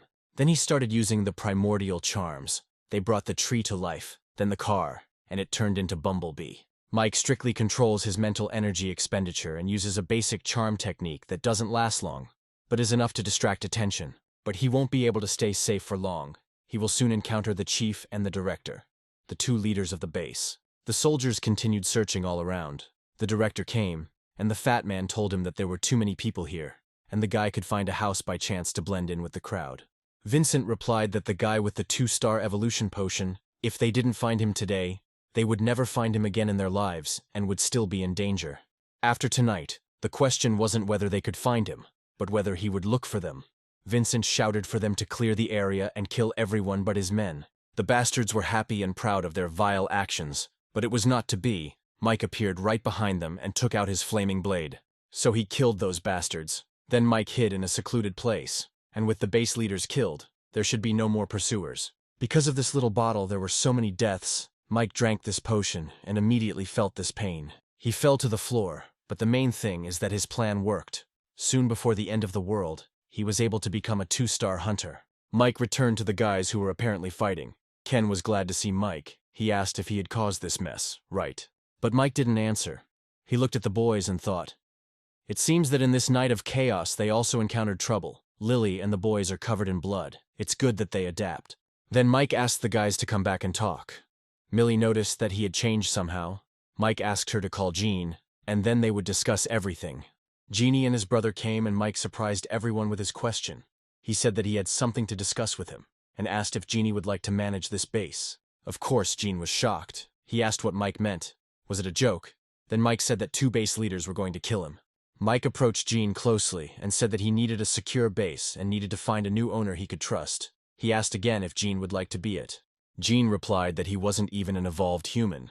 Mike said that he could make one, and he didn't have many reliable people. Then Gene said that he had no experience in management. Mike replied that now in the world of a zombie apocalypse, experience is not needed.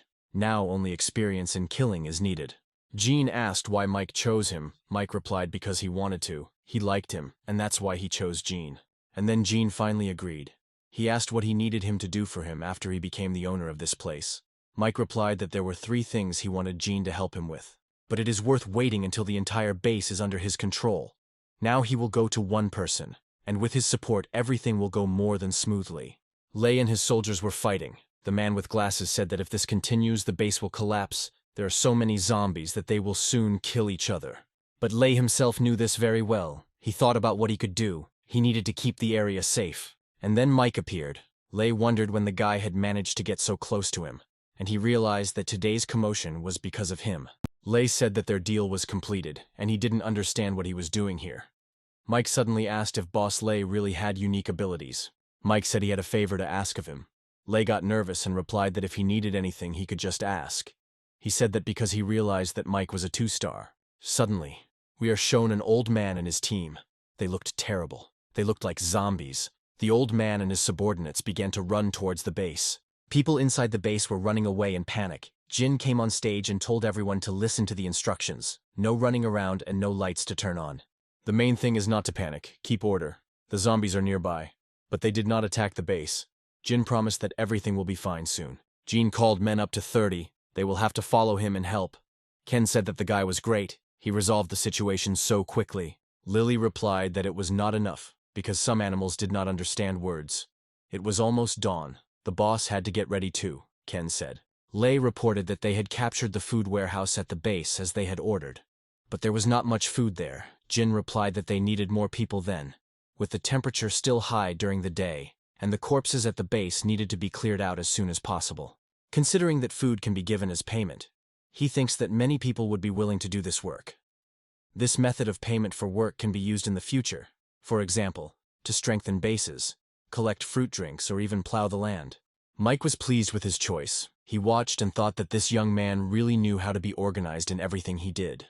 But suddenly Mike felt something. He lay down on the ground and told everyone to be quiet. Ken asked what happened. Mike got up and ordered everyone to be taken out of here immediately. The guys started shaking. Mike shouted that it was too late. He ordered Jin to organize people so that they would immediately go to the southern zone. He ordered Jin's brother to take Boss Lei's men and set up obstacles on the roads leading from the southern zone to the others when the survivors were about to evacuate. Or if they saw that the situation was bad, to immediately block all of these roads. Mike asked the boss if he was used to the evolution potion. Lei replied that everything was fine. Then Mike ordered them to follow him. Mike said that a sandworm was approaching. It was up to them to save the base.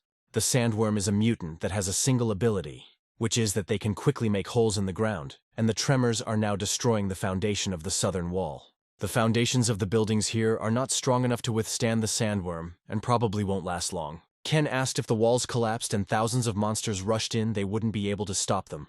When Mike became so kind, Mike replied that he needed this base now. Although the building will collapse, it will also turn into huge rubble that will serve to keep zombies from getting inside. They just need to kill all the sandworms. When the time comes, they can organize their workforce to strengthen these ruins. This base can still be held, but suddenly that same worm burst out from underground. Mike ordered to cut off the central leg first to limit the movement of this worm, and he himself began to run around the monster, cutting off its legs. Then you need to pierce the slightly lighter piece of armor on the back, 2 meters from the tail, and the heart underneath it. It is important to avoid its blood.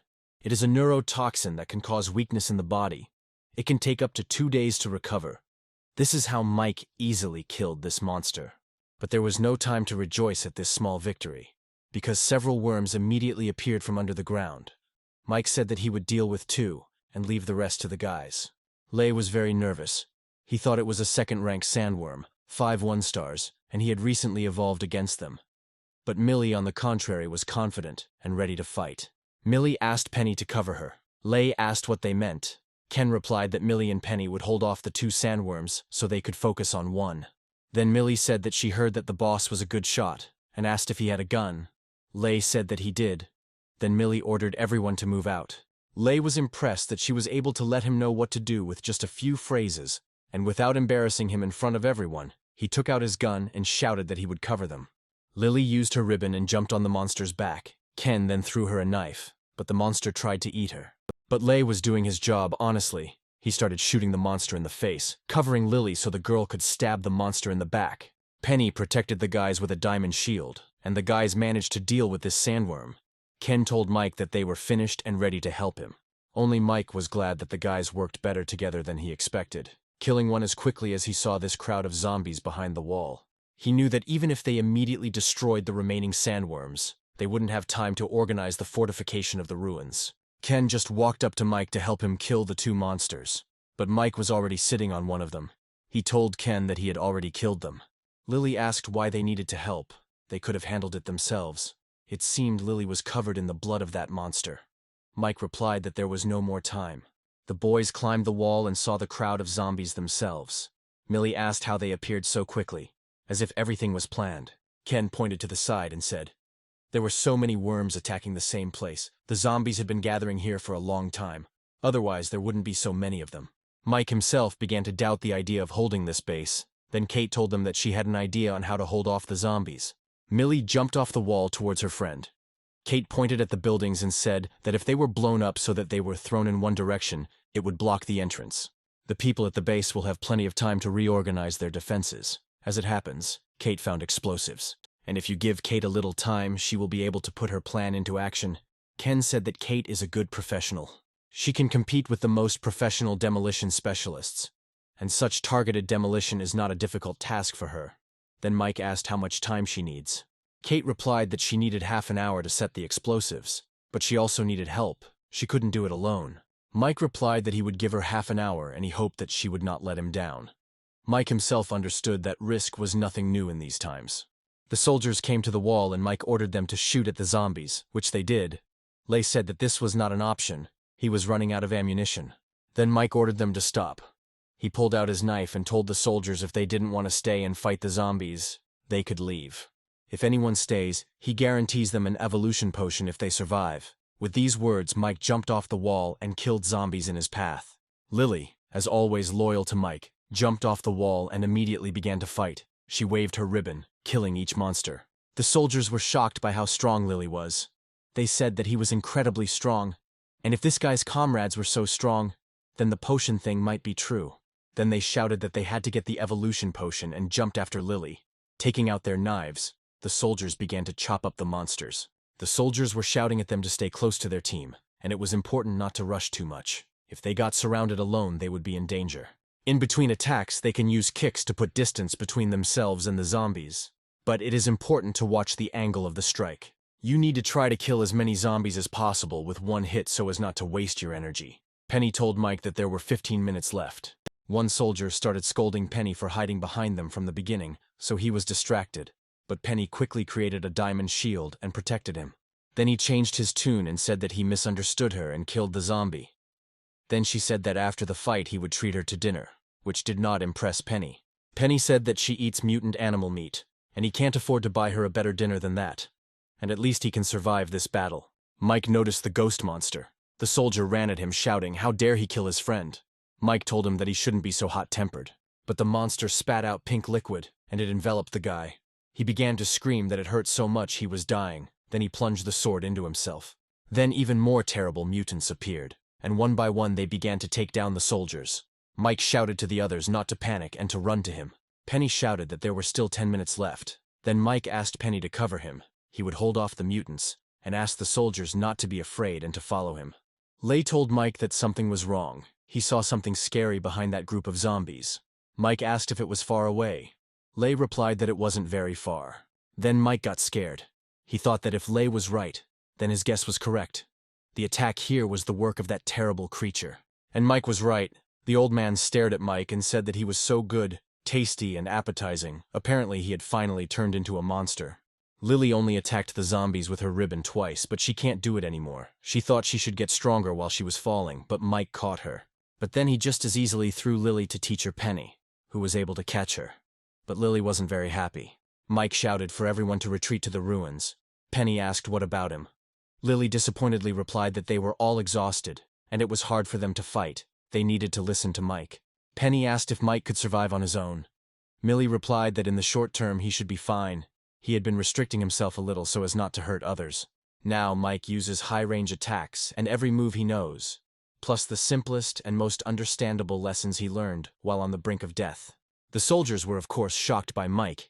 They had never seen such power, Mike thought. There are only 5 minutes left, that's not much. Fortunately, Mike had already eaten this attribute stone before the 2-star evolution, and the attribute stone was a source of stamina. It doubles your stamina and recovery. Stamina may seem useless, but once it appears you will realize how powerful it is. It won't make you faster, but it will make you run longer. It won't make you jump higher, but it will make you jump many times. This power of Mike's made the old monster angry. The old man started to growl, and after that the zombies started to aim specifically at Mike. The guys were horrified. Lei asked why the monsters suddenly went crazy. The zombies literally surrounded Mike. He was not even visible. Lei shouted at him to run away, but then decided that Mike was gone and was about to leave. However, Mike was not going to give up. He used his flame blade and burned the zombie ball. Jin at this time ordered people to put sandbags so that they could drag it to the wall. They also poured oil on the wall. Dawn came, Ken said. They had finally retreated, and it was hard to say whether they would continue to fight. These monsters were being led by someone. Lily said that after this long howl they retreated. In any case, they survived. And now all that remains is for them to rest and return to the ranks as soon as possible. From the chaos of last night until the end of the defensive battle this evening, more than 3,000 people were killed and wounded at the new base, most of them fatally.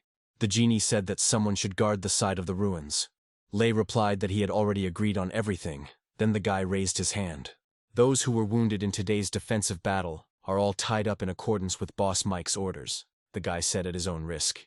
Jin replied that although these people were injured by zombies and they did not have enough immunity potions at the moment, they shed their blood for the base. Mike replied that they needed to kill for the safety of the base. In case someone mutated in the base, they don't need zombies inside the base. They are in chaos themselves, so they need to control the wounded. Jin replied that those people were brave people who at least had the courage to fight off the zombies, while most were simply hiding in their homes. It's not fair, so Mike asked what Genie would do. Let them mutate. If they don't do this, they will have to kick them out of the base and they will mutate and join the zombie army, is that fair? And if these people have relatives, let Jean give the crystals to their families after they mutate and Mike kills them. Mike believed that those people would be happy that after their death, their loved ones would be provided for. Those who had no relatives would have their magic stones thrown into the common pool to spin the wheel, and the evolution potion would be distributed between the one who fought him today and those who had shown good results in the day's defensive battles. He needs thousands of people to follow him out of the city tomorrow. These people will be given food and water, their families will be given appropriate treatment, and even a potion for good behavior. Mike gave him the potion and said that he was not going to be in charge here. From now on, the base belongs to Jean.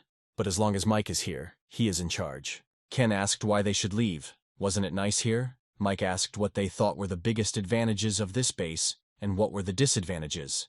Lily replied that there were a lot of people here, so they could train a lot of skilled fighters and form a strong fighting force, which should be the biggest advantage.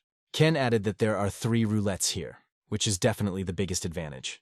As for the disadvantages, there are too few weapons and ammunition and weak defense. Kate asked what Mike thought. Mike replied that the biggest advantage here is the resources. The disadvantage is having only 1 second-rank roulette. The guys weren't impressed with Mike's answer, but he said they shouldn't worry. He'll show them some really good stuff, but for now, it's worth making some money. The vault is now filled with banknotes and precious metals, and is of little use. Luckily, it's not a very complicated lock, and with a little time, Victor can open it, but he'll need some tools. But Mike replied that there was no need for that. He took out his knife and easily cut the thick door into pieces. There must be a lot of stuff here, Ken said, and he cut open one of the safes, and then called Kate to look at the emerald. Ken took the emerald and said that he could be rich. Kate reminded him that now is the apocalypse. He won't even be able to buy toilet paper with it. Lily asked what was good about it. Mike asked if she remembered the 2 evolved they met at the market. Lily said she did. They weren't very nice people, but they were confidants of 2 former base leaders. One of them survived. He told Mike some useful information to stay alive. Mike took out the box and opened it. There was a big gun. Ken was glad that this weapon was simply gorgeous. Then Mike said that there were piles of rocks and materials all over the outside of the base today, and they would go collect them. But before they went there, Mike told them to go to the wall because he had something to do. Ken said that Mike was kind of mysterious and asked what Victor thought, and the musician replied that everyone has their own secrets. Then Ken said that he didn't mean that. He was asking if Victor thought the boss was unpredictable most of the time. He seemed to know a lot about the times of the apocalypse. Lily came over and asked him what if he had secrets, no matter how mysterious he was, or for that matter what he was like. She only knows that Mike saved her life, gave her the evolution potion, gave her a profession, taught her to fight and survive in this post-apocalyptic world. Lily thinks they are all lucky to be alive and well thanks to this young man. Whether he had some secrets, or even a mission, she followed him. If he asked her to kill someone, she killed them. Penny said that she could see Lily was really a fan of his. Lily replied that she hadn't met many good people along the way, and almost everyone had bad thoughts about her. Lily turned to Kate and Victor. Although they don't say it, she knows that when they look at the dark night sky, their hearts think of the people they once loved but were betrayed by. It's a common feeling and experience that no one wants to talk about. Victor replied that it was all in the past. In any case, from the moment he rescued him from cold and humiliating captivity, he, like them, owed him, and was ready to give his life for him. Ken said he just asked why the boss was so secretive, and they were making him out to be an ungrateful villain. He will also be with the boss, even if he doesn't have the same profession as everyone else. Besides, the boss said that he will take him to training later. While the guys were talking, Mike came to the pit with the corpses and was shocked by its size. In a post-apocalyptic world, it's not surprising to have a place to dispose of corpses. But there are actually so many of them here. Mike wondered how many people had died in the zombie attack yesterday. It had been a short time since the new base had been created, and so many people had already died. Mike came up and chopped off the heads of the mutated cows. Mike has mastered one technique. The primal human puppet technique requires about 500 kilograms of blood, and these 2 mutant cows should be enough. One of the bastards was on the roof, Mike said. Like the bastard knows, he just learned the technique, so he needs practice. The freak started screaming at him to let him go, and from now on he would work for him. Mike said he would ask those cold corpses in their pits if they would forgive him. Now it's his turn. The puppet technique needs a dying man and using him as material, but this idiot makes him sick. Suddenly Mike heard something in the pit. He came up and saw the girl that those nasty bastards dragged away. Although the law of the jungle existed everywhere, there was no need to abuse it, Mike thought. He jumped onto the pit and lifted that girl up, even though she was breathing a little. Even if Penny was here, using the mana technique would definitely not help her. All because her body and organs are in terrible condition. She is dying. Mike told her that he needs a dying person to complete the technique. He doesn't know what will happen to her, but at least she will be alive in some sense. Better she be a puppet than that bastard. Then Mike put her in a bath of blood. Mike put the crystals in the bath, gave her a potion to drink, and summoned a human puppet. The girl changed beyond recognition and jumped out of the bath. There are still bullets, but only a few hits per minute. Each hit was especially strong, but the breathing has almost disappeared. A living corpse. Mike said that she needed to test her powers. It just so happened that there was a good option here, and pointed to that bastard. The girl immediately ran to the bastard. Jean came to the guys on the wall and asked if Mike hadn't returned yet. He had been gone for so long. Was everything okay with him? Ken answered what could possibly happen to him. Kate walked up to Ken and said she was usually nice to him. Ken quickly hid the knife and said he knew what she was up to, but she wouldn't get away with it. Then Kate started to swear that she had learned how to use a knife better than him. Ken replied that then she could teach him how to do it.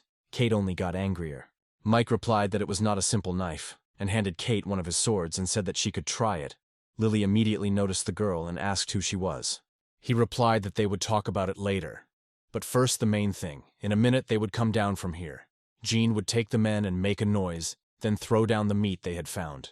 Once they get the zombies' attention, he will go down and clear the area and try to create better conditions for everyone. But there are very few opportunities, so this must be done quickly. No matter how many they picked up, when they saw him coming back, they had to follow him. Mike reminded them that they weren't going to fight. They were just collecting rocks. The puppet also came down and started killing every zombie. Victor said that it seemed like they were zombies, but she was on their side. Mike thought, this girl is a human weapon, with very sharp hands, and her strength is extremely terrible. The skin is also incredibly resistant, and a Tier 2 creature will have a hard time dealing much damage to it. In other words, although she has no natural skills or other abilities and only relies on her body in battle, her combat power is still high. Even some 2-star people, without special skills and without a profession, will not be able to defeat her. Mike said that the zombies are getting bigger, and it is time to leave. The guys gathered at the table. Millie said that from the first-rank magic stones that they collected, they managed to knock out a box of evolution potions. They managed to collect a few second-tier magic stones, and after 3 spins, nothing good came out, so they didn't spin the wheel anymore. Jin entered the office. There were soldiers standing behind him. Jin said that he brought people. These are warriors who survived the defensive battle in the ruins. Mike said that they deserved the potion for their work. However, it was knocked out by the magical stones that his men collected near the ruins. So they can take the evolution potion, but tomorrow they will have to fight them outside the city. The second day came. Jin's brother said that they had prepared many things, including the shovels and hoes he had asked for, but there was still a shortage between them and the amount he had asked for. Lei said that besides, 1,000 young and strong people who will fight with him have already been gathered, but it seems there is a problem. Jin said that he would say everything himself. Everything was a bit confusing. Out of 13 newly evolved people, only 7 came. Mike asked. He didn't know what to do, and said, "From now on, Jean is in charge of the base, and he hasn't thought about how he will deal with people who don't listen." Jeannie was upset, and Mike said that Jeannie should remember that in this world, there are only 3 ways to solve problems: law, advantage, power. In the last days, there were no laws or reasons, so the first was of no importance, so that leaves the next 2. The advantages, they used them yesterday. They gave them the potion and got their promise. But now they broke it, so there is only one solution left. This is power.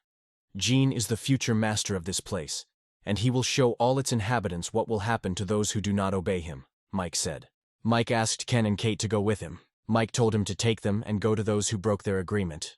After some time, Gene came with the rest of the soldiers. He told Mike that one tried to resist, and so he killed him. As for the 4 of them, let them not think that this is the end. They must behave well today, and if they do not satisfy him, then he, as he gave them the opportunity, can also take her back. People began to strengthen the walls. Some were digging, some were building a wall, and some were carrying mixtures and bricks. Everyone was working. Mike was watching them from the roof. The fortifications were almost ready, faster than Mike expected. Millie asked if they weren't here to attract monsters. Why were they just sitting there? Mike replied that he was looking for someone. The girls asked what he meant. Mike said that they would see everything for themselves now. If Mike is right, there is only one being that can control the hordes of corpses and monsters that are attacking the city together at this point. In a past life, people called these creatures brainworms. They are not very strong individually. They are just fast, stealthy, and cunning. And their bodies change color, perfectly blending with the environment. But if a person is not careful, it can kill him. These worms do not kill a person immediately. Rather, he loses consciousness and is controlled by the living, turning into a walking corpse. Their main goal is to control creatures with magical stones.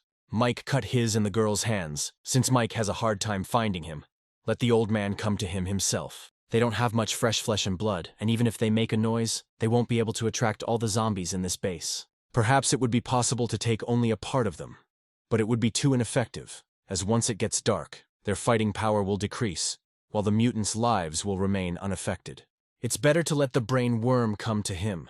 It's the one that controls the zombies and mutated creatures that attack the new district base. The boys gathered, the monsters returned and began to attack the base again. Mike and the girls ran to the others. The first line of defense is under Lily's command. He advised not to rush. It is better to wait until the ditch in front of it is filled, and then retreat back to the intended position. Having finished speaking, Mike left. Lily shouted to the men to show their courage. Let them kill these vile creatures on the head. There is no need to be weaklings. If they survive today, they may have a completely different life ahead of them. The men were inspired and ran into the crowd. The brainworm seen earlier has appeared in this area.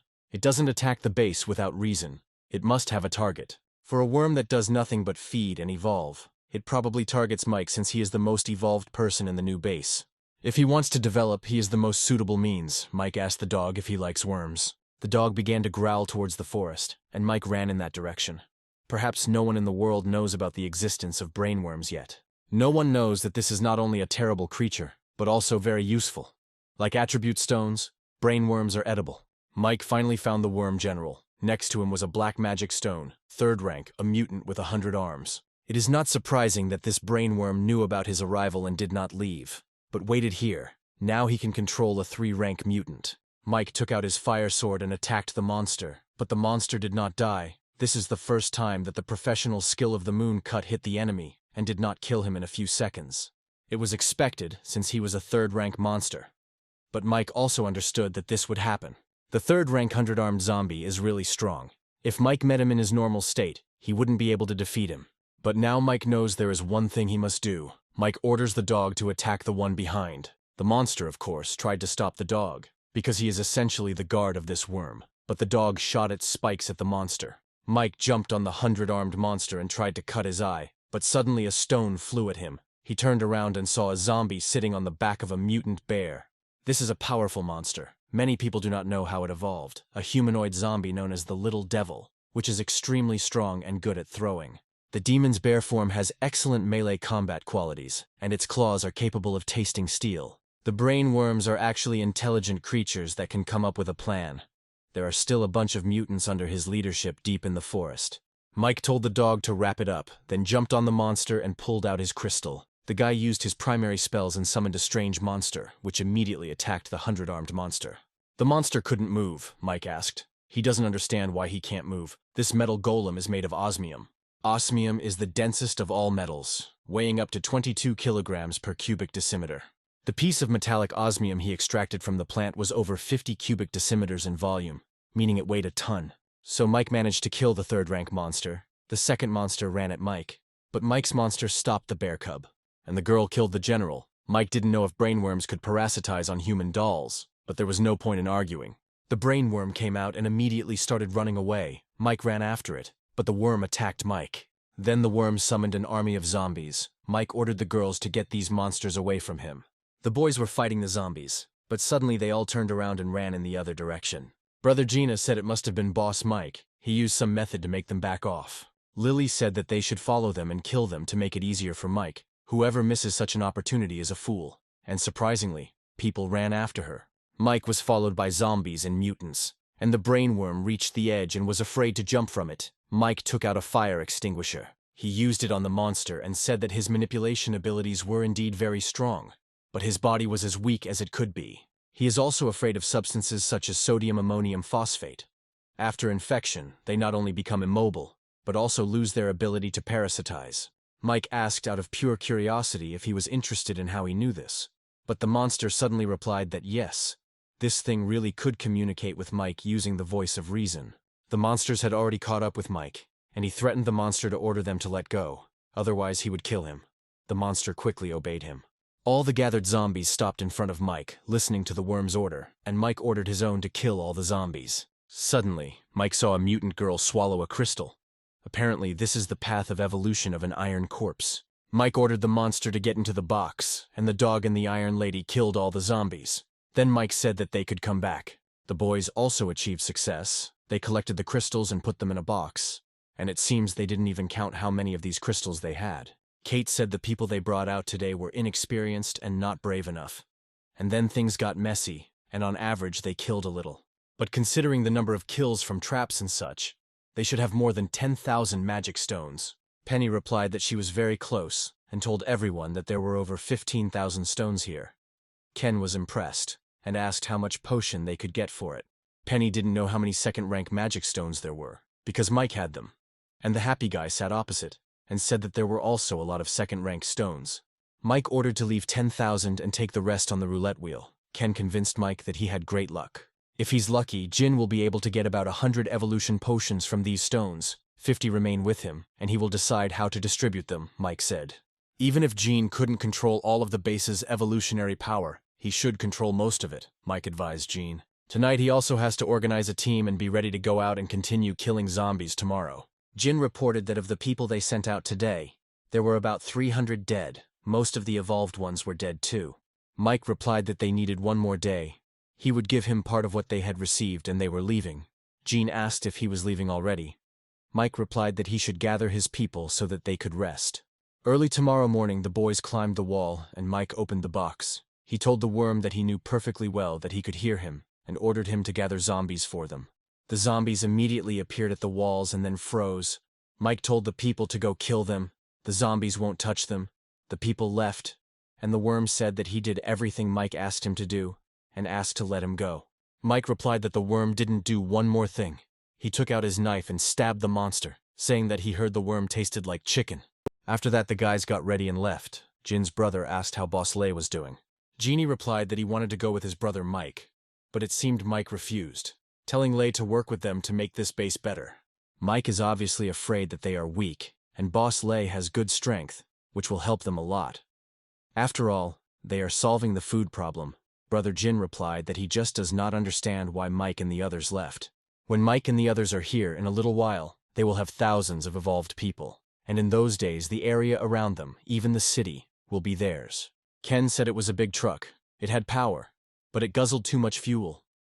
If they didn't find a gas station along the way, it would be a useless piece of metal in a few hours. Mike replied that if they ran out of fuel they would just walk. Ken asked where they were going now, and the guy answered that they were going to a big city. Ken was surprised and asked, to a city in a neighboring province, almost 1,000 kilometers away. Kate asked why they should go there. Mike said because they could develop there peacefully for at least 2 years. But it looks like they're heading in the wrong direction. In this direction they're heading to another city, Kate said. Mike replied that they would have to go there first to find someone. Then he said if the boys had the person they were looking for, let them say so, they might find him along the way. Millie said she didn't know where her parents were. Penny sadly said that before the zombie apocalypse her parents were teaching abroad. Ken replied that he wasn't worried about his. They were wonderful, and would come back when they had the chance. Lily replied that she didn't know if the rest of her family would be able to survive this wave of the apocalypse. They had little chance of surviving. The guys arrived at the base closer to night. They watched him. Ken said that the walls were so strong, and also the sentry posts. It seems there are quite a lot of them inside. Mike said that humanity has adapted to the post-apocalyptic world much faster than they could have imagined. Kate replied that they hadn't adapted as quickly as their team. Ken asked why they didn't go there.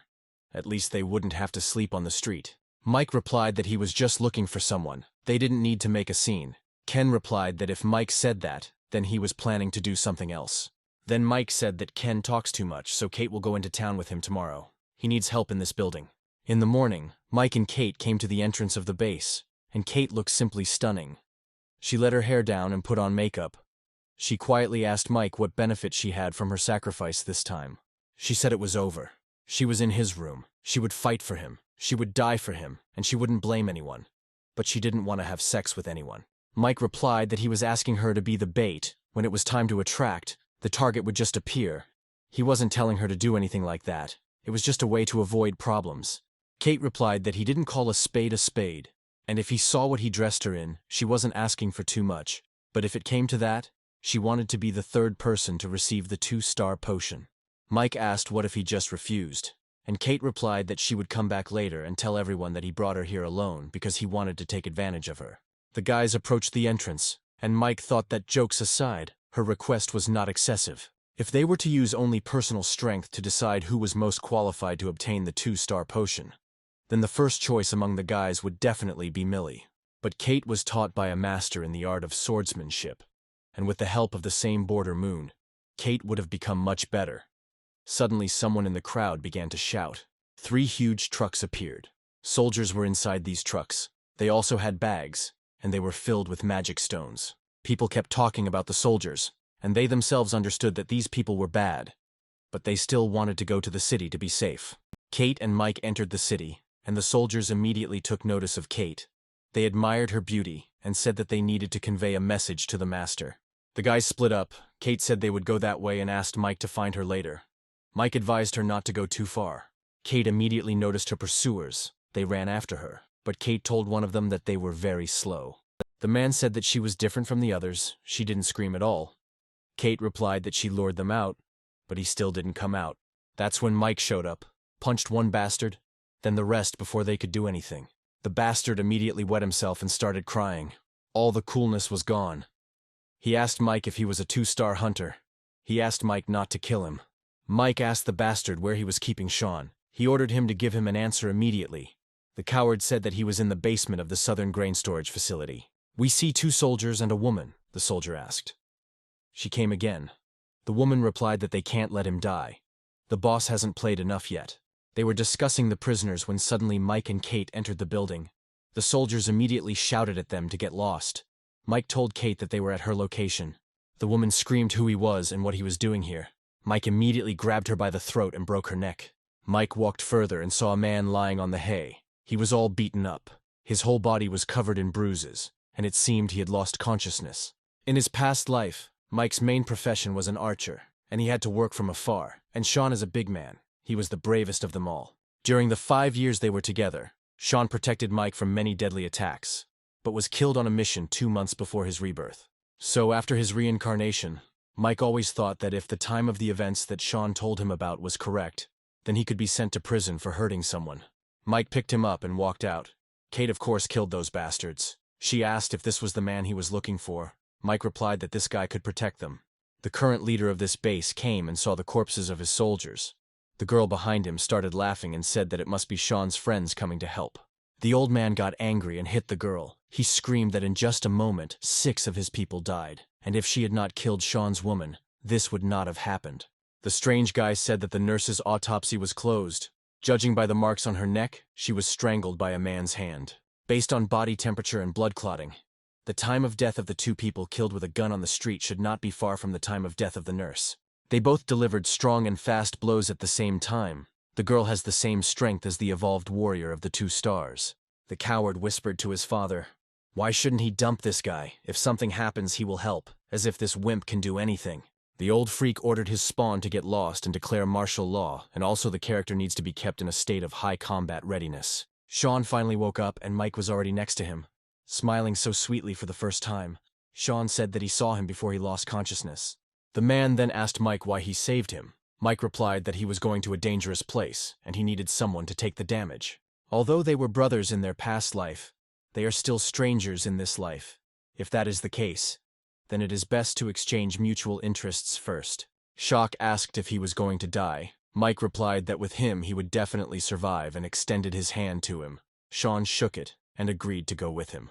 The guys were in the forest, not far from the base. Mike asked if Sean was happy with the shield. Sean replied that it was excellent. It was impossible for a giant shield bearer not to have his own shield.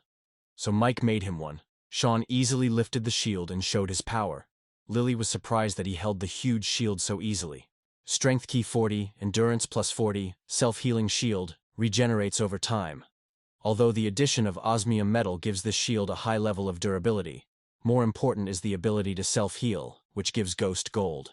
It was right to take the risk then to get the Phantom Gold. This ability alone made this shield even better than Sean's previous shield. Sean pointed to the tape measure and asked if this was what Mike was looking for. Mike came over and said yes. Guys found a demonic tape measure. There are many different types of roulette wheels, most of which fall into the regular class. Golden Roulette, known as Gambling Demon Roulette, is a huge risk and huge reward game. Mike asked Penny to stand next to him, but she didn't need to protect him. Her focus should be on Sean. Mike told the musician to go with his people and wait for them 500 meters to the east, and no matter what happened, not to come any closer. Sean will be in front, and the Iron Lady will be next to him. The rest will stand guard between Mike and Sean, and if any of the enemies are checked through the lines, it will be their job. They must be prepared for anything. Today they will meet creatures they have never seen before, and since he might not be able to fight for a long time, they will be on their own.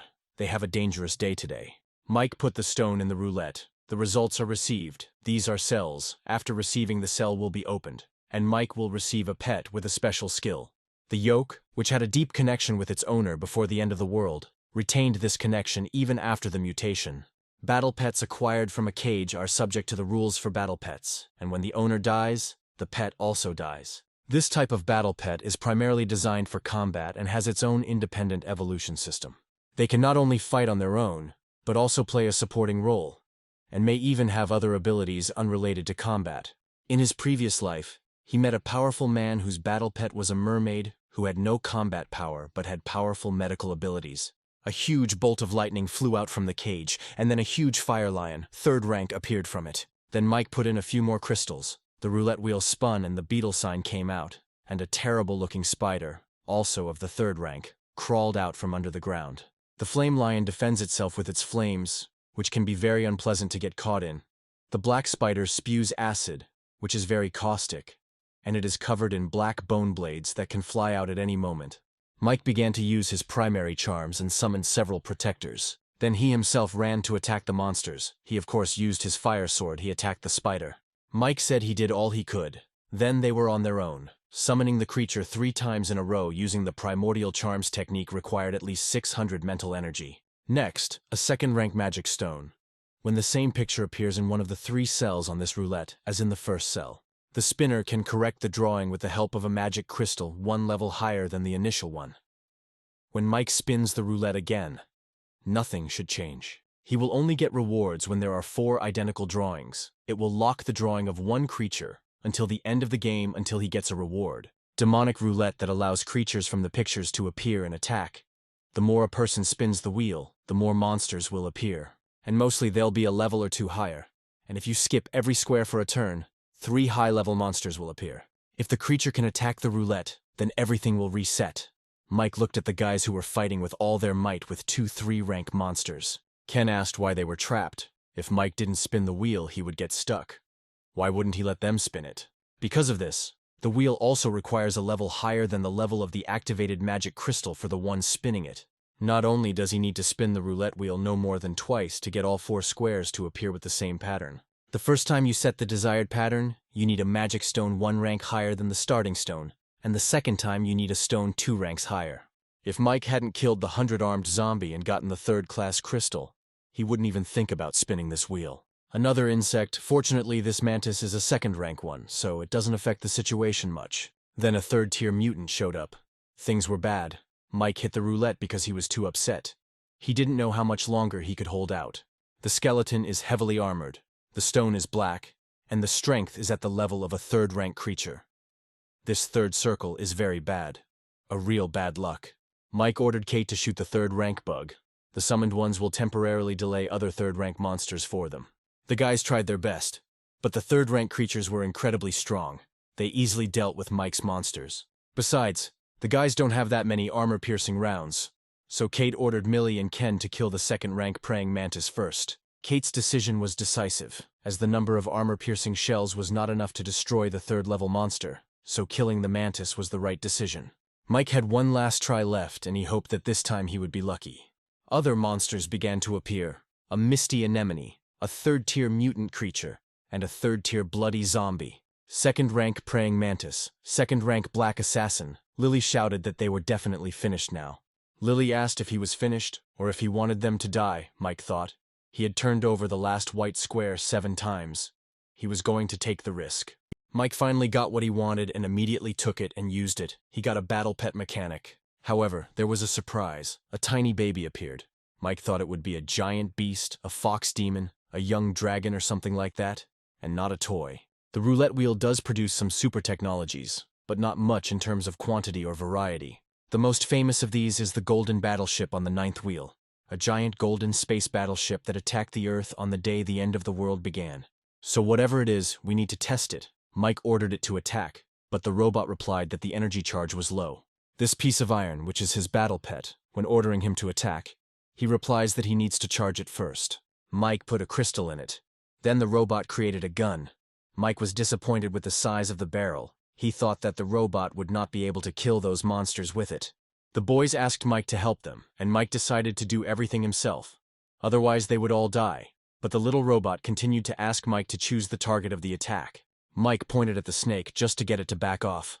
That snake was corrosive, and it would be hard to maintain the shield.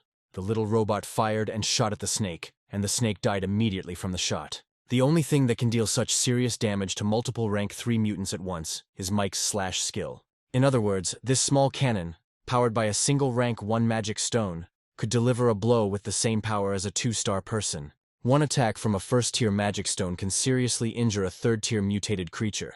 So I decided to insert a second-tier stone. The robot said, 98%, secondary battery, preparation. While the robot was preparing, Mike ran to help the guys. Mike was fighting the mermaid, and the robot said that the preparation was complete and asked to choose a target. Mike ordered him to attack the skeleton in heavy armor. The robot shot the skeleton and it crumbled into pieces.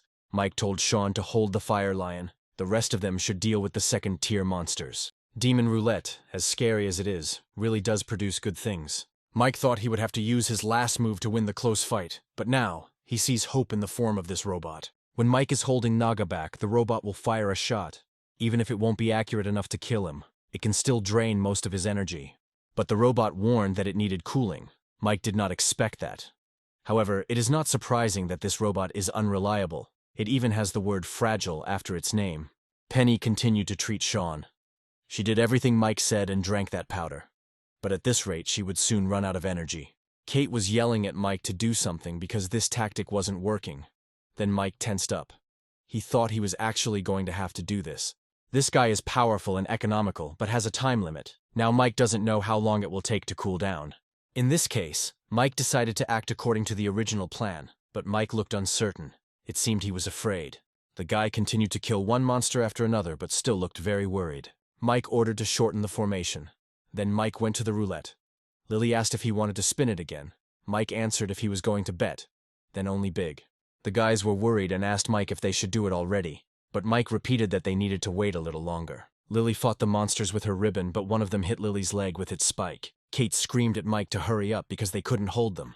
Mike had used up almost all of his third-rank stones. The monsters kept coming. Mike finally got what he wanted and threw the explosives to the guys. He told Sean to use his skill. Sean used the skill Motionless Rock, then several shields appeared at once and surrounded the guys. Lily's wound was bandaged, but it was clear that the guys were exhausted. Mike jumped on one of the shields and fired at the explosives, causing a huge explosion that could be heard throughout the entire area. They finally managed to kill all the monsters, but the guys were exhausted. The girls were lying under a drip. Ken was bandaging his wounds. Penny was healing Sean, and the Iron Lady was lying motionless. The musician and his subordinates ran to the guys. Mike told him that everyone was alive and well. 4 days later, the boys moved from the forest to the old village. Ken played with the dog. Then Mike and the musician went into the yard.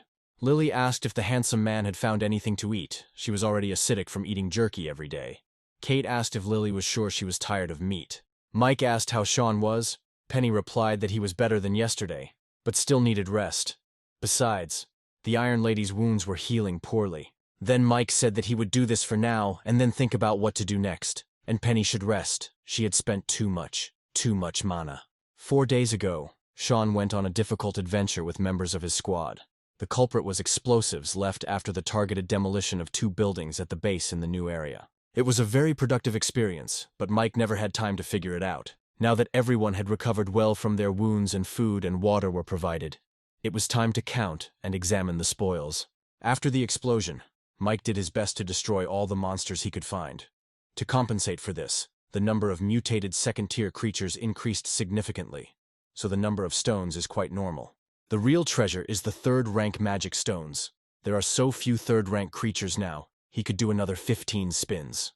Maybe if he's lucky he can get a 3-star potion, then there are materials obtained from monsters. In a past life, survivors called it the Soul Pearl, the heart of a heavily armored swordsman's skeleton. Soul Pearls are of little use to normal evolveds, but they can be very useful for certain professions, and are used as a trigger to create certain equipment. Thanks to his skills as a craftsman, Mike has at least a general idea of the value of this item, which is called the Gate of Sacrifice. In simple terms, the user gives something as a sacrifice, and then the sacrificial gate returns something to the user based on what was given. And the most important thing is that this is a gold-ranked item. It's like epic-level equipment. He could become 7-star in the future with this thing, but if he tries hard, it might even become 8-star. Mike put the rock in, but nothing happened. Mike thought maybe he did something wrong, and added another rock. Still no change, wrong sacrifice item, not enough level, or Mike is too weak. Then Mike added a 3rd-level stone, and finally the thing moved. In the past life there was little knowledge about this thing, which means Mike simply sacrificed little. Mike was already pouting because he had donated a lot of stuff and the changes were minor. At this rate, even if he puts everything he has into it now, he won't be able to fill it. It's not bad for gold, but it's too much now. By the time he actually fills it and gets feedback, the value of the resulting items will definitely be high. Mike first decided to explore the robot. It took at least 2 days for the cooling time to pass, which was about 30 hours. But this thing is called a robot mechanic, and this guy's role shouldn't be as simple as building a turret, Mike hoped. Then Mike remembered that he was a craftsman, and this thing was made. If Mike would process it, he would be able to improve it. Then Mike decided to use his skills, but nothing happened. So he tried to improve it again, but failed again. It made no sense. The invalidation of the enchantment only happened when the same material was enchanted multiple times, but Mike didn't know why the works couldn't be improved. Ghost gold is a high-grade material. It corresponds to the work of a mechanic. Why doesn't it work? Mike put gold in the gate, and if he puts half of his gold in the sacrificial gate, he can fill it up just fine. But it was better to forget about it. Phantom gold was hard to get. He had already lost 1 piece.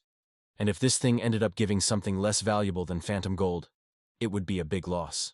Mike thought that the problem was in the robot itself. He turned the robot over and there were instructed holes there. In his crafting profession, he collected and refined, forged, and enchanted. But there was one more instruction he never used. It is not simply cutting a hole in the gear that allows the gear to directly share some of the properties of the inlaid item. The process of connecting energy, which requires a perfect connection with the equipment. There are only 3 ways to get inlaid holes in the equipment. One of them is that it is created together with the equipment. The second is the skill of the craftsman to create inlaid holes. And the last is the use of precious disposable equipment to create them. Mike put in the ghost gold and used the craftsman profession, then the robot was updated. To unlock the second strike form, 1 million units of energy is required. 1 unit of energy is a first-rank magic stone. Even if it was converted back into 3rd-tier magic stones, according to the conversion rule, 100 3rd-tier stones would be required. The sacrificial gate and the mechanic robot were good things, and the adventure was certainly worth it. But they were also big rock sinks, Mike said sadly. Now Mike needs to cure the Iron Lady. If it were a person, he would already be dead, but she is a doll. Her insides have mutated. Mike didn't know if she was lucky or not, but in his past life, he at least knew some rumors about dolls. Mike gave the doll a pearl and 3rd-rank stones. The guys were eating when Mike came to them. Ken asked where he got the bulletproof vest. Mike replied that not far from here on the national highway, he found an overturned escort truck. He improved all these clothes with his professional skills. Penny will be able to protect herself from ordinary firearms. Mike did 3. 1 to Sean because he's the protector. Penny is the core of their room. The support. Then Mike asked who wanted the last one. Ken said he would take it. Mike said if he took the vest, he should be in the vanguard. Ken agreed. Mike went to Sean and threw him the vest. Sean stood up and asked if it was possible to fix his shield. Mike replied that there was no need. It would recover on its own. Sean was really impressed by this. Mike told him that with him, he would also learn things he never even suspected. Mike asked about the Elementalist and the Vortex Dartmaster. Sean asked how Mike knew everything, since he was from another city. Mike then replied that all of their jobs were to hold back giant shield bearers, and Sean was no match for them. So if he wanted to avenge her, he couldn't do it alone. Sean asked who Mike was. Mike replied that he was his friend. There was no point in asking how he knew everything. All he needed to do was think if he needed his help. Then Sean asked what the terms were. Mike replied that Sean would be his team's shield. The team now has a strong attack but weak defense. They have sharp combat swords, but with only one profession of a doctor. They may be in danger. They needed a meat shield like him so they could attack without fear, Sean thought. And he held out his hand and said that if Mike would help him get revenge, he would follow him. Mike shook his hand and told him to get well. They were moving the day after tomorrow, and he should be better within 2 days. Sean asked if Mike was afraid that he was using him. Mike replied that if he was not stupid, he should know that only he could make him better shields. Moreover, with the power Mike had, who was he to use it? Mike asked. Sean replied that he was right, but there was one thing he should know beforehand. There is something behind these people, Mike asked. He is talking about the Royal Union. Sean was shocked and asked how he knows this. Mike answered, "They are just a bunch of self-willed idiots." The weird guy said that the herd of second-tier mutant goats at the foot of the hill, if they get their stones, they will be able to spin the secondary wheel at least once. The 3 men began to agree with the strange doctor, but one said that with their powers they could not kill them.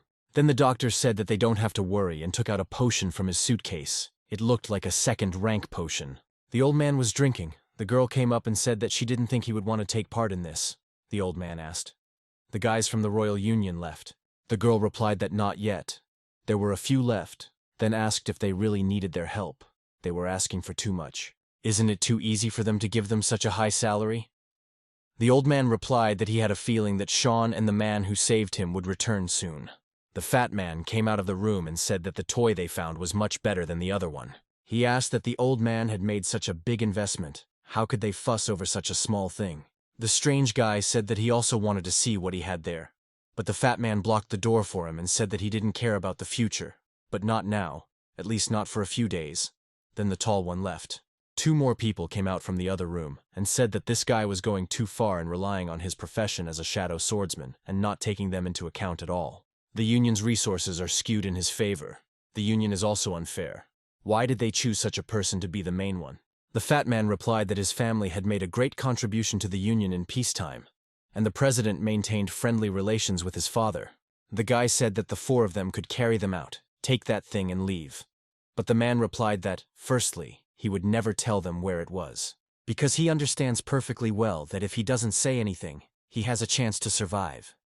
But if he says anything, he will certainly die. Secondly, it means that the high ground base will be protected and nurtured to some extent by the Alliance, in order to turn it into a source of stones that will provide them with resources at any time. There is no need to take care of him. If something happens, the top will naturally cover him. They just need to do their job. Night fell. Sean and the guys came to the base. 2 soldiers were sitting by the fire. One ran to tell the leader, but he was immediately killed. Penny asked if the guards really burned another town for the stones. Kate replied that they did it for the stones, despite the fact that over 1,000 people remained alive in the town. The door was locked, but that didn't stop the guys. Mike took out his fire sword and burned the door to hell. The soldiers on the wall started shooting at the boys, but Sean threw the dog right at the wall, and the dog started killing each of them. Millie said she couldn't understand how such a base, without manufacturing, let alone development, could sustain itself in the long term. Plunder and exploitation. This so-called base has returned to its most primitive state, with bosses extracting wealth from those who entered the city by offering little protection. A gang of vicious thugs operates here, secretly robbing the inhabitants and the surrounding hunting parties of survivors like a bunch of parasites. Mike told the teacher, Mr. Musician, and Lily that they would go and find out the location of the leader of this base. Previously, they constantly fought with mutated creatures. But that's not all. In these times, they will have to fight with their own kind. Today, in front of them is a group called the Royal Union, which is full of people as developed as they are, and one of the features of this union is that it has many professionals. They're here to avenge Sean. But it's also a great opportunity to train, and if they can get through this today, it means they're truly prepared for the zombie apocalypse. Those who came are their enemies, Mike said, and pointed at these guys. They are also old acquaintances of Mike from a past life. Doc, a professional shadow swordsman, and Mike had a run-in at a bar on base in a past life. Ginny and Chen are brother and sister. They had some kind of perverted relationship. But they died relatively early in the battle between the Royal Union and the warring faction at that time. And Call later became the vice president of this union, and was known as one of the 5 giants of the union before it was reborn and became an 8-star one. In his past life, Sean took revenge and destroyed the squad with their help. Since then, although the union did not contact their squad, they provoked them many times. Doc said they're really looking for death who don't know how to act, and they need to understand that there are places you can't just walk into. Ken yelled at the strange guy to stop talking and come over to them to kill him. Doc saw that Ken had white-class weapons. The perverts asked Doc to leave it to them. He had such a good weapon that if they killed him, the knife would be theirs. But then the girls also pulled out their knives of the same level, and then these guys got nervous. The fat man was the most nervous, because he felt Mike's gaze on him. He felt how strong Mike's desire was to kill him. The fat man realized that Mike was warning him with his withering gaze. He says that if he doesn't move, he'll let Doc and his men have a fair fight 3-on-3, and if he moves any further, he'll die. The strange guy aimed at Kate. He used his ability, and Kate did not lose sight of his knife, but Mike told her. And so Kate was able to kill this asshole. Mike said to himself that the strange guy died fairly, because in his past life, Mike had to suffer at his hands. The fat man told the twins to keep an eye out for enemies and use their professional skills when necessary, which the twins did. The Mistwalker profession is mainly used to assist in combat, which is not a very good profession. But the profession that suits her is the Void Thief, who specializes in sneak attacks. The guy wanted to show off his sneaky attack, but Ken noticed him and attacked. Mike told him that they were a bunch of smug idiots, so his attack could have been predicted. His sister was also easily killed by Millie. Only the fat man remained. He thought that the group was so strong that they managed to avoid it because no one used their skills. Mike asked who the president of the Royal Union was, and added that this answer could change his life. But the man acted differently. The man tried to kill Mike with his Iron Hands ability, but Mike easily grabbed his hands and broke them, then kicked him, and ordered Ken to collect the dead people's things. Then Sean ran up to them and asked if they killed them all. Does Mike know what kind of organization the Royal Union really is? Mike asked if he hadn't told him that before, and said they were just a bunch of smug idiots. Ken came and said that this is a good loot. There are 7 third-rank stones and more than 200 first-rank stones. There is also a white-level willow blade and a gray-level dagger. Penny said that she found 3 second-rank stones and 50 or so first-rank stones and bottles of 1-star potions. She said that there will probably be more murders and robberies because even she gets a bad feeling when she sees such things. Mike replied that this was precisely why they needed to get used to it faster. Lily approached Mike and said that they found out where they were. Then the guys came to the musician. He stood up and said that they were hiding inside, completely calm, as if they were waiting for someone. Mike replied that the person they were waiting for would never come.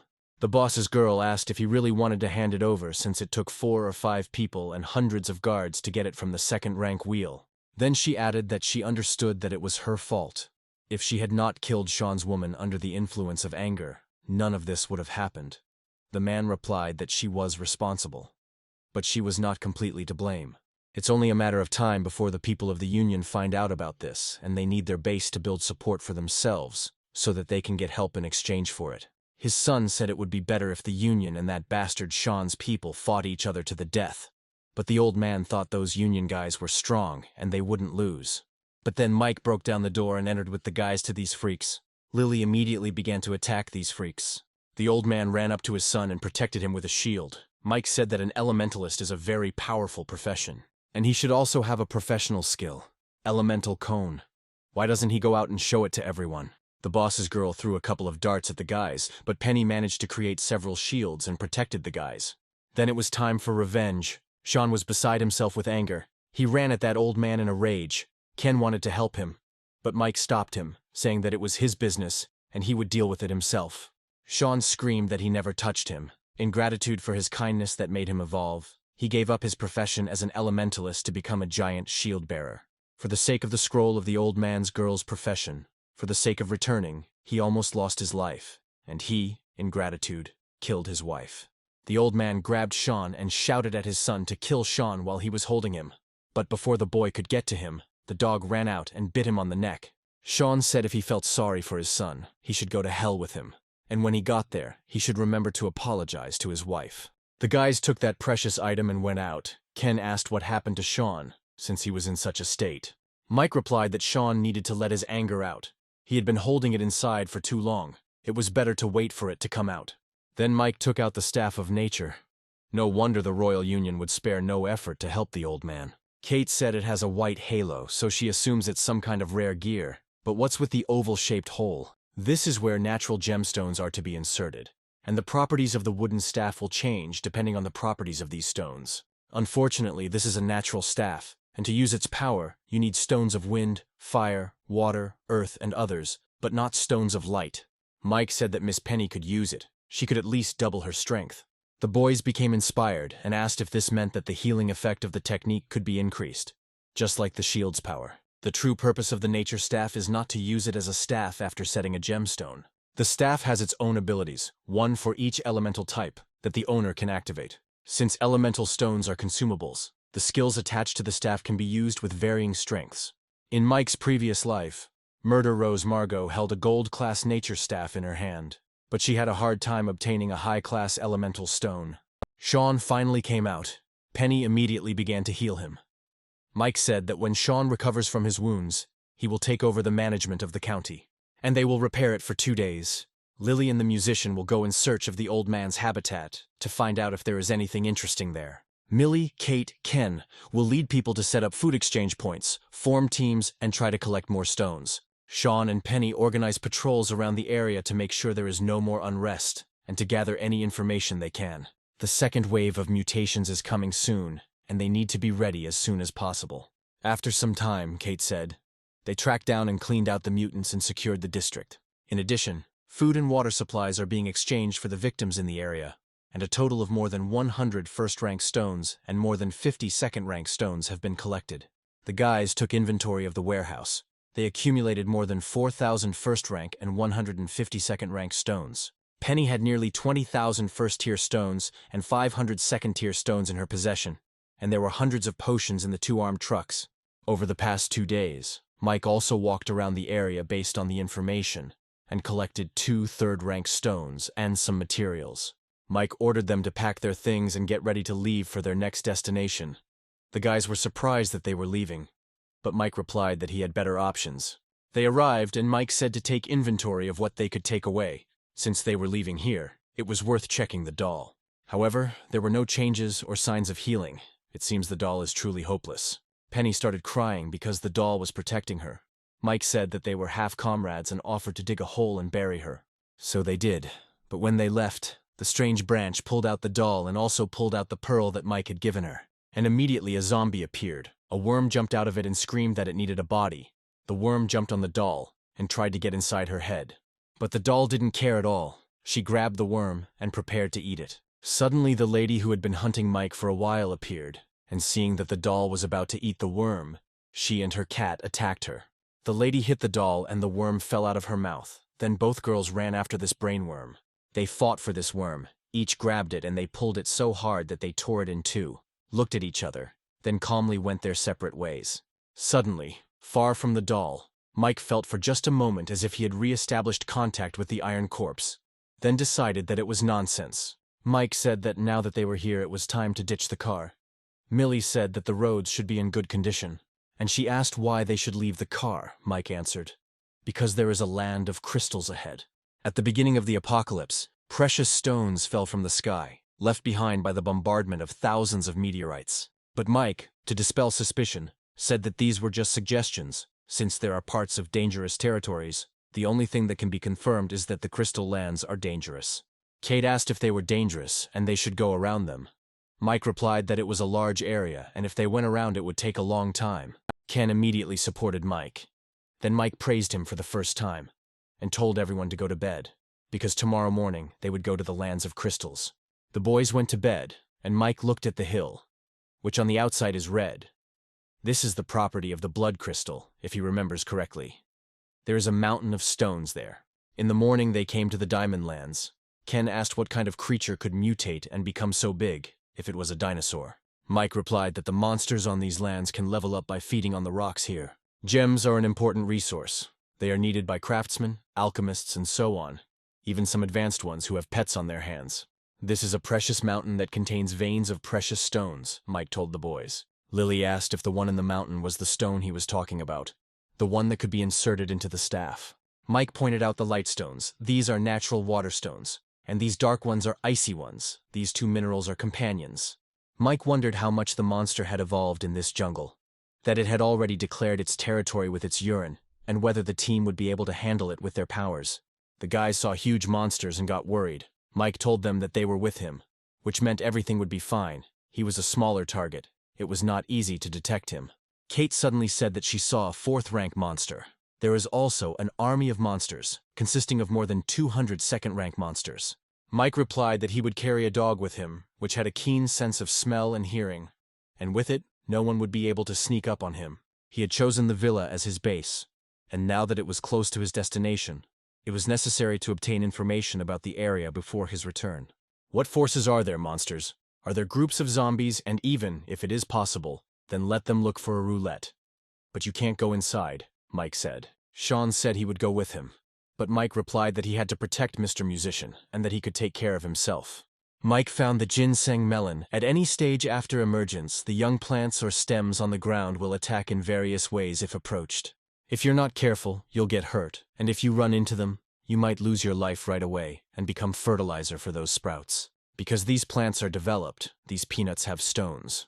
Although they are only 1st-rank stones, if they are grown well, the yield will be very stable. The fruits are also edible. Mike is a gardener by profession, and once he has his own base, he can try to grow it on a large scale. Mike didn't expect that there would be a rank 4 3-tailed frog here. This creature is not worth messing with. He was reborn, and now he has developed to 2-star level, and has gained many professions and abilities that he didn't have before. But he shouldn't challenge the 4th rank. The frog was lying in his cave and licking the stones, when suddenly Yoke ran up to him in the cave and began to tease him. This frog is a 4-legged rank, but it cannot be famous for its speed or long-distance running. It cannot catch up with the dog. After 3 days of surveillance, he was able to determine the frog's reaction time, running speed, attack characteristics, and even the maximum distance it could withstand. 1 minute he will chase the dog for up to 1 minute, after which he will decide that he cannot catch it, and will turn back. There was a baby in the cave, and Mike said it was up to her mother how quickly she would start looking for him. The dog came. Mike watched the frog for a long time to postpone drilling in search of these stones. He found a creature of the 4th rank, a fire salamander, and stole its baby to set on the frog. Monsters with attributes only water and only fire are already mutually exclusive and have the same level. Since one of them is nursing a cub and the other has invaded her territory, they both consider each other enemies. But now that he has entered the precious mountain, the frog will soon discover his presence, so it is important to calm down. The frog suspected something and spat stones at the salamander, one of its skills, an icy hail. The dog informed Mike in time that the frog was approaching, and they quickly ran away. But the monster sent an ice dragon tornado at them, a terrible skill. Mike used a charm, but the frog quickly dealt with it, then captured him. It seems Mike is in great danger. Then he took out a magic staff and knocked on it, and out came an incredible girl with a jug. Mike won't be able to hold out for long, after all. It's a powerful attack skill of a rank 4 monster that's hard to defend against. If only this water gemstone was of higher quality or even mid-grade. Mike called back his skill and decided to use it to escape. But the frog uses 2 incredible skills. The boy was forced to use 2 of the 3 stones he managed to get just to escape. But the frog still caught up with him and attacked. The frog turned out to be surprisingly vengeful. She shot stones at Mike. The guy tried to reflect them with a fire sword, but there were too many stones. But then a fire salamander appeared and started fighting with the frog. This is a good opportunity to escape. Mike managed to escape from these monsters, but he was already exhausted. The dog was worried about him. At the moment, he should be safe. But for a while, Mike is completely immobilized. He told the dog that everything is fine and asked him to run to their team. Mike lost consciousness, Suddenly some people came up, they were talking about Mike, that he was seriously injured. This must be due to the fact that the bones were strongly fused, so he needs to recover. Probably, like them, the guy sat down to explore these lands, met some kind of monster and was beaten. The other said that maybe his team did it. The girl decided to help Mike, but the man next to her told her not to waste the potion on a stranger. They had not yet found all the ingredients for the recipe. We must not forget that although she prepared these potions, they all found the ingredients together. She must understand that their people will need the potion more, because this person may be an enemy for them. Suddenly the girl said that the guy woke up, and so it was. Mike woke up. He immediately looked at all the people. It was a standard hunting group. The man turned around and asked his uncle. He woke up, what to do now? The uncle replied that there was no need to hurry. Mike thought, this girl looks like she's only 15. The green bottle is the symbol of the alchemist, sexualizing a child. What a stupid decision. It's no wonder this squad stayed here to watch Mike die, because this little girl didn't leave, and she's clearly the rock of this squad. Mike asked who they were. The man got angry and said that he didn't need to know who they were. He had to tell them everything he was doing here, what his purpose was. The man shouted where his team was, or was he here alone? Mike replied that he was on his own, and came here to find good material, naturally. Uncle asked if he dared to come here alone. Mike replied that there was nothing surprising about it. The fact that these are dangerous lands does not mean that no one comes here, and he came here according to the map. Mike was still in pain all over. The girl came and helped him and said that he was still not healed. He had to be more careful. Her team called the girl and she ran after them, Mike thought. In this world, people with good intentions, like this little girl, die quickly, but he was grateful to her. Mike didn't know how long he had been lying there, but now he could barely move, even with his 2-star ability to heal. The man said that the guy knew this area. The other added that they had been here for 2 days and had never met him, and he had met some kind of monster. Liam said that the guy was either lying so they would get him out of here while he was injured, or he really did have the map, but for the same reason, to get them to help him get away. The girl asked why they were so heartless. He could help them, they just needed to take him with them. But Liam was still against it. But then suddenly his uncle said that they would take him with them, and ordered them to find the boy a stick so that he could use it as a crutch. Liam asked why his uncle decided to leave him. He is also developed. What if he recovers from his wounds and goes against them? His uncle replied that they are also developed, and there are more of them, so they have nothing to fear. Stella has a good heart, but they also need her to ensure more potions for the future. This girl is not stupid. It is better not to treat her like a thing, otherwise there will be trouble. Also, he must have a map. It will take him a long time to recover. Also, if they encounter a monster they can't handle, they will use it. Uncle came up and asked if it was true that he had a map. Liam shouted that he was lying. He didn't have a map, and Mike replied that the map was in his head. Mike was handed a list and asked if he had seen the materials. Mike realized that they were making a paralyzing potion. This guy obviously knows that Mike is not a potion master or an alchemist, so he had the nerve to show him the recipe. He thinks that Mike doesn't understand what these materials are. At night, each of the boys went to bed without any doubt, Mike thought. With such vigilance and such strength, this squad dares to call itself a hunting squad. Mike has recovered well from his injuries, but it looks like he only has 2 days left before he can walk normally. He turned around and pulled out a stone into the crystal. The stone the frog had thrown at Mike when it was frantically trying to hold on to him. This is a mid-rank ice crystal. This injury was not in vain. The power of the blue blood lotus created with this ice gem should be comparable to the power of the ice dragon's storm. In other words, Mike will have an item that is equivalent to the strongest attack skill of a tier 4 mutant. In the coming days, Mike will slowly try to kidnap this girl to use several alchemical recipes. In the morning, Mike asked the guy if he was Stella's brother. The guy replied that they were half-brother and sister, so they had a small age difference. Mike introduced himself, and the guy said his name was Tom. Then Mike said that it looked like Tom was the only one in the squad who wasn't evolved. Tom replied that he gave the potion to his sister, and Mike quietly put the plant into the crystal. Then he said that he found the material they were looking for, the tiger tooth plant. Then Liam ran to look at the plant. While the boys were collecting the tiger tooth plant, Mike got lucky and found 2 more useful herbs that fit the recipe.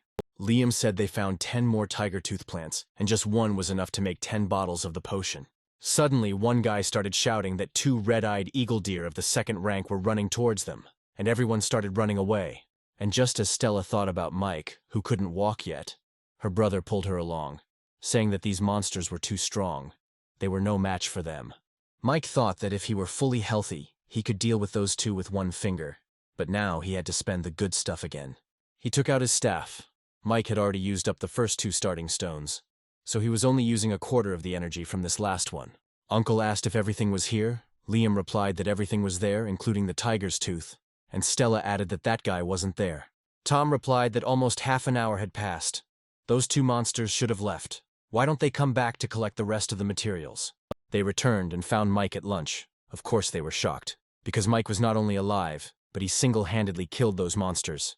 Uncle irritably asked Mike where the deer's magic stones were, and Mike calmly showed them the stones and said that they would not get them.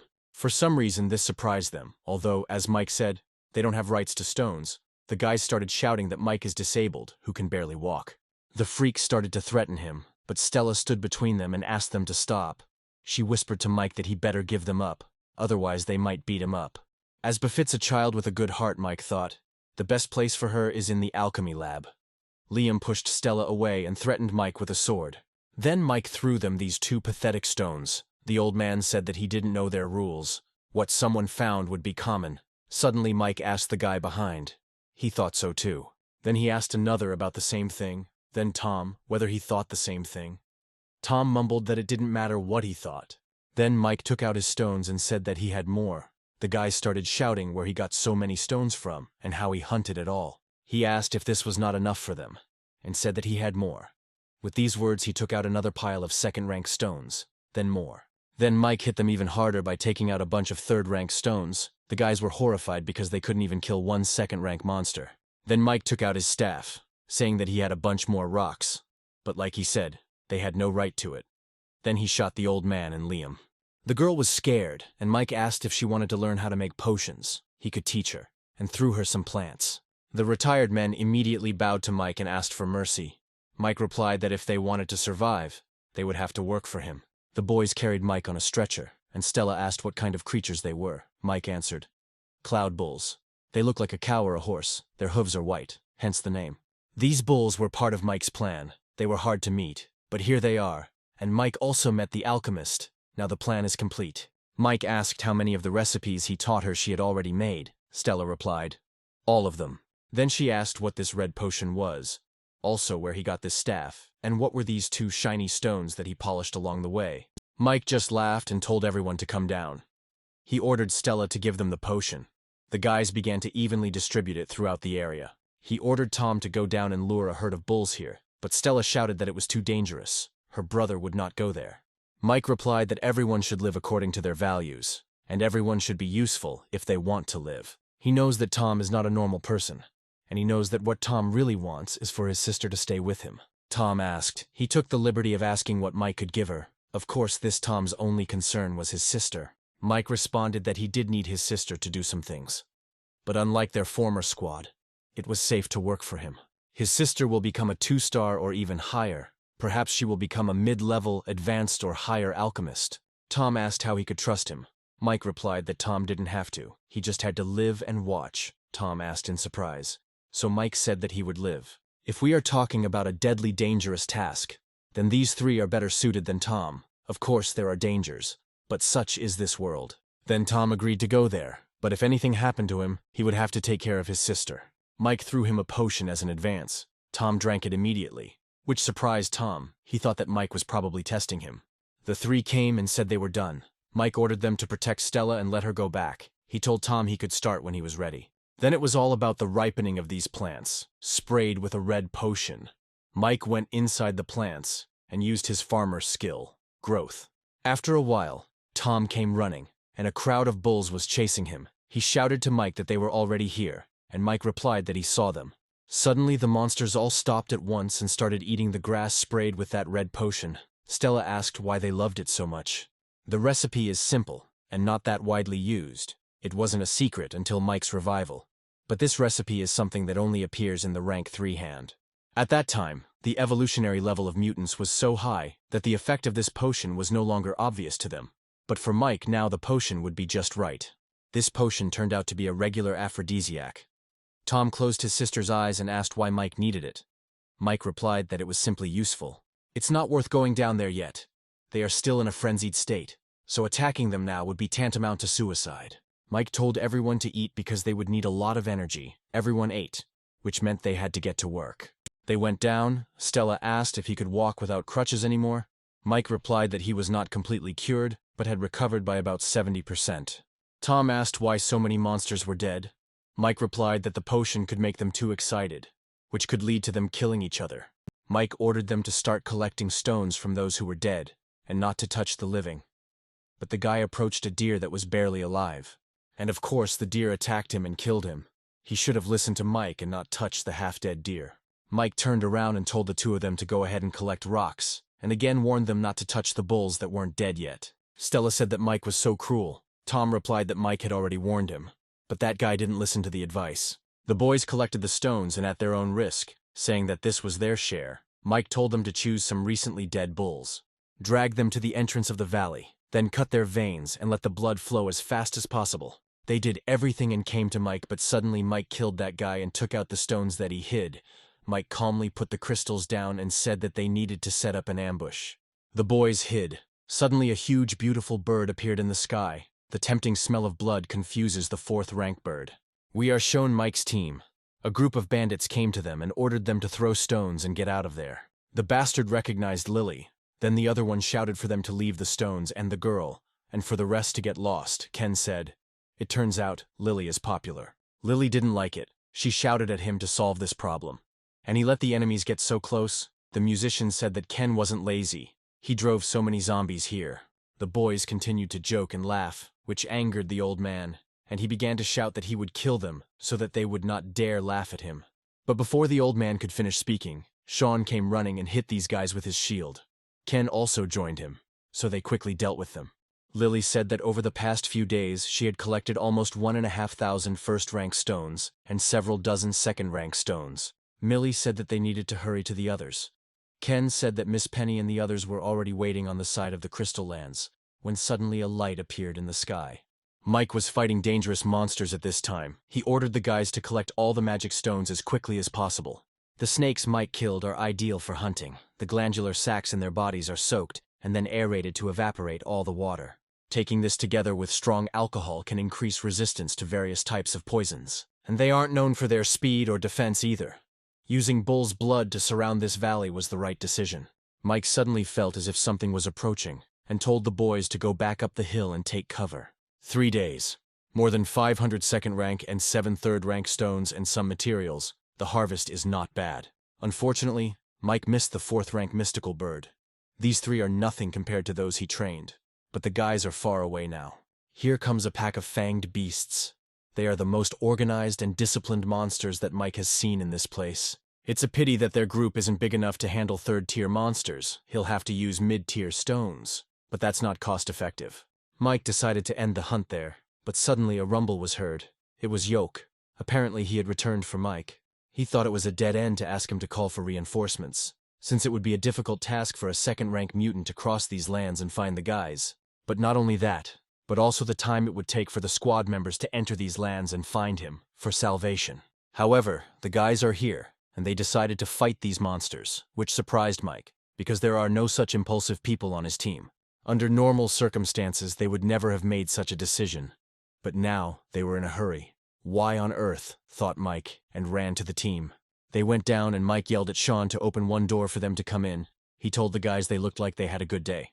Mike asked who could tell him why they decided to fight these monsters. Then Ken threw him a card, a sealed card. When the card is activated, it can seal a mutant of the card's level. After sealing, the mutant will turn into a battle pet. But battle pets have their own separate life. Mutants sealed in the card have their original memories erased. They only do what their masters order them to do. Mike was delighted and said that it was a great thing and asked where they got it. The guys proudly replied that they stole it. Then Mike told the boys that these monsters were very disciplined. They split into 2 parts, and one intended to attack their rear in a roundabout way. Ken asked how they were going to defeat these monsters. Mike asked if they hadn't thought about this when they were rushing to the valley. But Ken replied that they thought the card would be used to seal a Tier 3 mutant, and that would be Mike's prize.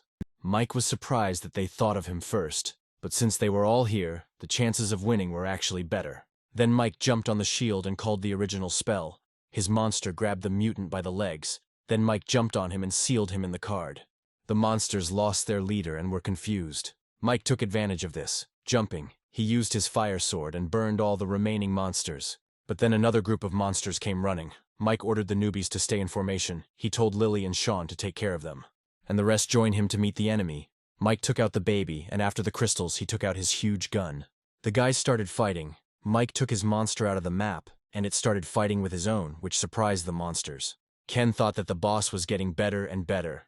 And with this robot, he didn't need the slave cards that much. He could handle this group of monsters on his own. Stella asked if Mike was that strong. Tom said that they fought and almost died for the second-rank stones, and ran away when they saw the second-rank zombies. Luckily for them, the sisters' good intentions were not disappointed, because this team would definitely go far, Tom thought. After the battle, the newbies were collecting materials. Mike told them that tusks and claws are also very good materials, so they should be collected. Mike asked the boys if they wanted to go for a ride. Ken asked what they wanted, and Lily asked if he had found a car. When the bull eggs hatch, they will grow up and become their transport. They seem cute. Mike pointed to the side and said that they were there. They had already dealt with all the monsters in the area, so the remaining monsters would not pose much of a threat. The two happily ran off to get the eggs, and Kate told Mike that they had made a map of the city. They didn't touch the villas because Mike didn't allow them. But there were a lot of people there. They were divided into 3 factions. The numbers are not yet confirmed. But in the vicinity, the largest forces that could pose a threat to them, the team is based in a village to the east. The leader's name was Kai. He was a 2-star. There should be a second-rank roulette in the village. There were more than 500 people under his command. 10 of them were developed. A large cement factory where 70 people are locked up, calling themselves Tiger Riders. They are not old, but their reputation is very loud in the area. There is also a prison. This place is known for its perverts. The prisoners became the masters. They collected a lot of weapons and transport. The boss there is now a black dragon, a very influential person. Previously, he studied Thai boxing and traveled to Korea to see Taekwondo masters. After his studies, he was involved in smuggling at the border, then in bloodshed. He's a 2-star and a professional, rumored to be a summoner, Mike corrected the girls. Not a summoner, but a ghost hunter. The boys returned to the city, dragged all the bull's eggs, they cooked something to eat, and sat down to discuss plans.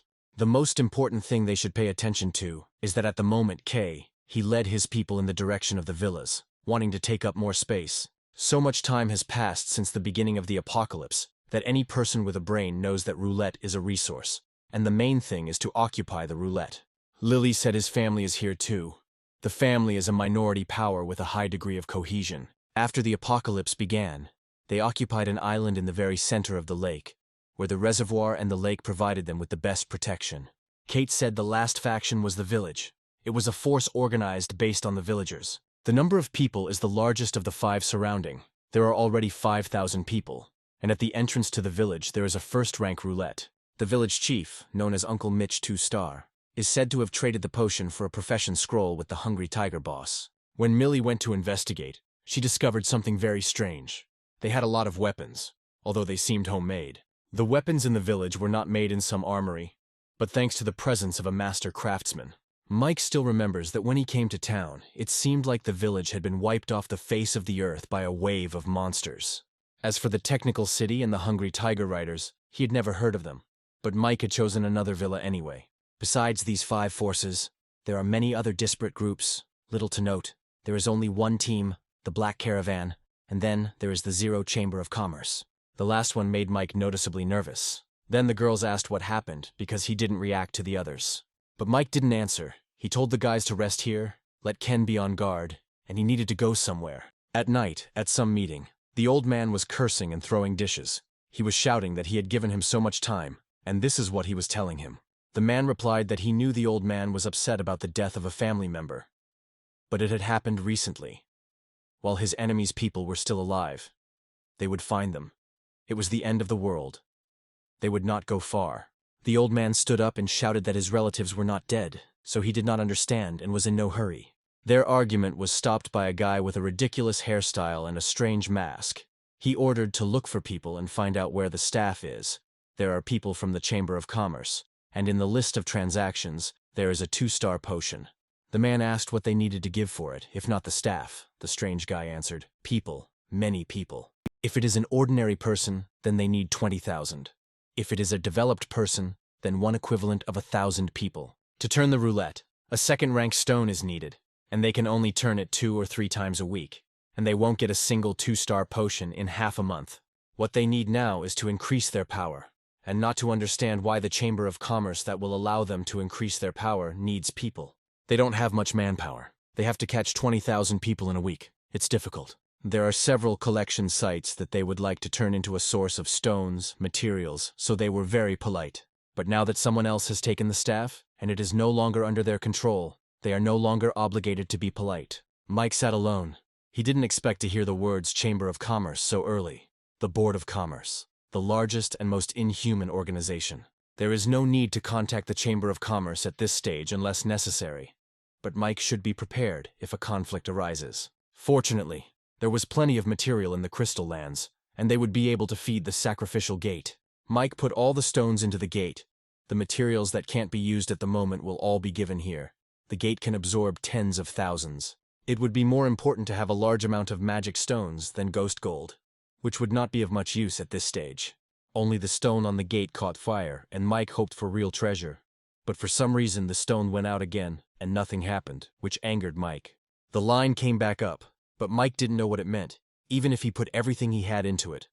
What if this thing screwed him a third time? Mike thought it couldn't be that bad. Maybe he was using the gate incorrectly.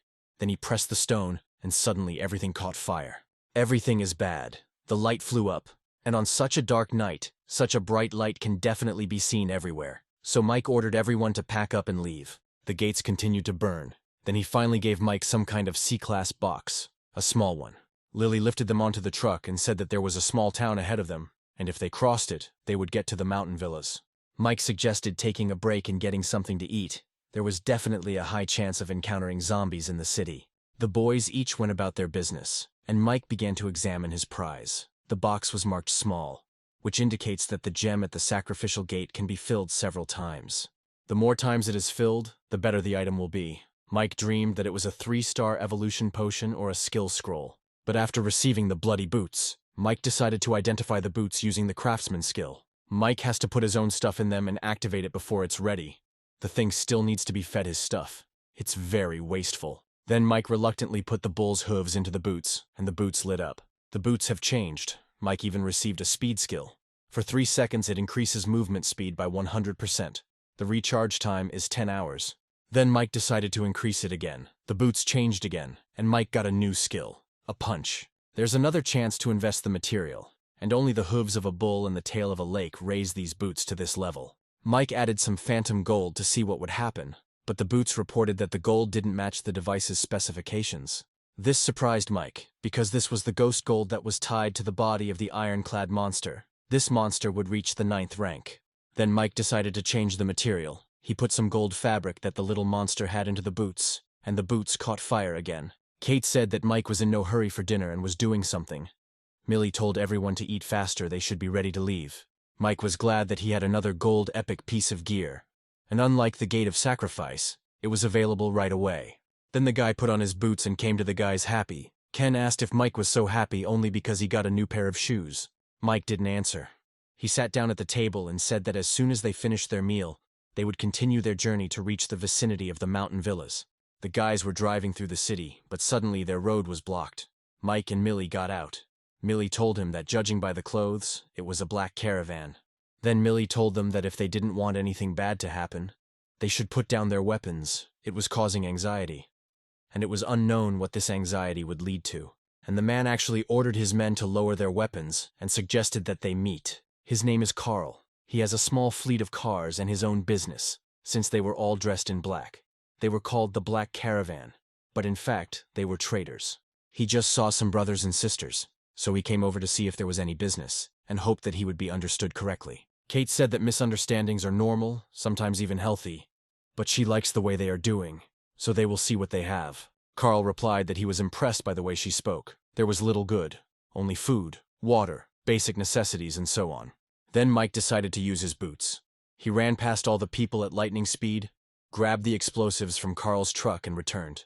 He gave the explosives to Carl and said that if Carl wanted to cooperate, he had to be sincere. Mike said they don't have unintelligibility, but they have a habit of speaking in absolute safety. Carl was shocked. He didn't understand how Mike did it.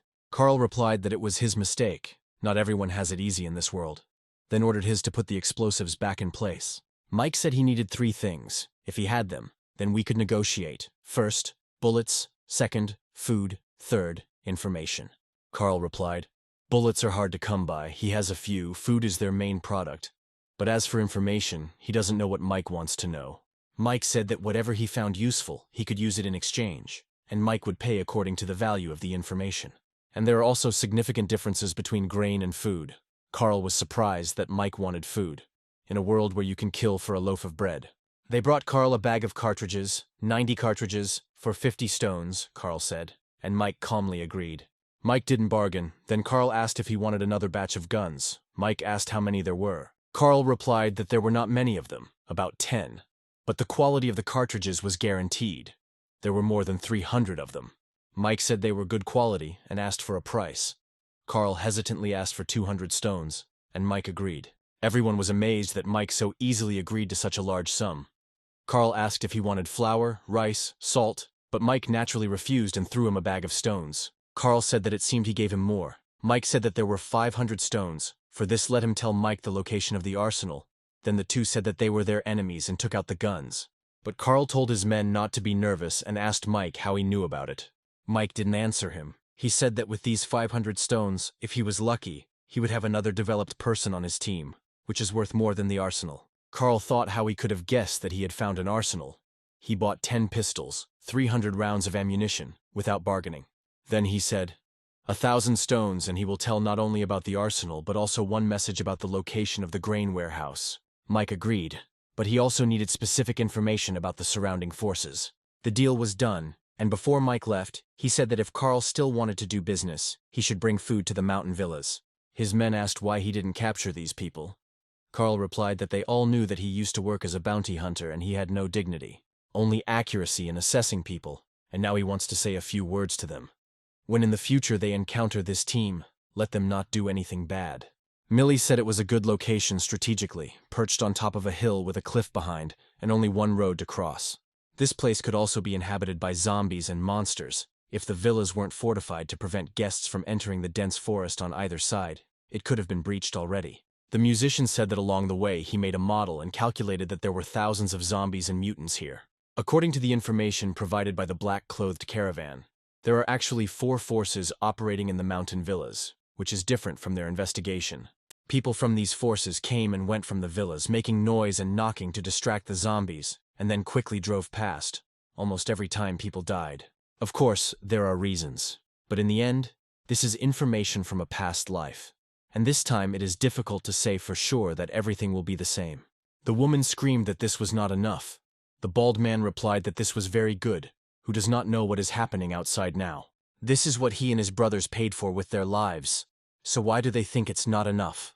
The girl shouted that he was a bastard who didn't keep his word, but the man only laughed with his fools. They began to offer to give them less food. The girls began to cry, and one of them said that she felt sorry for them, because sooner or later karma would punish them.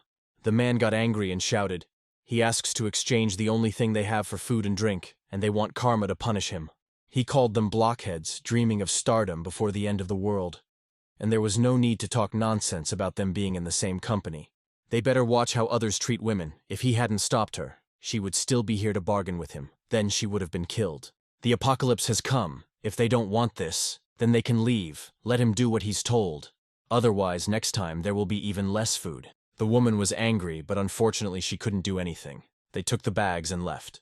The man asked if they would just leave them like that. The bald man replied, "No way. You shouldn't mess with foreigners. Vinny in the office and the old man in the warehouse. On the other hand, there are many of them. But most of them are a bunch of weaklings. But at least there are 3 developed people in the group." The girls returned to the others, and everyone was happy to see them. But then they realized that there was very little food this time. Not enough to feed them for 3 days. The blonde screamed. The only thing she needed to do was shut up. These are the things that several sisters get in exchange for their dignity.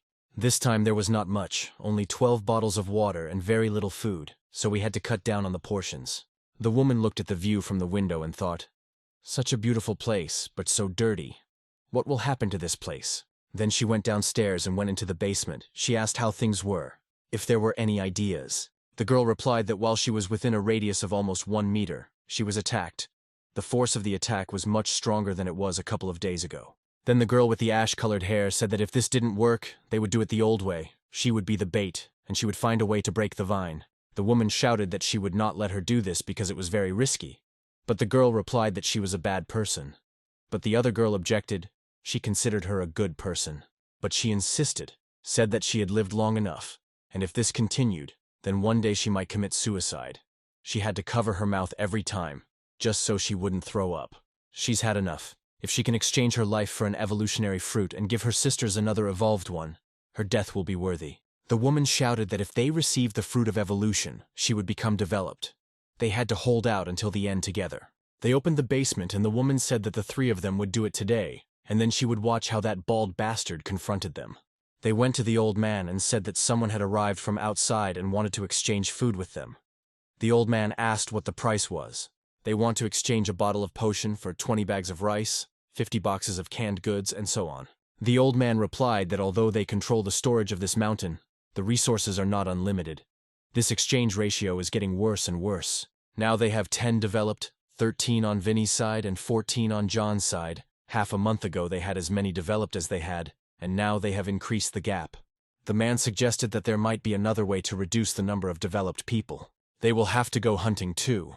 It's just a matter of time, so why not take advantage of this opportunity? If they need stones, and there are several groups around the mountain where there are roulettes, they can spend some money to go to them for a spin. Then the old man ordered him to get ready. Mike sat and watched. Surprisingly, it was so easy to get inside. Obviously with the hill there weren't many second-rank creatures. Why were they surrounding the villas but not getting inside? But first things first, he remembers the place he was looking for, the basement of some villa. But Mike didn't know exactly which one. Mike made his way between the houses, but someone started screaming in one of them, and Mike decided to see what happened there. It was that bastard. He was screaming at the girl to let him go and then he would let her live. The bastard said she had two options. Either he lets him go, and he gives them a bottle of potion, and today they have to pretend like nothing happened. Or he will kill her sisters. He wants to know the secret of their evolution. He will destroy their villa and basement to find out their secret. Hearing the word basement, Mike burst into them. He shot several bastards at once and they died. Mike put a gun to the bastard and he immediately started whining about giving him whatever he wanted.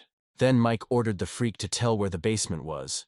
But suddenly the girl, whose face that bald bastard had burned off, said she would tell about the basement. She asked Mike to give it to her, then she would tell him everything. Mike, without thinking twice, threw her the sword and said that it was hers. And finally the bastard got what he deserved long ago. The girl took the sword and began to cut him into pieces. Other women burst into the room and Mike asked if she knew too. So could they tell him about the basement? She said she would share the secret, but she had a condition. Mike replied that they were not in a position to set conditions for him. The woman replied that they are not afraid of dying. They have a difficult life, and death is a relief for them. She doesn't know him, but she has what he needs. She will give it. But she has conditions. Otherwise he can just kill them all. It's better than living like this. Mike still agreed to the condition. In the house they started killing one bastard after another. What joy. Mike was waiting for them outside. Their conditions were that all the men in this house would die. The girl approached Mike and asked why he helped her. Mike replied, "Didn't she just say that she was ready for anything?" Then she pointed to her face in a cheerful way and said that she thought he didn't like her as she was, and that she seemed to be dying. Mike said that she was indeed dying, but if she came with him she would survive. He needed someone who would be completely subservient to him, who would be covered in the blood of his enemies, the one who would stand in the darkness and hold back his future enemies, the one who would give him his soul. Mike asked if she was ready to become such a person. The girl agreed, and they shook hands. Then the woman came out after the successful murders and said that she would take him to the basement. They came to the basement, and there was a ghost tree. You can never tell from its appearance to what extent it has developed, because it covers and hides a magical stone, and on its branches grow fragrant fruits that beckon to be enjoyed. The survivors who eat these fruits will be developed.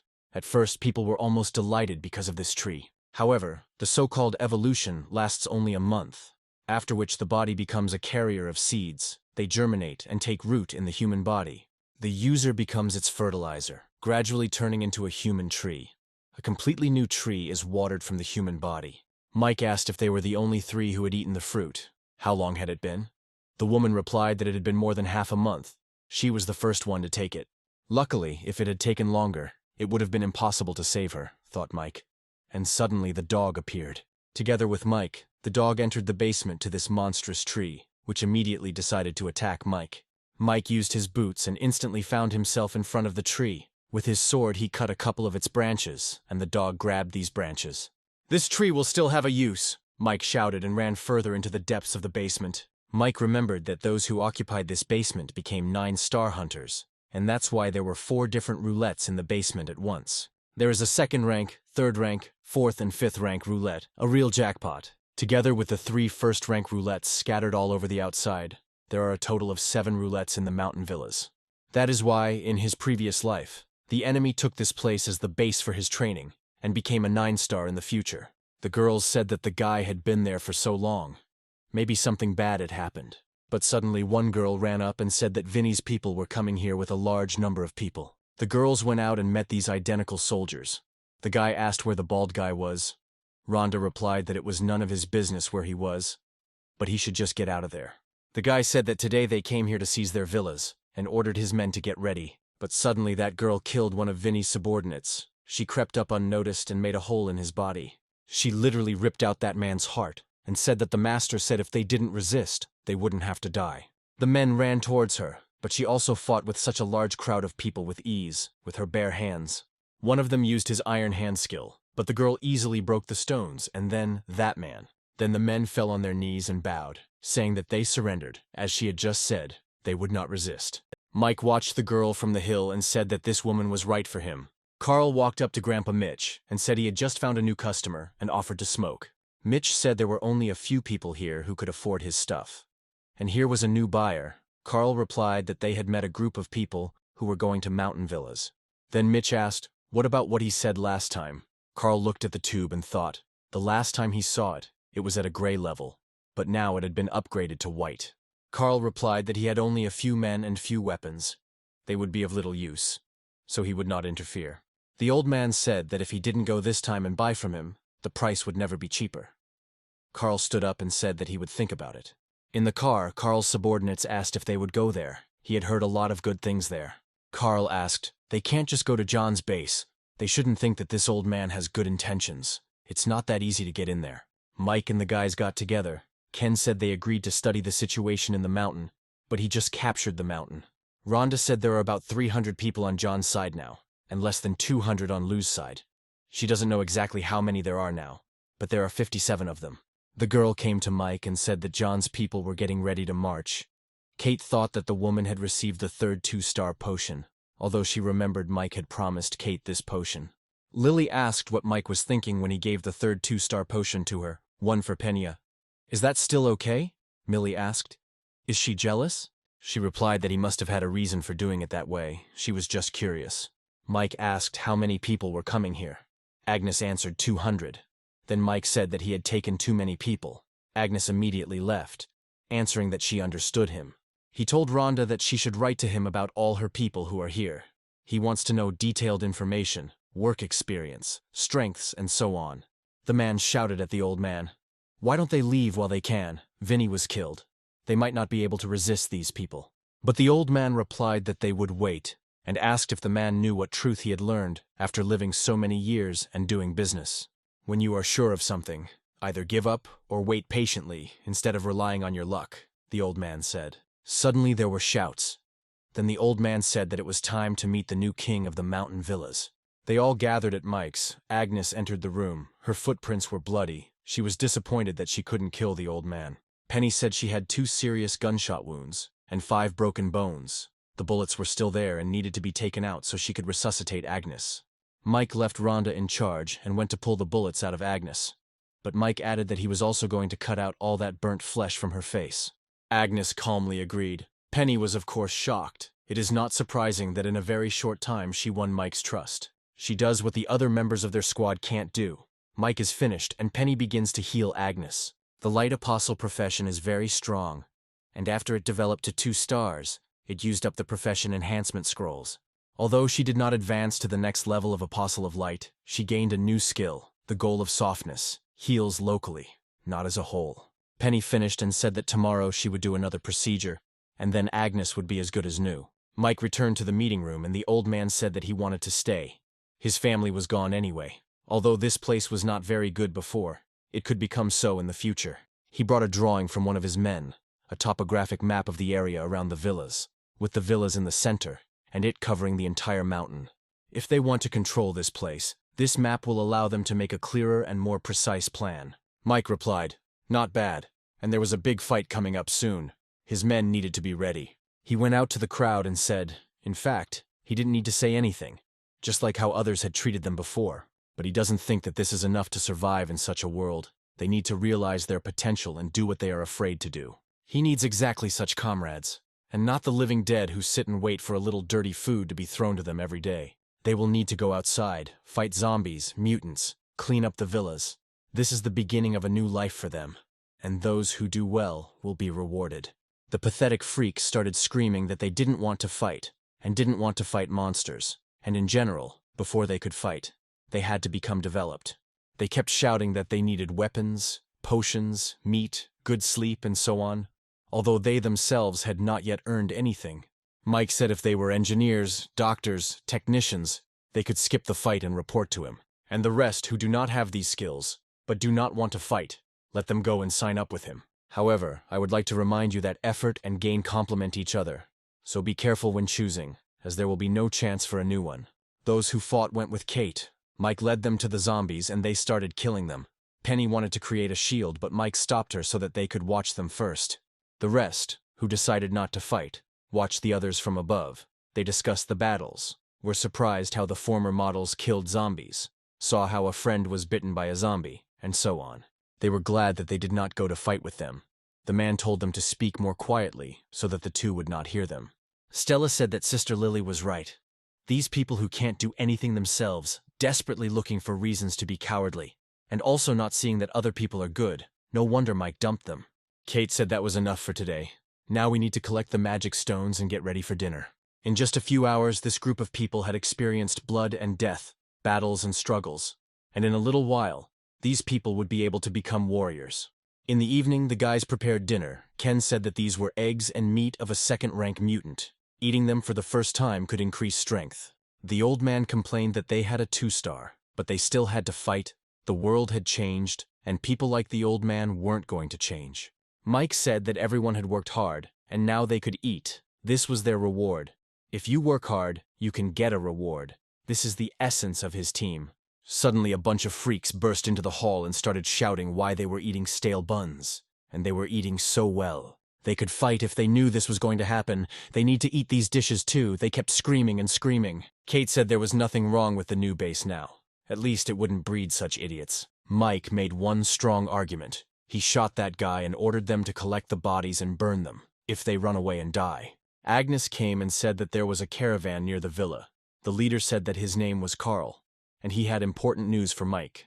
Carl watched as the bodies were burned. Surprisingly, in such a short time, this group occupied the mountain villas and also began to clear the mountains. Mike greeted him and they sat down at the table.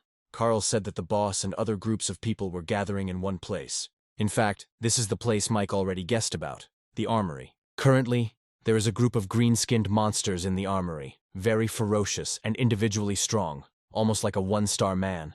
They eat people, they eat zombies, but they don't eat magic stones, so the stones remain visible.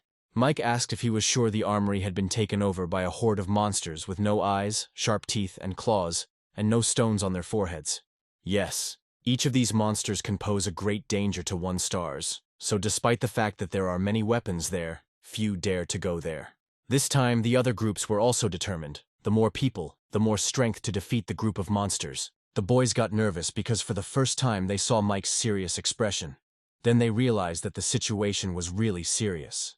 If they capture this place, they will be able to get not only weapons, but also a lot of stones. So it's almost like killing 2 birds with 1 stone. Carl said that he is new here, but he sees how strong Mike is. If he is ready to fight, he guarantees him that he can join this expedition and get his share. Mike replied that he would think about it, since Carl was a rare guest. They should give him a good reception. Kate asked if he was afraid of those monsters. Mike replied that these creatures could be called demons. They are very strong. The demon monster was generally defined as a type of monster that appeared after a series of mysterious processes in which people were exposed to radioactive substances. Monsters don't have stones indicating their level, so you can just look at their height to see how strong they are. Monsters have no skills. They are a race that uses their body to the maximum. If a person is not well developed, then he is finished. What's even scarier is that these monsters can reproduce. They capture women and even zombies, and impregnate them. Although there is no benefit in killing this species, but due to the characteristics of the monster, it will reproduce. The existence of this kind of creature is the greatest threat to humanity. It had been more than a month since the apocalypse began, although there had been large-scale organized rescue operations. But even before they left the previous city, had anyone seen the missiles? But have they ever wondered why it is humane not to use these weapons of mass destruction at the moment when they are attacked? Chances are, even if they have the ability, they are too cautious to use it because the missiles can detect zombies. But Mike replied that one of those things in the sky, when it attacked that day, the ship blew up all the human weapons. Monsters are horrible creatures that appeared when humans were exposed to radioactive substances, and they are very strong, and there are many of them in the armory. If there are only 100 of them, they have a chance to clear them out if they work together, but they are just setting up a base, and the base is the priority right now. Even if Mike knew that monsters were the enemies of all mankind, he was not stupid enough to fight them himself. On the other side of the golf course they will collect cars. When the flowers bloom, it will be cleared to grow food. Ken will now be in charge of the fighter training program, and can use all his free time outside of zombie battles for training. Kate and Millie are to set up sentries, the main places that need to be set up.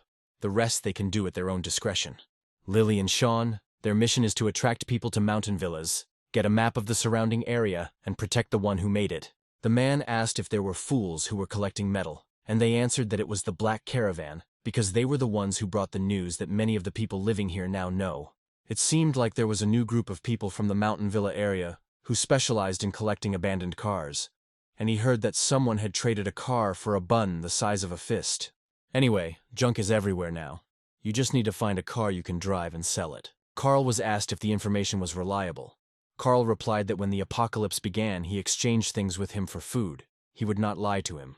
They really need people in the mountain villas. It's best if they have skills, then they will be paid well. If not, they won't die of hunger anyway. Only a few days have passed, and his people are already 4 people less. There are fewer and fewer of them. Mountain villas are the way out. Carl asked them to think about it. Then the uncle replied that she would take his advice and go there to try her luck. The man asked Carl what the people from the mountain villas were doing, why they needed them. They also needed people. Why didn't Carl recruit them? Carl replied that sending these people there wouldn't change the weather. Mike had big plans, and they were on a level below him. All they have to do is do something for them, get a reward, and then they'll just watch and see what they get up to. The professor thought that after being trapped for so long, he needed to find food. Otherwise, he wouldn't last even 3 days. It's time to fight for your life. If you don't risk finding something, then tomorrow your strength will run out, and then there will be less hope of finding food. But as soon as the professor entered the store, the man hit him, and he fell. He had no stones. Then the man hit him again. Then he stood up and said that he couldn't let him go just like that. He needed to get blood to lure the zombies. But suddenly the professor stood up. The professor took a small knife and cut the man's throat, and told him not to blame him, because he himself made him do it.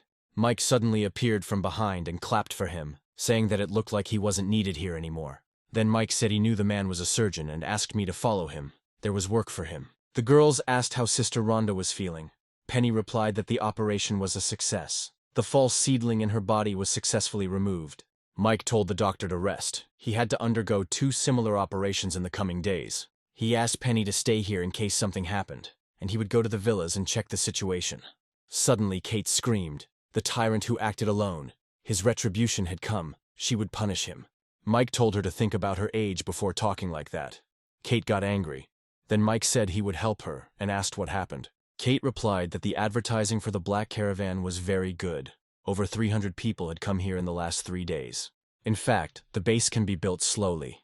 But in such a hurry, many problems will arise, the most important one being food. Initially, there was a lot of food in the warehouse. Plus, they exchanged some for Carl, keeping the same number of people. It was possible not to go hungry for 2 months. Mike asked what the problem was. Kate shouted that it was a big problem. What would he do when the food ran out? If people start exchanging more, there will be less food. This is only the immediate problem. There are other similar ones, such as the life of survivors, cleanliness, safety, and so on. There are a lot of problems. Mike asked if there wasn't some work clothes in the storage room. Let these people rub them and change. You need to put some first-rank meat in your food to improve your constitution. Let them also clean up around the villas. They will start building walls soon. We can't stop buying cars. This is the material from which he will make knives. Let them hurry up with training with Ken. Suddenly, Lily came running and said that a group of people had arrived at the entrance who wanted to deal with them. There were a lot of them, and they were armed. Mike decided to meet them and asked if they said which side they were on. Lily replied that they didn't answer, but it seems they were from prison. The bald man swore. Mike went out and thought that he had never heard of such a person in his past life, which meant he was small fry. Then the bald man came down and said, "He has 40 cars of junk, 150 people. How much will he pay for it?" Mike replied, 100 kilograms of rice, 50 liters of water. But the bald man didn't like it. He started shouting in discontent. But Mike brushed his hand away from himself, and the bald man realized that Mike was stronger than him. He thought that he had people, and besides, he needed to get as much food as possible so as not to embarrass himself in front of the leader. He said they wanted 300 kilograms of rice, no water, 100 canned meats, oil, salt, and vinegar.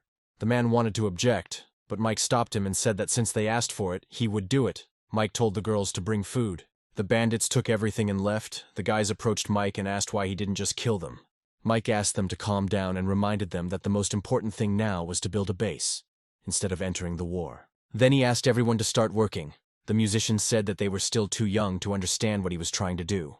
That man has more than 500 men under his command, while they only have 50. If they win now, they will win in battle, not in war. Mike replied that when everything else in their plan went smoothly, sooner or later, he would give that bald guy a great show. A week later, people gathered outside the city, Uncle Mitch and his men, and bikers who call themselves the Hungry Tigers. Suddenly, another group of people on horses arrived, and the man, seeing everyone, said that they had arrived early. Mitch came to greet Lou, and the biker approached the girl and sweetly said that he hadn't seen his sister Lena for a long time. He asked if she wanted to come to him. He had a lot of new things. Lou said he wanted to introduce them to Ben from the Chamber of Commerce, which the guys weren't happy about and said that wasn't the plan. Then Lou replied that this gentleman was just an observer. He would not take a step, nor take part in the division of the results of the battle. Mitch still doubted, but still suggested proceeding to capture the military base. Ken informed Mike that the groups were heading to a military base. Mike replied that they were ready to attack, and this time their target was a grain silo. If this operation is successful, then you won't have to worry about nutrition for at least a year. The boys continued to build the wall. Everyone tried to help in some way. The back part of the fortification was already ready. The front part depended on Mike. Mike and the others fought. There were too many zombies. But weapons could not be used, because the noise would bring even more zombies. One guy fought bravely, but one zombie injured him. Then Mike praised him and gave him a potion so that he wouldn't turn into a zombie. Mike said he knew many of them were fighting for the first time, but they had to win. They had no room for error. Those who do well like him will get the potion after the battle. He is Mike. He will never break his promise. The girls were driving a car and luring zombies with pieces of meat. There were troops near the weapons depot. The sounds of gunfire attract monsters. It's Mike's style to sacrifice strangers. Millie decided she was just doing a mission to calm herself down. Suddenly, Agnes jumped out of the car and told the girls to leave first. Rhonda didn't want to let her go, but Millie reminded her that Agnes was a 2-star hunter. She ran to 2 weirdos who had prosthetics. They started calling Agnes ugly, and that she wasn't worth living. They asked if she was the one who brought those zombies here, but Agnes didn't answer. She immediately started attacking them. But suddenly these weirdos started using their skill, the Siamese shadow explosive technique. Agnes hit one of them, but there was an explosion, and she was sent flying. They said she wouldn't even be in the top 50 in the Chamber of Commerce. With them in the top 20, it seems Mike was right to be worried about the Chamber of Commerce. The word explosion in their names didn't bother Agnes at all. She hit one again, and that man exploded, and Agnes fell again. Although Agnes is strong, she has no profession, no skills, and no plan. She hit the man again, and he exploded again. But she still got up and hit him again. This time she hit the real one. Then the man got nervous, and thought that if she hadn't been a 2-star, she would have burst in long ago from the very beginning. She was ready for the fact that they would blow her up. The man ran at her with a knife, shouting that it didn't matter that she had broken their skill, he would still kill her. But Agnes grabbed him and tore out his heart, saying that she didn't have to be better than him. She was just stronger. Mike and the guys continued to fight, but the zombies became more and more numerous, and then the people began to despair. but Mike told them that everything would be fine and ordered them to stand behind him. He took out his fire knife and with one swing destroyed all the monsters. Ken approached the storage to get some food, but suddenly something jumped out. But the main thing is that Mike managed to repel the attack. This is a mutant from black clay. Ken complained that he felt numbness in his limbs. Mike replied that he should go to Penny so that she could cure him. Mike went into the vault and there was a mutant there, very strong. And compared to the others, he causes a lot of problems for the survivors. These black muds are not only very sticky, but also contain psychotropic toxins, so that the prey loses its ability to resist and the mutant swallows the victim alive. A 3-star monster, Mike really didn't expect to encounter such a level of mutant when entering the grain storage facility. Inside the vault, Mike can't use his fire sword or everything will be lost, and the monsters kept climbing into the vault. The monsters seemed to be protecting that dirty monster. Mike decided to use his boots. But even so, Mike was still bitten a couple of times by monsters. Then he used the power of the boots, and it worked. Life energy is replenished.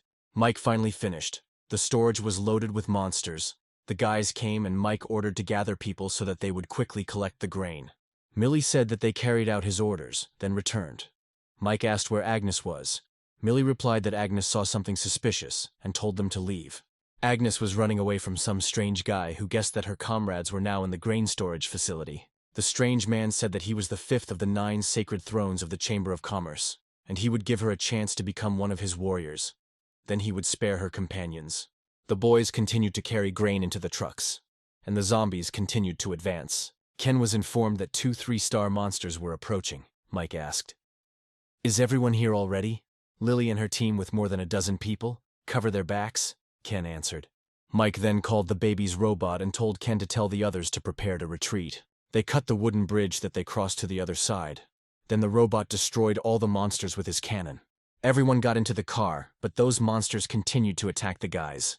Mike said that if they let them catch up with them, it would be expensive. So Mike took out his huge gun and shot at the monster. But the monster anticipated the attack and lost only an arm instead of a head. Then Mike started shooting like crazy and said that this was a warning. If they followed them, he would kill them. Suddenly we are shown a doll. And now she could speak. She said that it seemed like it could be called words, but she couldn't remember it. A lady came up to her and also spoke. She said that the doll would no longer be able to evolve. She must kill more to become stronger, the lady said. Then asked if the doll would help her or choose death. But the doll attacked the lady. Then the lady called her a worthless thing and decided to attack her too. After a short battle, the doll sensed something and immediately ran away. The lady said that she would not run away from her.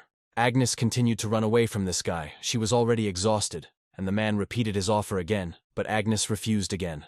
The man said she was a frog in a well. Everyone in the world was a frog except the Zero Chamber of Commerce. The chamber has truly reached the forefront of humanity, and that is progress. He said he was giving her a chance to see how strong they were. He liked her indifference. Then he hit her. She was able to protect her stomach.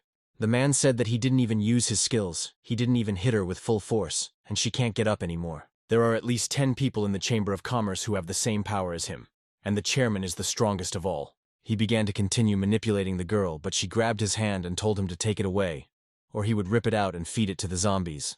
Things weren't going well for those who were trying to get the armory back. The green monsters were very strong. Then that strange guy came back and threw Agnes to the ground. The green-haired guy asked why they had to run after her. It would have been better if he had helped them, the man replied.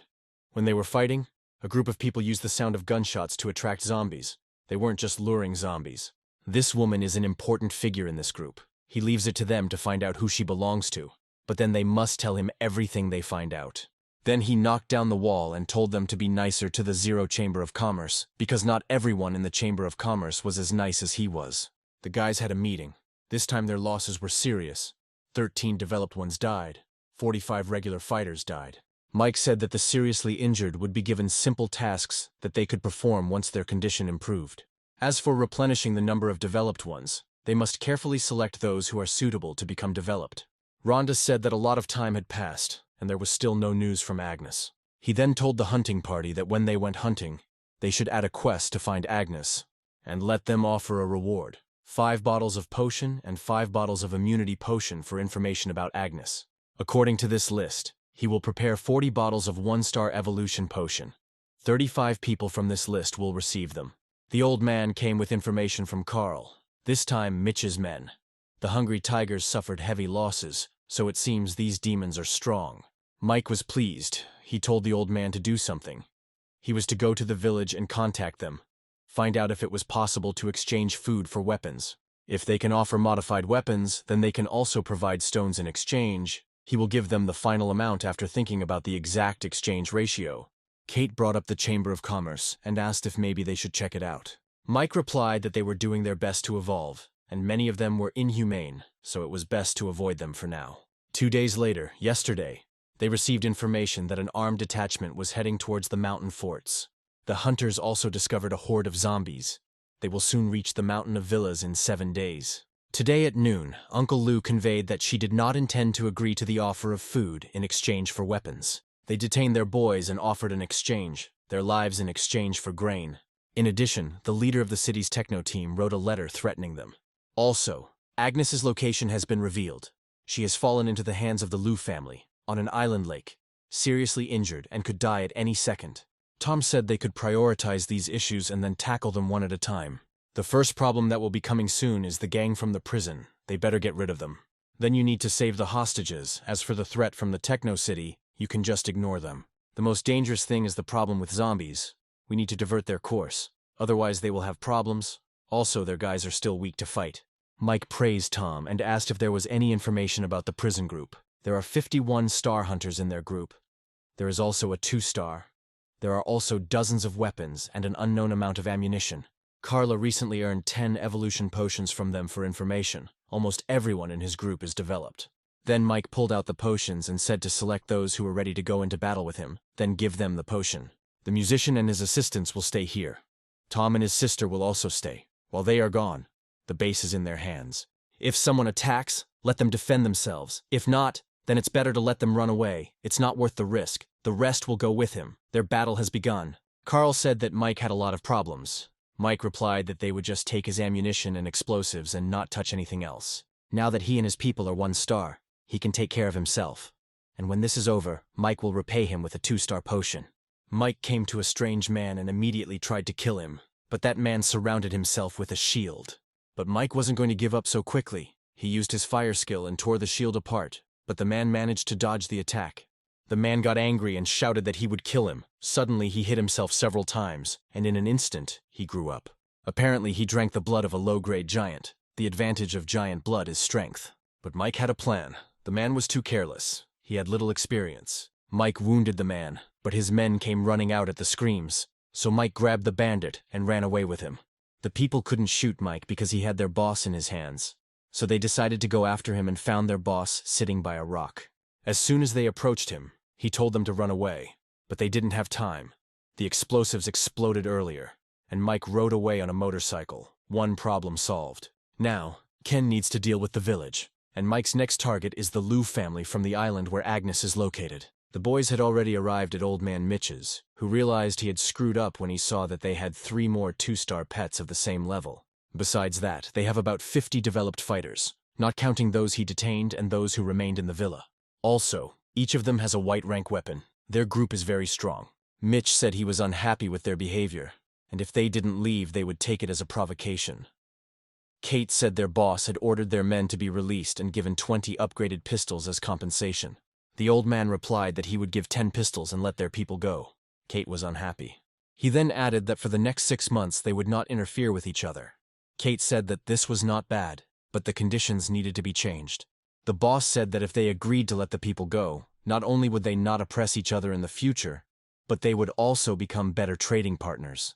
Mitch had no other choice. He agreed to their terms. He ordered hostages and 10 guns to be brought. The boys took their guns and their men. Kate told Mitch not to forget to bring good news. At this time, Agnes was still being tortured, but she still did not say anything. The martyr said that she could remain silent. They already knew that she was from the villas. He ordered to tell how many developed ones she had at the base, how many weapons, and how many 2-star ones, and what professions they had. Agnes sent him, and the bastard began to beat her harder. He was almost beating her, but she managed to remain silent. If he can't do even this little thing, he won't get the 2-star potion next time. Suddenly a man burst in and shouted that there was a man on the lake who said he was looking for this woman. The old man said that the guy dared to come alone. He was able to swim across the lake. This guy was helped not only by courage, but also by luck. After all, There are water mutants in the lake. They called Mike a fool because he was risking his life for this woman. The old man ordered his son to deal with the guy, who began to mock his brother, because he could not get a word out of Agnes. While they were arguing, Mike burst into the office and said that he was looking for one person. The man walked up to him and started yelling at him to get rid of that shitty expression on his face and promised to kill him just like he did her. Mike just said, "So she's here?" Then he took out a gun and shot the man. Then the other one. The others stood up and started shooting at Mike, but he apparently stole the shield from that boss and used it, so not a single bullet hit Mike. Then the main one got angry and stood up and used his ability. But Mike called out the primary skill, and the water girl broke through his attack. The old man's daughter seemed to have broken through his shield. But Mike was already behind him and had a gun pointed at his head. Mike ordered them to let his man go, but the old man replied that this would not happen. The daughter screamed that if he did not let her father go, he would die. But Mike replied that he was not going to die here. But if they did not let her go, they would all die here. The old man said that he did not deny that the boy was strong, but if he really wanted to kill him, they would all fight to the death. Mike knows he's not lying. Mike has played all his cards. If he dares to kill him, his family may cease to exist, but the guy will die here too. But this did not convince Mike in any way. Then the old man became nervous and wondered whether he should let her go. The daughter was told that the master was now being held hostage. The brothers were dead, and only she could make a decision. Then the girl ordered to bring her here, and so they did. The girl told Mike that now he had to let her father go. Mike refused. He ordered to hold her and follow him. When they safely swam across the lake, he would release their master. The girl started to complain, but Mike replied that he would not trust the enemy. He was not that naive. He's in a hurry, so either he kills her father and gets out of here himself, or she agrees to his deal. The girl reluctantly agreed, and they swam across the lake. The master asked if he was going to kill him. Mike just grinned and left. The old man realized that this facial expression indicated absolute confidence, that even if he attacked him, the guy would win anyway. The smell of Agnes's blood attracted a lot of zombies, but she used it to her advantage. The healing skill is really strong. Mike told her that she would have to endure at least 3 more hours to regain all her strength. But Agnes knelt down and said she knew the master was in trouble and she was willing to help.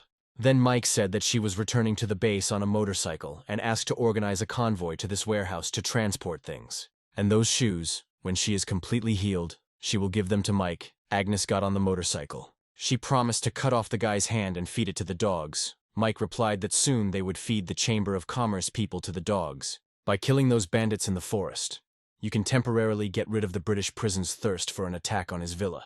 Even if the prison wanted to strike back, they wouldn't be able to do so quickly, so that leaves the last problem. Zombies.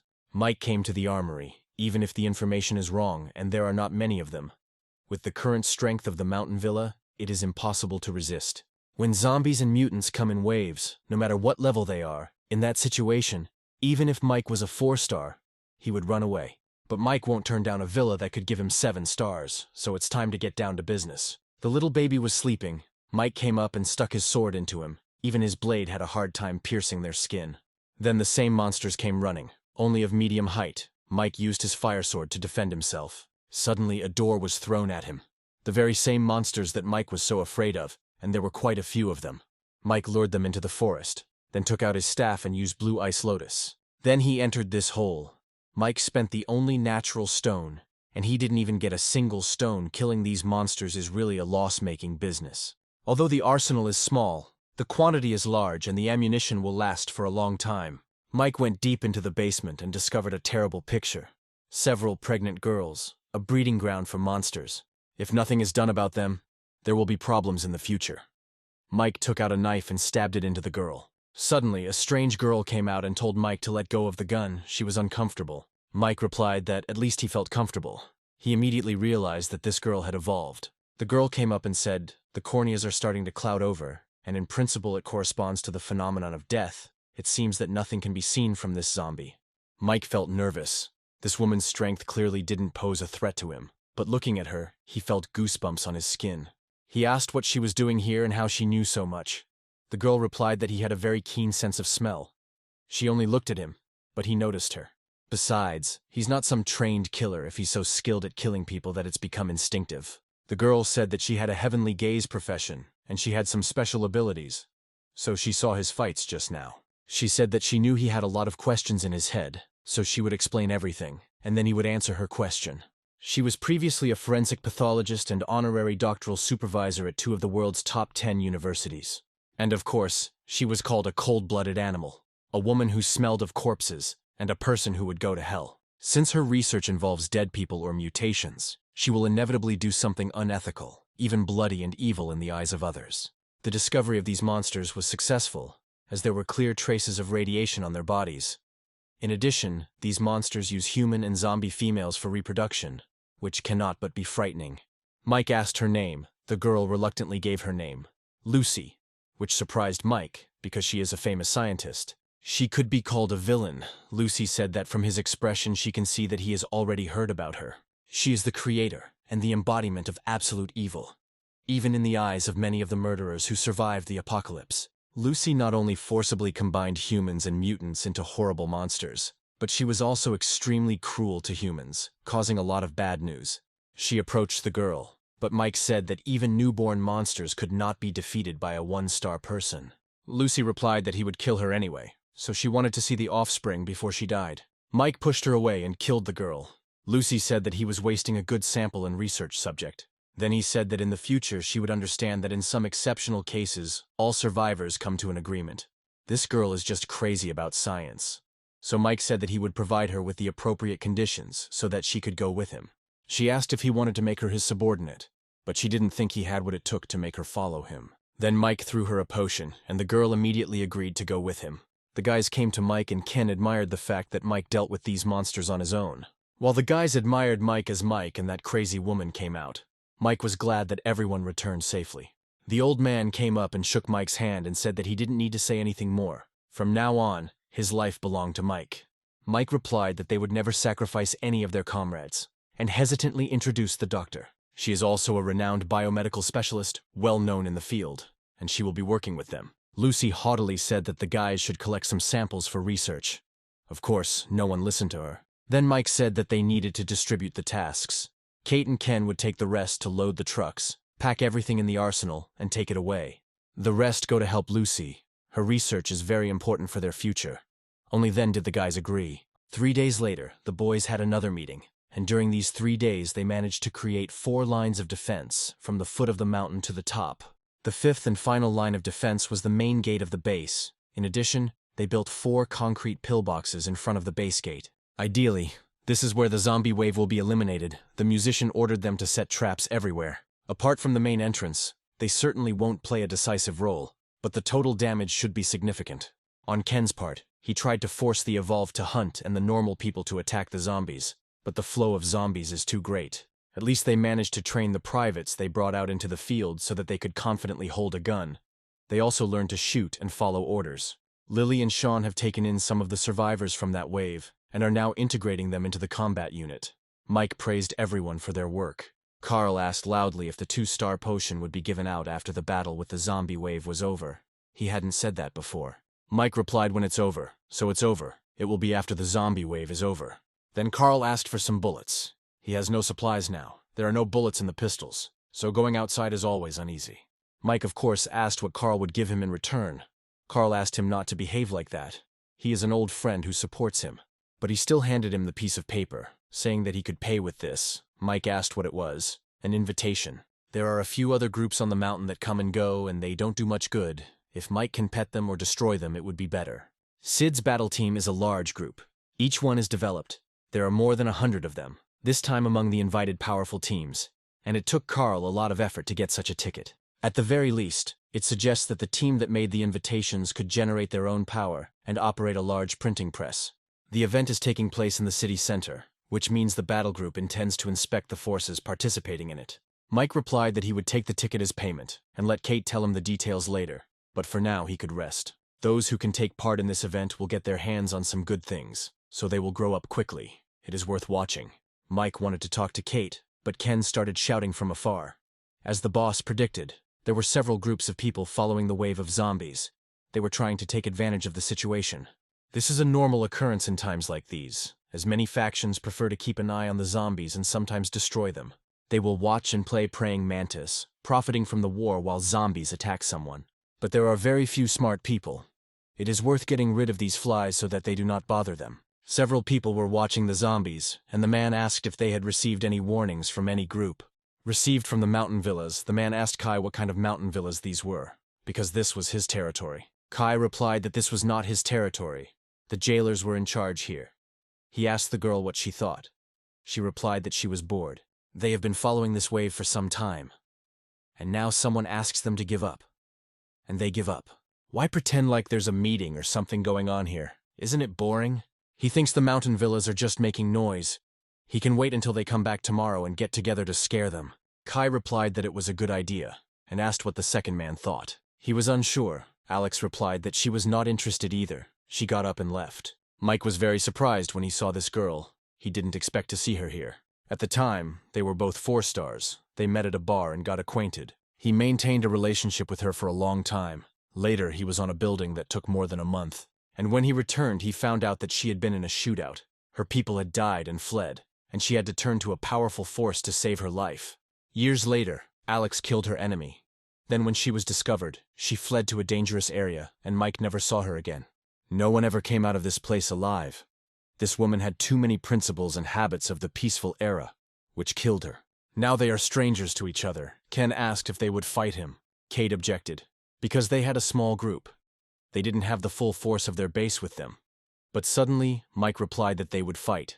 You need to be able to fight. Will they recognize the one with glasses among the 4 leaders? If they are going to fight, they should start fighting Kai. They have little to lose. They have someone to fight the zombies with, and they can warn the other forces after the fight.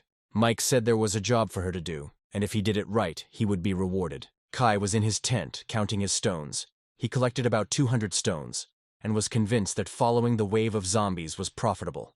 Just as he began to plan the hunt for tomorrow, he heard the cries of his people. They said that they were under attack. Kai ran out and took out his weapon. He asked who dared to attack them. Then Kate ran out and attacked Kai. Apparently she had completed Mike's tasks. Mike and Alex were watching everything on the mountain. She asked if it was his guys who defeated them. Mike replied, the Knights of the Hungry Tiger, the boss of which is Kai's enemy. Then Mike asked if she was ready to talk about cooperation. Suddenly a truck pulled up. Kate and Agnes got out of the car, and some man. He extended his hand to Mike, greeting him. Mike shook his hand and said that he had just spoken with Ms. Alex about cooperation and invited him to listen. Alex asked how he wanted them to work together. What would it give her? Mike replied. His target was this wave of zombies. They could help with defense. In fact, they don't need to worry because the villa is his. He will lead the people to defend themselves, and they see that the situation is bad. There are certain risks, and once his villa fails, they will not be able to get any benefit. If they can guarantee the number of evolved participating in the battle, then after the battle he will give everyone 10 bottles of the potion. In addition, for every 10 developed, he will give 1 more bottle of 1-star potion, and for every 30 weapons, 1 more bottle of potion. The guy replied that he could agree to these conditions, but he didn't need so many potions. 5 bottles would be enough. But the weapon that Mike took from Kai after his death, he needs now. So Mike took out the weapon, and he gave it to the guy, who took it and said that he would do everything possible for him. Alex asked how confident he was that he could destroy the stream of zombies. If he was even half confident, then she agreed. Mike was surprised that her demands were so low and extended his hand in thanks for her cooperation. Later, he came out to the guys and said that they successfully destroyed 2 groups that followed the stream of zombies and tried to use them to their advantage. He hopes that after today's battle, thanks to their bravery and hard work, more of them will get a chance to develop.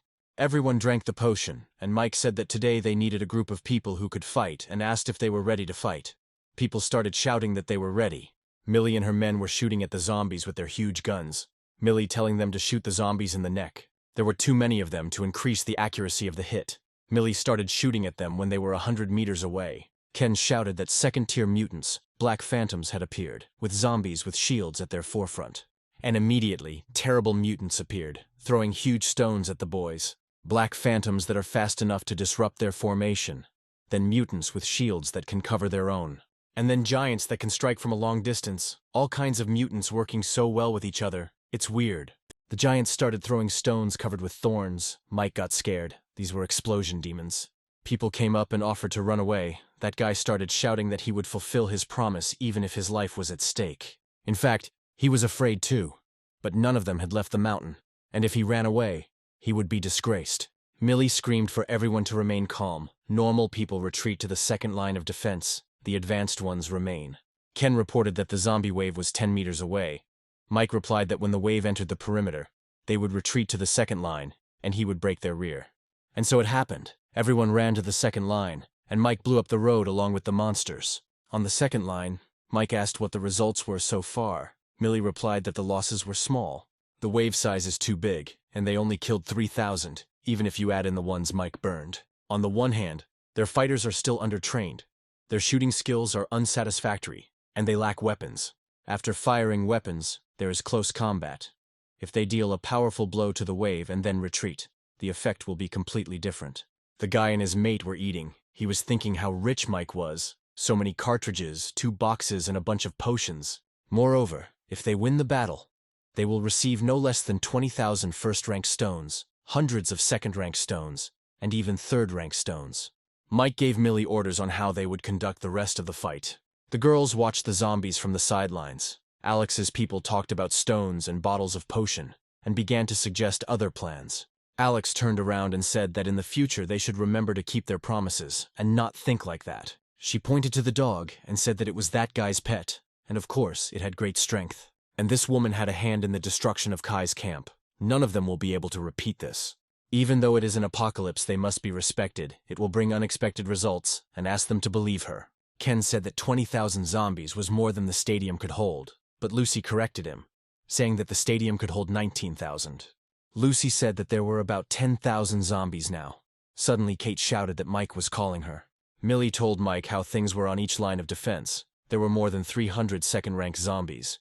There were even third-rank zombies. When the third line was lost, the evolved were forced to stay behind, losing a total of 137 fighters. Kate brought Dr. Lucy, Mike asked. According to the time she gave, everything should work now.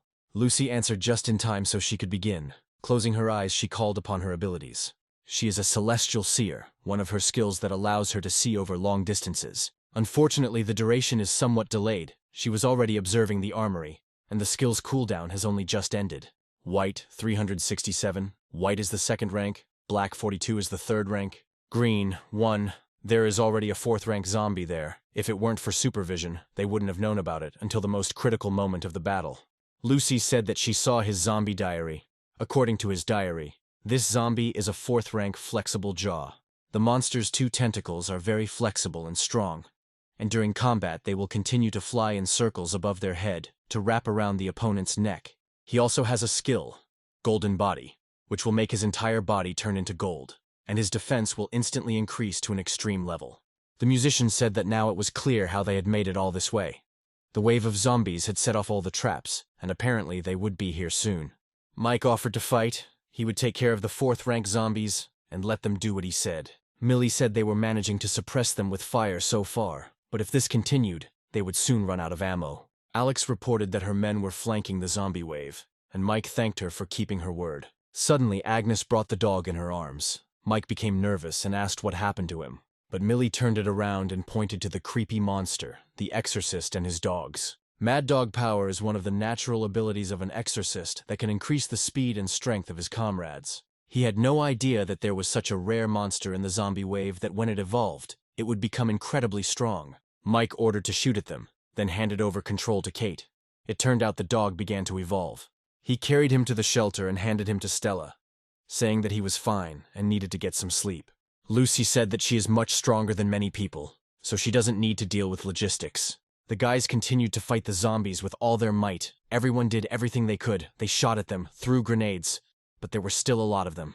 Suddenly, the monster that had been hiding in the crowd all this time appeared. The monster was giggling contentedly, sitting on the shoulder of the monster. The main figures of this wave, the most powerful monsters, began to appear. Mike aimed at the exorcist and the flexible jaw. But the lack of hands to protect the head is the biggest weakness of the exorcist. He has the skill of protection, using pets. Mike was able to kill this monster. Now it's time for the next monster, only he remains. Lily and the girls were fighting this creepy multi-armed monster. Lily took out her ribbon and started attacking it. She was able to make a small cut. Millie told her to tangle it up, and she would collect the zombies. Millie ran and lured the zombies. Then Lily jumped really high and performed her new skill. The goiters died immediately.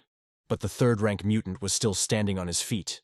But suddenly something happened and he fell. It was Ken, Millie said, to get everyone together and kill as many as possible. Mike won't be able to hold out for long. The whip that he perfected is very powerful. He even has a skill, the blade of the wandering wind. Mike was still fighting that monster. Even he was having a hard time. Kate asked Mike to hold on. At the moment, there are less than 5,000 zombies left in the battle, and combat losses amounted to more than half. So the key to victory is now in Mike's hands. But then the monster thrust its tentacle into Mike. The monster continued to giggle, but then Mike grinned confidently and said that the monster had fallen into his trap. Then the little robot took out his huge gun and fired straight at the monster. But what Mike was so afraid of happened. The monster used his skill. His whole body became covered in gold. People started complaining that Mike had forgotten about them, and it seemed like they would die here. But the guy replied that he would die here but would kill the zombies. Alex's people also asked her to leave. The man said he would cover for her. They could go before it was too late. Alex asked if they thought they were fighting over those few bottles of potion. No. It was now a battle between humans and zombies. This is the protection of their race. In the future there will be more and more such battles. You can't run away. She won't blame them if they want to leave. She will stay, if only for the sake of her race. If the level of evolution could determine everything, the end of the world would not be so difficult. So Mike continued to fight. He took out his summon card and a jumping beast came out of it. Suddenly this monster started calling for reinforcements. All the zombies started running towards them. If he continues to attack and grab him by the neck or kills the rider, the situation will change dramatically. But then Agnes appeared. She was able to snatch the tentacle of this monster, thereby freeing Mike. Then she threw him a knife. Mike took this chance and used the fire sword skill. The zombies started to retreat, and all because Mike was able to kill this monster. They finally won this battle. Sometime later, Lucy said that it was important to collect the bodies of high-class zombies. It is necessary to conduct research on the samples, especially on the 3rd and 4th rank zombies. This time they suffered heavy losses. Now their team has less than 200 privates and only about 40 developed. Some were left disabled. The guys continued to tell everything, but Mike replied that he understood everything. It was a victory, but not a successful one. Tom reported on the awards. They received more than 22,500 stones of the 1st rank, 385 of the 2nd and 31 of the 3rd.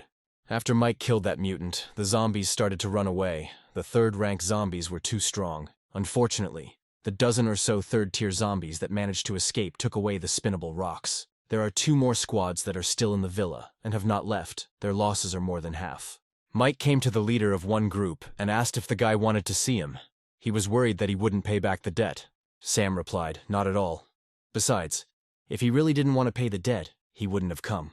Mike replied that he was not a very nice guy, but he was a man of his word, or maybe Sam wanted more payment. Sam suddenly asked if he could follow him.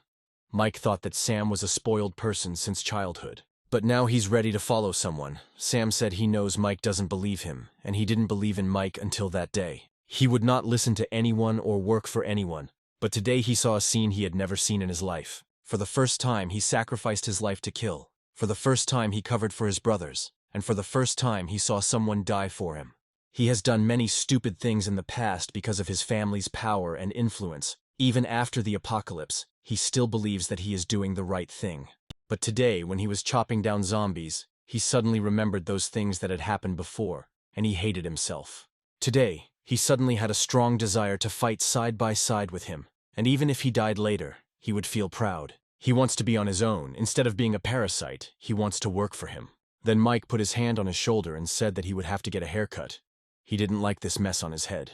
Sam was delighted, and Mike said he had a great place for Sam. It would be perfect for him. Mike went into the basement. The tree had grown, so Mike cut off a couple of its branches. Then he came to the roulette to spin the 3rd rank roulette. If he was lucky, he would get a 3-star potion. But Mike was met with failure after failure, so he kept putting stones into the roulette wheel. And finally he got a 3-star potion. Now he can become a 3-star warrior. Mike returned back to base and stopped Lucy from dismembering the monster. Lucy said that he said she could let her research the monsters. He couldn't go back on his word. Mike replied that that's not what he meant. And who did she borrow the knife from? She replied that Kate borrowed it, and that meant he became a 3-star. Then Mike replied that she could take zombies of all 3 ranks, but she should leave the 4th rank zombie. He promised that there would be many more opportunities in the future. Then Lucy asked if he would give her a 2-star potion. Mike replied that she could create the potion herself. Lucy replied that she was confident in herself. But who the hell was he? She studied the improved formula for the 1-star potion, but she didn't understand much. But one thing is for sure. It can't be developed in 2 months. Moreover, He has recipes for 2- and 3-star potions, Lucy asked, helping him. She is not helping him destroy humanity. Then Mike responded angrily. If she knows who created this apocalypse, she should tell him. If he doesn't kill him, he won't be called by his name. Mike took out a functional luck card that can open skill extractions. Even though it is a one-time card, this mutant has 2 skills and has a chance to get a golden body. And he succeeded. Mike was able to obtain the skill of the golden body, that monster. Although the golden body is strong in defense, it also reduces the speed and agility of the body. It has blood boots that have high attack and agility. Sean's position on the team would be a good fit for this map, but his job has him using a shield, so it doesn't suit him. The girl would not want to master this skill either, since it is for defense, not for attack. As for the retired ones, they weren't good enough to get it yet, so he just left it. Mike came out and said, first of all, he wanted to thank Alex and Sam's team for the terrible price they paid. There are 30 vials of potion here, and in addition, 10 types of gray-level weapons await them, which can be taken from the armory. Anyone who has not yet evolved will receive potions, and anyone who has already evolved will receive a moonblade. Mike brought the 2-star potion to his friends who followed him all this time. The team's shape change helped increase the centripetal force of all members, and Mike thanked Rhoda for the great work she had done. Rhonda, who made all the costumes, said it wasn't difficult at all, since she only had to remake part of the uniform and that was it. It so happened that this villa was often rented out to various groups for filming, so a large number of costumes are stored here. They will be divided into 5 groups, captained by Millie, Ken, Lily, Lou, and Sister Rhonda. In the car, Carl praised Mike for winning. Mike replied that he shouldn't worry. He brought the payment, then handed over the potion. Carl asked if Mike was going to go to the exhibition alone. Mike replied that he had made some preparations. Mike arrived, Sam arrived too, and waved to Mike, saying that his men had taken measures and a place for an ambush. This guy shaved his head. Even though Mike asked him to just change his hairstyle, he's unrecognizable now. Mike asked if he told them not to be scared. Sam replied that the binoculars he had prepared for them would be enough to keep an eye on Lou's house from a distance of several hundred meters, and the appearance of the suspicious person Mike had mentioned would activate the chain surveillance system and allow them to find the suspicious person's lair. All signs point to the Lou family and the Chamber of Commerce having close ties, although he is currently reluctant to get involved with the chamber. Mike asked if Sam was a Bon-Ton magician by profession. Sam asked how he knew his profession. The other day he saw Sam using his professional skills in battle. So where did he get the profession scrolls from? Sam replied that a multicolored roulette wheel was spinning at the cement factory, and that's how they got the profession scrolls. But then the wheel exploded. Mike replied that such roulettes are dangerous, and if a black section came up, that's the end. Sam said to get to the meeting place of this fair, you have to cross a quarter of the city, but it was already dark. Mike replied that the night in the city belonged to the zombies and mutants, so they would stop here today and move on in the morning. But as soon as the guys entered the buildings, the people who were hiding there stood up and grabbed their weapons. However, among these people was Sam's uncle. He ran up to him and hugged him. Sam asked what happened to his father, where he was. The uncle replied that he was now in their camp. Then a big man came up to them and asked if this was his relative. The uncle replied that this was his own nephew, and gave him 1 crystal. Then Leo said that he could take them, but he had to explain the camp rules to them, otherwise his uncle would get in trouble. Besides, they will be camping here today, so Uncle should look for food for them. Uncle bowed to him. Sam was naturally angry, but Mike told him to calm down and to find out more information. Uncle asked how Sam was doing. He and his father were very worried after the end of the world. His father was very worried. It seemed like half of his hair had already turned white. Sam replied that he was fine, alive and well. Mike told them not to go outside. It was too risky to go out at night when there were zombies. They could eat what they brought with them. The boys returned. Then Leo took their food and said that his uncle was a good man for sharing his food, and left. Sam got angry, but Mike asked him to calm down and follow him. They went to the roof to eat. Sam said that he could easily deal with them. Mike replied that they would follow them to the camp and find Sam's father. Then he could sort everything out. There was no need to enter into conflict with them yet. Then Mike asked Uncle Sam to tell him about the current situation in the city. Uncle agreed and began to tell that there were 4 most powerful groups in the city. The strongest is the Ren group, all members of which are developed. Their boss is a 3-star, and he is also a professional. This is almost the same as what Carl said, so it seems that the authenticity of this invitation card is reliable. Although the other 3 groups were not as strong as Ren, they were also very strong, and they all had 3 stars in their ranks. At first, for the sake of the 3-star potion, The entire city turned into a bloody storm in these 2 weeks. Whoever can find a third-rank mutant will receive stones. Every time a rank 3 monster is found, it is a battle between humans, not monsters. If we talk about forces, then there are still people in the city who have compiled a rating. In first place is the Ren group, in second place is Meng, in third place is Leo. In the past, similar rankings have appeared in a variety of areas, especially as survivors gained more contacts. Morning came, and the boys followed this group to the camp. The uncle said that he and Sam's father lived in the garage. He and his father take turns hunting, and if they're lucky, they can get 1 stone for a few days of food, which is not bad in this world. A fight broke out in the crowd and Sam's father was being beaten by 2 men. Sam, of course, couldn't take it anymore and ran up to them and hit one of them. Uncle came up and helped Sam's father, then asked Mike to help Sam, because he could die if he fought alone. Mike replied that there were only 2 1-stars and a few ordinary people. Everything would be fine. While Sam was fighting, one of the men took a gun and ordered the others to beat him to death. But Sam beat up everyone who attacked him, then shot the man with his skill and killed him. The father ran to his son and told him to run away before it was too late. Sam replied that they would leave together, but first they had to drink the potion. Suddenly, a man came out of the crowd and, pointing at the boys, ordered the people to kill them. Mike asked if it was too much to ask to kill someone from his own camp for no reason. Before his men could reach the boys, Mike grabbed their boss's throat and, squeezing it, asked if he thought he could kill him. Then a man from the crowd asked Mike to spare him and apologized for his son, promising compensation. He suggested that Mike come to him and discuss everything. Then Mike threw his son on the ground and agreed to talk. The man said that Mike was apparently a 3-star, and it was their fault. Then he apologized again for his son. Then he said to give Sam's uncle and father a potion at his expense. This was his compensation for the fact that he had offended them today. While eating, Mike asked what had happened to him, and the man replied that one of the groups had done it. By a lucky chance, they got a bottle of the 3-star potion. They think they have the right to participate in the exhibition, and came to collect their ticket. The man shouted that if the great elder brother were alive, he would not have let them get away with it. Mike asked who the great elder brother was. The man replied that it was his second son, who was called that.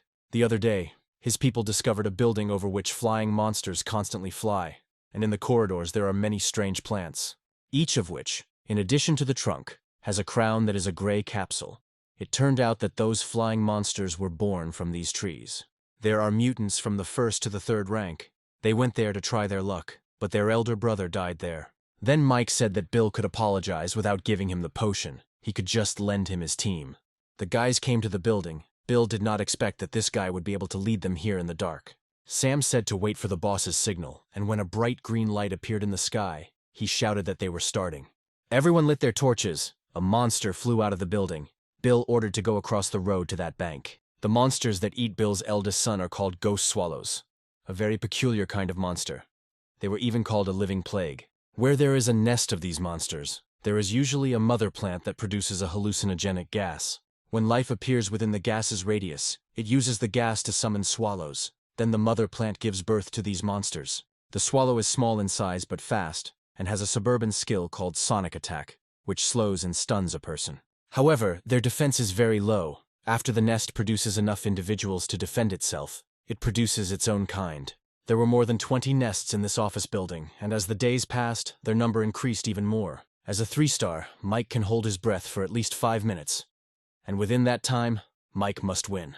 Mike came to his mother, and the monster immediately released the monsters. They flew to him, but Mike killed them with a fire sword. Bill's group didn't understand what ghost nests were, and inhaled hallucinogenic gas, so even the 3-star died. The hallucinations took the form of girls. Mike fell for them at first, but then came to his senses. After killing them, he said that this poison could affect even him, and at such a high concentration, his true form was very close. Mike was able to kill the monster and said that it tried too hard to lure him into a trap. But girls are not that important to him. And besides, Millie would never do something like that. The guys came to Mike and he praised them for their work. Bill was angry at this monster because it killed his son. He cut the monster open and thanked Mike for allowing him to take revenge, adding that all the loot belonged to Mike. But Mike replied that he had done his job so he could take all the 1st-rank stones. We are shown a group of people. A guy runs up to them and says that they haven't seen each other for a long time. The flying guy's name was Dean. He was the leader of the young mercenaries, and the long-haired guy's name was Bob. Some crazy guy tied people to his bike and rode to the roof. This boss's name was Lin. Before the end of the world, he was a car mechanic. but now he got the profession of a driver. There were also silver tigers there, Dean heard, most of them from provincial and city trampoline teams.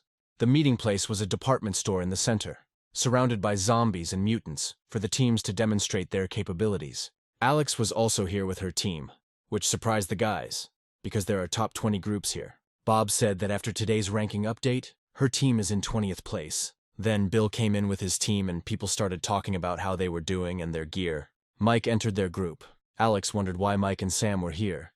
Apparently they were up to something, but she was left behind. Suddenly Bob clapped his hands and opened some kind of portal and said that since everyone was gathered, they could go. Rainbow Gate. A certain amount of energy is required to activate it. The maximum teleportation distance does not exceed 2 kilometers. Bob said that people can exchange things. It is a great thing that will improve their strength and speed up evolution. There is no risk in this. And to prove it, he will go first. His people will remain last. Everyone came in, and Bob said the first thing was going to be a public auction. They were going to put a few items up for auction. The winner will be the one who offers the highest price, and stones will be used as currency. Each person will take turns putting items up for auction, independently determining the price, placing bids, and selling. After this part of the meeting, there is free trade time. So if they have something they need, they can buy it. Those who have lost others can propose terms of exchange, and as long as they are agreed upon, they can complete the deal. Of course, there are plenty of people who have their eye on the item and might put it up for auction, so he doesn't care. The first item, perhaps it will be very useful to someone. The starting price is 200 stones, or 2 bottles of potion. Mike said they would take the stone, and they would make every possible bid for it. It's a natural firestone. It's too valuable. He bought it for only 2 bottles of potion. People don't know everything yet, so Mike took advantage of it. The next item, the secret key. Mike was not happy. He didn't think he would see it so soon. Although he knows what it is for, he cannot reveal its secrets. This thing belonged to the Blue Bay group. Frankly speaking, this is the very reason why the Pigeon Bay battle group was destroyed, because they discovered the key to the secret kingdom. Only less than 1% of the people who entered there were able to come out alive. People were unhappy with this key. Bob replied that high risk meant high reward. This thing was so dangerous that even he was hesitant to go in there. But what will happen after they pass these dangers? What will they get in this secret world? Not only does he sell this product, but it is not cheap, and anyone willing to take the risk will have to pay 2 bottles of 2-star potions. People were unhappy, they were arguing, but suddenly Mike raised his hand and asked if he could buy it for 1-star potion. Bob said he needed 2-star, but 1-star would do, but he needed at least 30 bottles. Mike agreed. The whole crowd was shocked. They looked around and asked where this guy was from. The third item is white class gear. That seems to be pretty much all there is. There aren't many good items at this point. Then it was time for free trade, so everyone came down and started offering their stuff. Mike came down and suddenly heard that the old man was selling a professional scroll for 1 bottle of 2-star potion. Bill asked if it wasn't Yoon from the kingdom. The peaceful kingdom dropped out of the top 10 from 6th place this semester, because of this scroll. The people were unhappy because he was selling the potion at a high price, so they all left. Mike asked if it was possible to exchange the scroll for 2nd-level stones. The old man asked for at least 100 stones. The man asked if that was all. The other replied that they had received an astrological report. They know the reason for the change in the location of the chamber. As the evolutionary level of these people increases, they become more difficult to control. They are at about the same evolutionary level as them, and they still kill them as easily as dogs. He knows the guy is upset that the area wasn't given to him.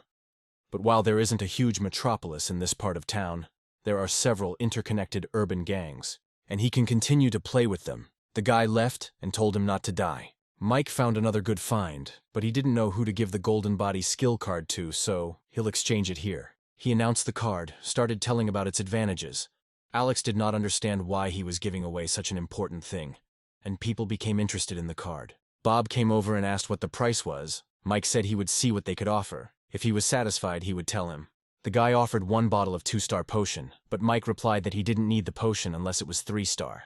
The man offered Mike a white-level sword, but Mike didn't need it because he already had a lot of weapons. Then Bob said he had a profession scroll. Mike asked how many. Bob got nervous and asked if he wanted several. Mike replied, 2 scrolls. Bob replied, just 1. That's a fair price. Mike replied again, either 2 scrolls or nothing. Bob then said he would add another scroll, but his 2 items were worth significantly more than his, so he would have to come up with something. Mike said he would add 5 1-star potions. Bob demanded 10 bottles, and Mike agreed. Suddenly, that same man burst in and killed one man, Bob. With him were several people and some mysterious dogs. The man started demanding that people give him all the items. Then Mike ran out of the crowd with his knife. One of the dogs attacked Mike, but he killed it. Then the man asked him to kill the guy himself. That person will become an 8-star, the de facto controller of the underworld in this city. Mike told everyone in the back to fight too, but they shouted that Mike had just killed any chance of peace talks. This made Mike laugh. He said that they were from the Zero Chamber. They call it pig farming. If they were caught today, they would be pigs. They will feed them to the zombies they control. Then they will detonate miniature bombs planted in the zombies' heads. By killing them, they get stones and spin the roulette wheel to evolve. Then people got scared and cried out pitifully. Mike said he didn't care what he wanted to do because they were all going to die today and jumped on him with a knife. When Mike didn't even have a thought to defeat this man. Because he is a 9-star, personifying blood, horror, and power. Even though they ascended to the throne of the strongest man by stepping on the bones of countless others like themselves, they still remain a group of people standing at the pinnacle of humanity. But this does not change the fact that they are real scumbags. In this life, Mike will never be afraid of these bastards again. He will fight his inner fear.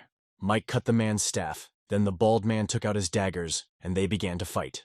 This man is a master of weapons. It is a great profession that allows you to achieve great combat power, regardless of the weapon. Their boss said he would show him the true power of the chamber. Clapping his hands, his men began to descend from the roof. Then the people finally moved and started fighting them, shouting that they would not allow them to treat them like pigs. Bob got angry and came forward. The boss of the ward asked, instead of running away, he goes to meet him, boldly.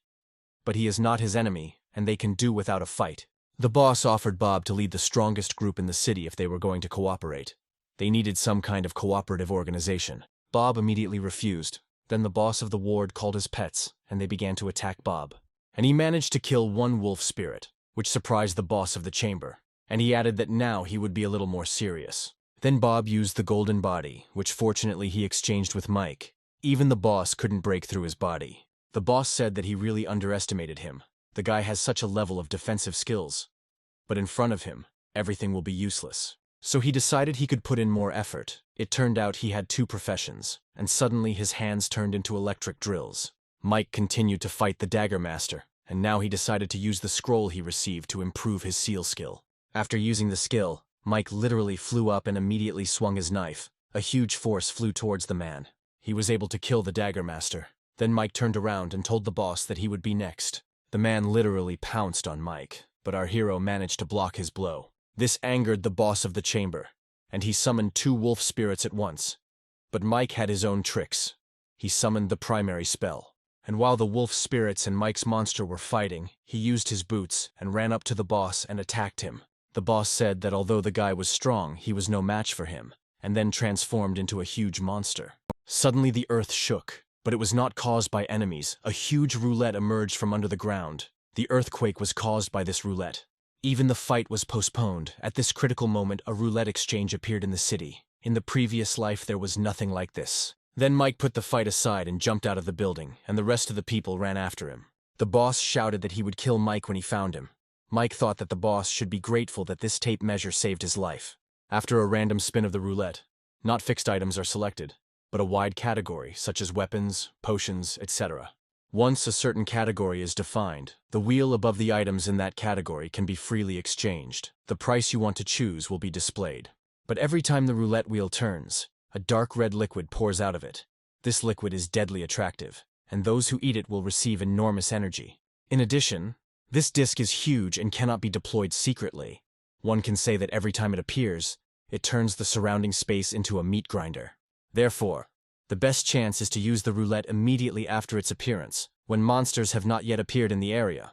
And Mike managed to run first. It's good that only one level 1 stone is required to activate the roulette. The roulette started spinning. He got to the drawing section. Mike selected all the categories he needed. Mike was able to get the blueprint for the 1,000-leaf armor. Then that same red liquid started coming out of the roulette. From all locations, monsters, people and zombies watched this roulette, even Mike's former doll, who is now friends with the Iron Lady. Mike was nervous. He needed to hurry up to spin the roulette wheel 2 more times, because he could already feel the crowd of monsters running towards him. The second scroll is a section that is the only section on the entire roulette where you can't see what's there. But such an opportunity could not be missed.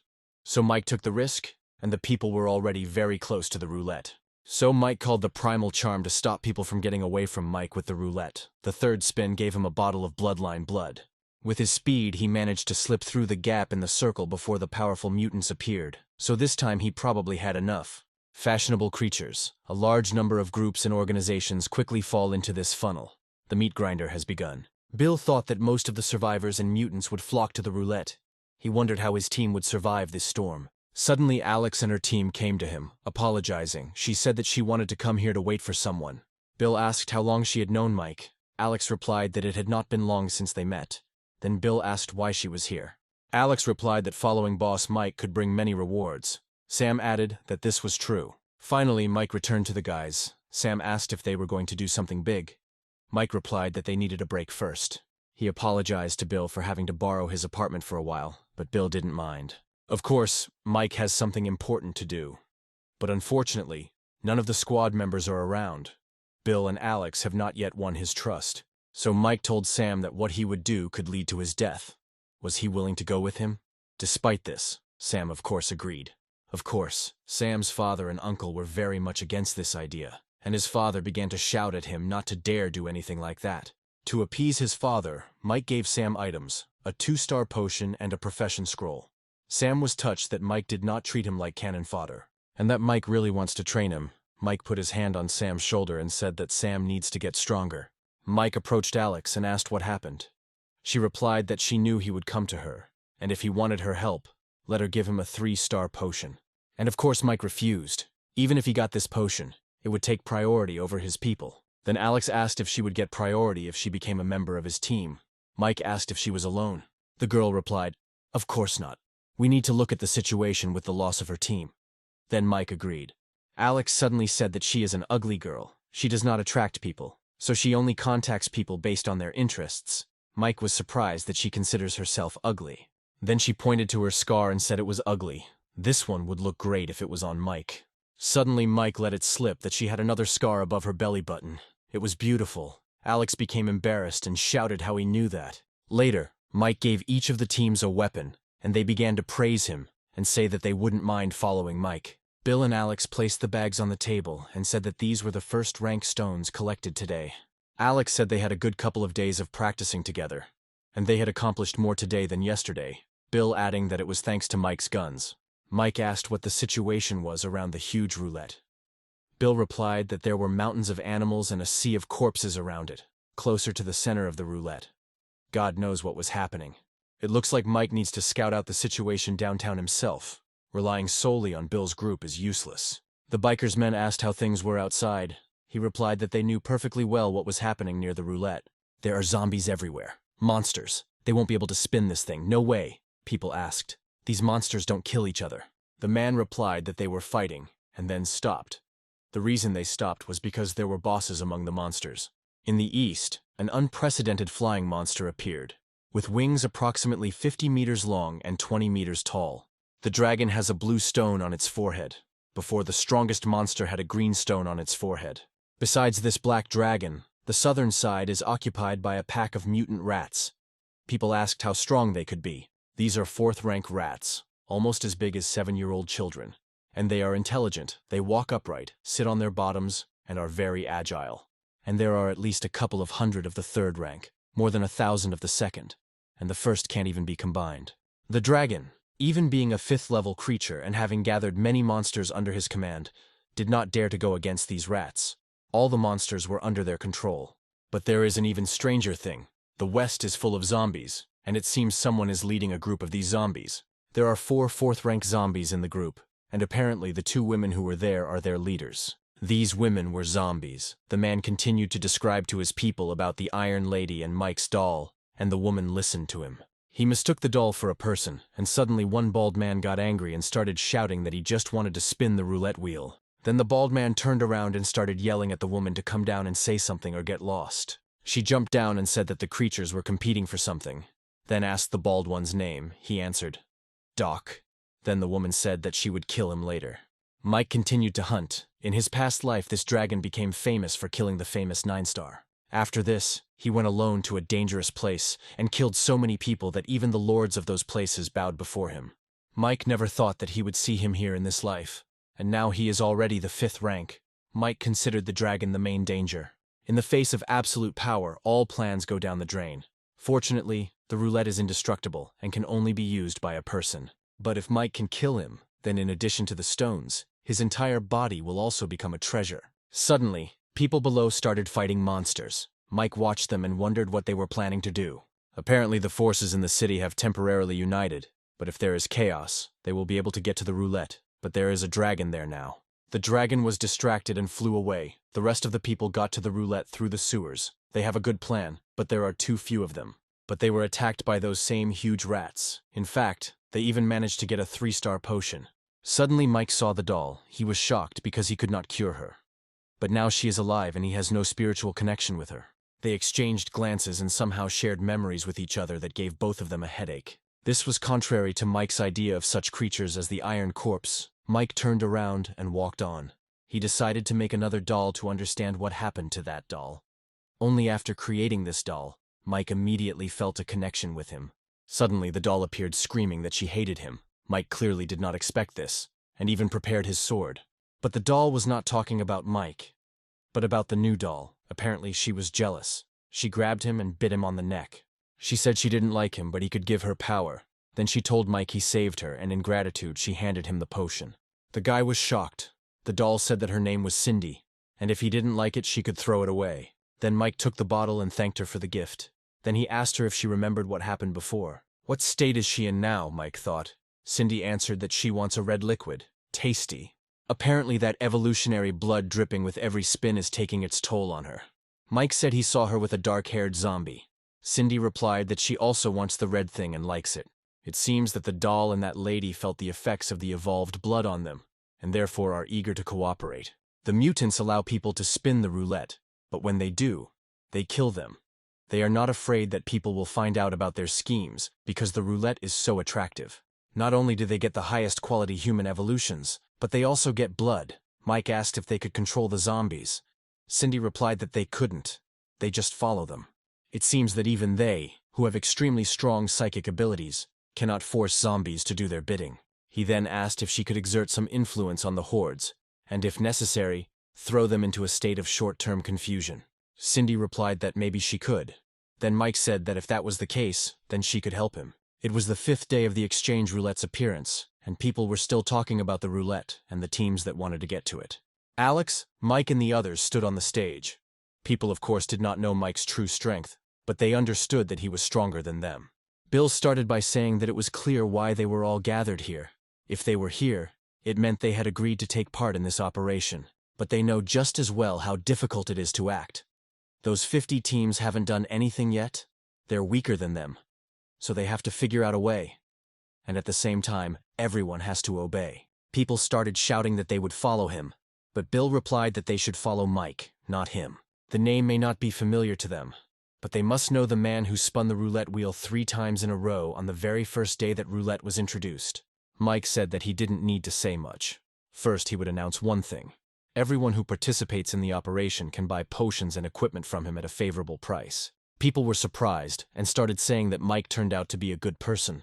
But with a good person, they certainly went too far. Someone asked Alex if it was true what Mike said. He really has so many things and he sells them so cheaply. Alex replied that he has a lot of secrets. Of course, since the amount of potions and equipment in his hands is limited, each team will determine the amount of purchases depending on the number of people. If we take 10 people as the basic unit, then rounding up, every 10th can buy 1-star potion, gray equipment, every 20 can buy a white-level sword. People were happy, and Mike thought that he could use the advantages to bind these people to himself, also make a small profit, and this could increase their power in a short period of time. Mike said he couldn't guarantee the surgery would be successful, but they knew they were all fighting for their lives every day. But he, Mike, guarantees with his life that anyone who takes part in today's operation, who helps him, will henceforth be his friend. From now on, potions, equipment, and supplies can be purchased from him at the same low prices, and they can turn to him for help. Alex told Mike that even if he didn't spin the roulette wheel, he would become the strongest in the city. Although these small forces do not have strong warriors, their ability to gather information is very high. The man told Mike, "The guys are moving more and more. They look like they are about to make a move. Maybe it would be better to wait until they make their move." Others thought so too. But Mike replied that they would make the first move. Then people became worried. These monsters and zombies care about the evolutionary blood that falls from the roulette. They can't get it themselves, so they need the help of people. They will not ignore those who come to spin the roulette wheel, just as they will not leave it without spinning, even though they know that it is dangerous. So the real danger is not that they will spin the roulette, but that the blood is created as a result of the spinning, at which point they need to retreat. Bill asked how they would retreat. They wouldn't be able to withstand that many mutants. Mike replied that he was not going to risk his life or theirs. After all, he wanted to spin the roulette wheel. It was the most dangerous position. He was not looking for death. This group also came up with their own plan, but then a man burst in and told them that there were a lot of people near the roulette. They all went out on the roof and watched Mike through binoculars. They called them crazy and said that the zombies would eat them in a second. The guys finally came to the roulette. It was surrounded by mutants, zombies. Mike told them not to hesitate and stick to the plan. Then the guys stood in a row and took out their shields. All the monsters stood patiently nearby and waited for the people to start spinning the roulette. A drop of blood fell on Mike's sword. He threw it to the other man, ordering him to stick to the plan. Then the guy threw his sword with blood right at the rats. Mike was right. During the previous alliance of the different creatures, the monster camp pushed back the zombie camp and reached an agreement for the rat side to get the first drop of blood. The dragon was confident that his level was high, so he couldn't let a drop of blood fall into the hands of the Rat King. When the rat camp and the zombies unite, under the siege of so many creatures, it will be impossible for the dragon to stably control the entire situation. The dragon and the Rat King have actually started fighting each other. Mike needs to hurry up to spin this roulette. Alex reported that a wave of mutants was moving towards them. What to do? Mike replied that it was all part of the plan. Mike got the weapons section, and he got a purple-ranked weapon, which made the guy very happy. The people watching Mike were shocked. They discussed what level he could be and why he didn't run away, but they were ordered to shut up, which they did. The old man said that the strength of the people in this squad was not very strong. That guy was only a 3-star. And although they managed to force the two camps to fight, the conflict was not that out of control.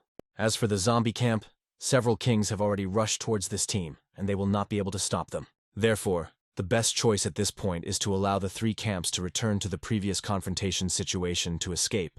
Dean replied that he still managed to do so. The mutants fought, but how was he going to get his team out of there?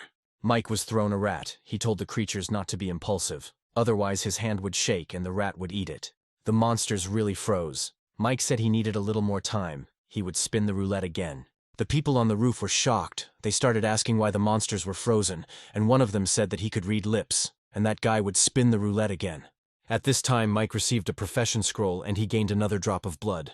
Then he asked the dragon if he thought that since he had the highest level of evolution, he could behave like this here. He admits that the dragon is the biggest threat, but that doesn't mean he's afraid of it. Apart from the first drop of blood, Mike is not going to give the other 3 drops of this goodness. Hearing this, the dragon went berserk. Then he pointed to the mutants and called them cowardly losers who had joined forces but who did not dare to do anything. And dirty rats, let them not think that because they walk on their feet and use their asses, they will become people they envy. After all, they are fucking pests. And he really thinks that he is a real dragon. He is a flying lizard who must return to the house so that they don't skin him. Mike continued to tease them, saying that they would all die and he would show them his pet. Golden Diptera Python. Mike had a huge rank 5 pet. People were shocked and wondered who this guy was. Mike was angry. He told the dragon that he needed his horns, blood, flesh, and of course his stone. Maybe if he meets a higher level necromancer, he can turn him into a bone dragon and bring him back to life. The baby got scared and just took off and flew away from Mike, which Mike didn't like because it was different from what he had planned. Even the other monsters were really scared and started running away. Then Mike thought he could spin the roulette wheel again. But suddenly Mike said that they were leaving. Alex did not understand. She asked why they should leave, because even the dragon had left. But Mike repeated that they had to leave, and she agreed. Thanks to Mike's clever plan, the royal python scared away all the monsters, and people were afraid of the mysterious power that this man possessed. After some time, Sam returned. He could barely stand. He told Mike that he spent his potions and scroll. Mike praised him. He used the scroll of changeling. The skill of this profession is that it allows the owner to transform, but it does not give strength. However, once you find the species you transformed into after the shapeshifter, kill it, suck its blood, and take the stone. The shapeshifter will live up to its name. The rogue shapeshifter can only go up to 2 levels, which is why he gave him the 3-star potion that Cindy gave him. That was why he was able to create a 5th-rank evolved life form, but he didn't expect the dragon to be afraid of him. Mike thanked everyone and advised them to rest. Mike spun the wheel 8 times, and the circle of evolutionary blood was already half gone. In other words, the wheel can be spun about 20 times, and now it can be spun about 12 more times. Mike used up his stones so he didn't spin it again, but he got some great stuff, 4-star potions, and when he reached the intermediate advanced rank, a new world would open up. Then Mike drank the potion and finally became a 4-star man. The potion improved him. His current strength is comparable to that of a 5-star, and he developed normally without taking the enhanced potion. Furthermore, these 2 bloodline crystals, even in the last 10 years of the last world's existence, the bloodline crystal was still a valuable item. It was rare for such a thing to appear on the roulette wheel, and with his level of 6 stars in his previous life, not to mention having a bloodline, he had never seen such a thing in his previous life. As for the bloodline, evolved ones can only have one type of bloodline, and once they learn one, they will forever lose the ability to learn other bloodlines.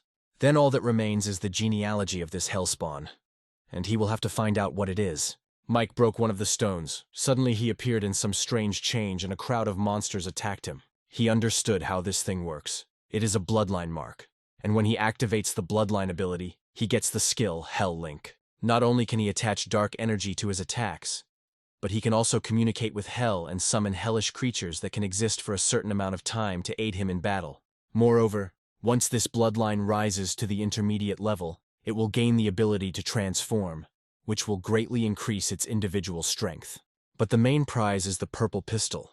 It is only 1 level higher than the legendary weapons and equipment, which even 9 stars are drawn to. It has no magazine. In other words, the source of energy for this weapon is stones, which is probably where the phrase crystalline energy comes from. Whether it's the mechanic, the sacrifice gate, or the roulette, stones are needed everywhere. There's also a gun with magic bullets on crystal energy that requires stones to use. This saddened Mike.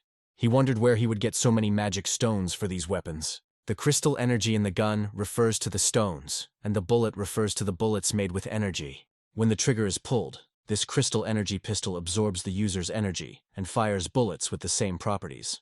In other words, Mike can only use this weapon when his bloodline is activated and he has dark energy. But when his bloodline is activated, it will improve the quality of his body in all aspects, and he will be able to use it in close combat. Then Mike decided to look at the card, and luckily, it was the Elemental Thunderbolt skill card. This way, Mike will not only be able to summon lightning from a distance, like one character we will not name, he will be able to create magic bullets using lightning energy. Next is the profession scroll. Mike got the profession, Junior Deadly Gunsmith, another profession with a prefix. This is a great success. 2 skills from now on. No matter what weapon Mike uses, he will receive a corresponding increase in rate of fire, power, firing range. The cannon eats 1st and 2nd rank stones. Mike tried 5 1st and 2nd rank stones, but there was no reaction. If 5 3rd rank stones don't help, then this thing will be sawed until it becomes 6-star. One shot killed more than 100 zombies, and among them there are several 3rd rank zombies. After using this skill, the bullet is no longer limited to the barrel of the gun, but is fired from a folded position in space. It's no surprise that Bob was willing to use this scroll for trading. He's a melee specialist, and that profession requires green-tier weapons. Unfortunately, it takes 5 rank 3 stones to pull the trigger once. There was a real commotion in the hall, and all because Mike's former doll came to see him. Mike asked her to follow him. Then he took out the blood. The doll was unhappy with 1 drop. Then Mike asked how much she wanted and added that the lady should get out, otherwise he would do it himself. The lady came in and said that they helped him, and for this they demand blood. Mike asked what they did. He got out of this situation alone, without their help. They agreed that if they helped him leave, he would give them blood, but they didn't. So why should he give it to them? He gives this drop for a 3-star potion. The lady tried to prove that they helped prevent him from attacking, but somehow uncertainly. If they have any wisdom, Mike said, they should know that in the big picture it doesn't matter much. Suddenly the lady said that Mike's pet was a fake and she could feel it. This surprised Mike a lot, because she was only at rank 3, but she still understood his trick. She did develop a high level of intelligence, but her understanding of people was only superficial, and the lady was really only pretending to be confident.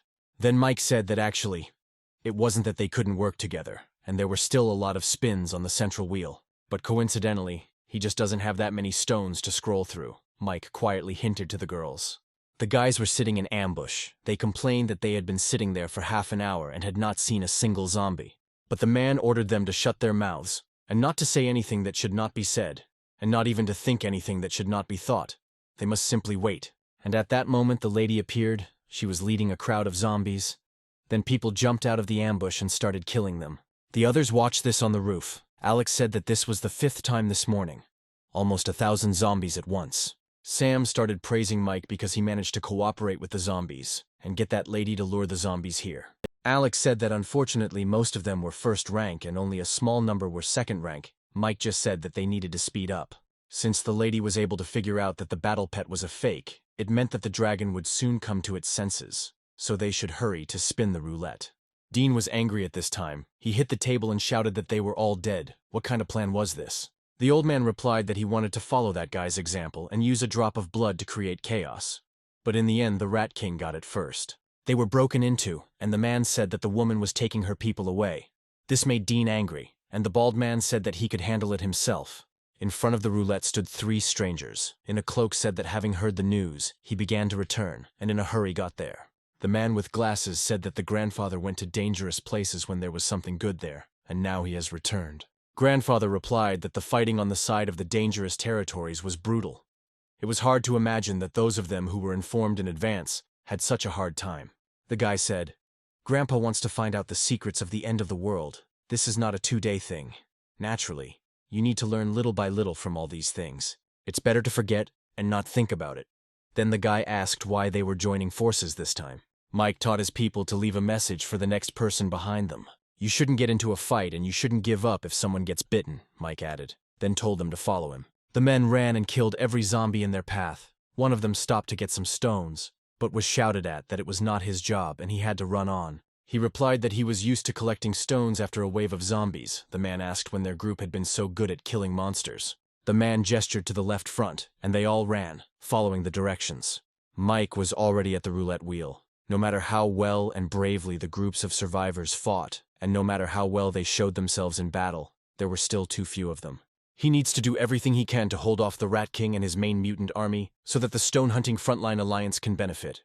The rat evolved and started to attack Mike, but he didn't just stand there doing nothing. Mike took out a fire sword and attacked him. It wasn't easy, but Mike managed to kill a few rats. It was almost night. Unfortunately, the Rat King was still too cunning.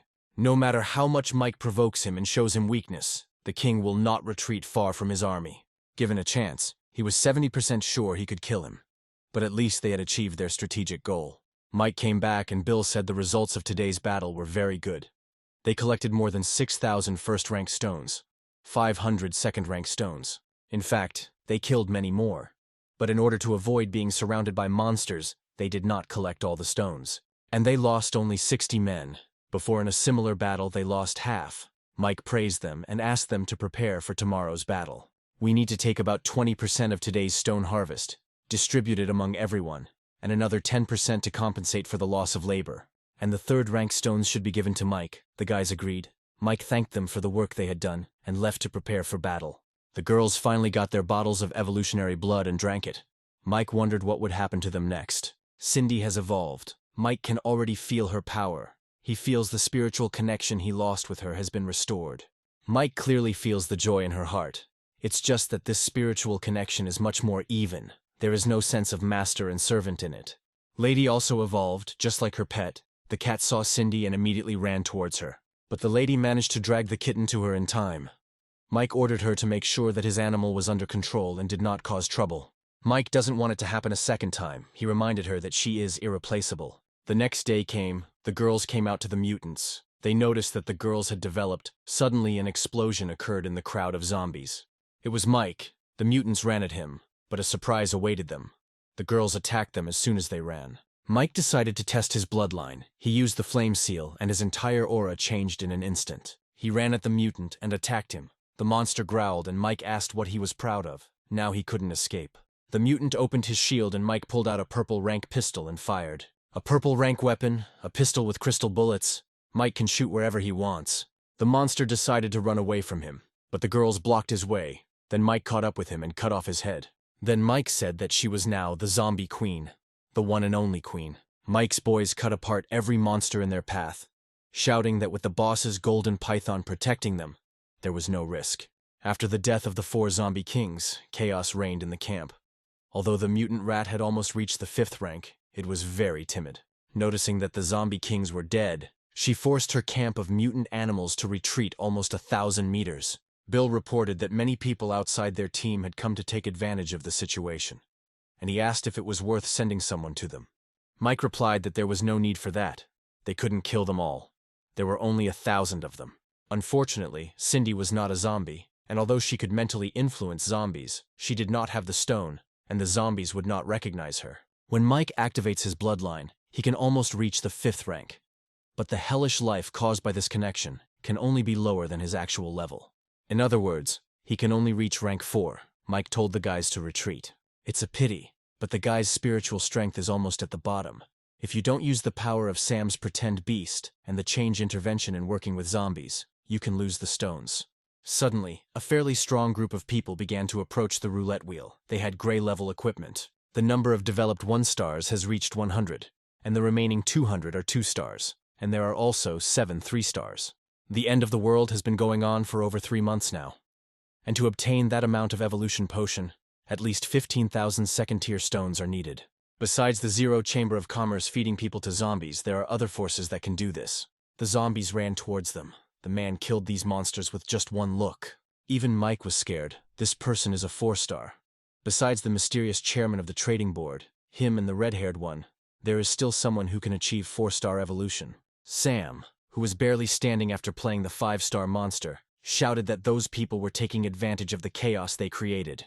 Under normal circumstances, no one would be able to obtain so many evolution potions in just 3 months after the end of the world. There must be some kind of secret within this group of people. Mike asked Sam not to hurry for now and just watch them, and he himself thought that these people had obviously come to the battlefield a long time ago, but were hiding in the shadows.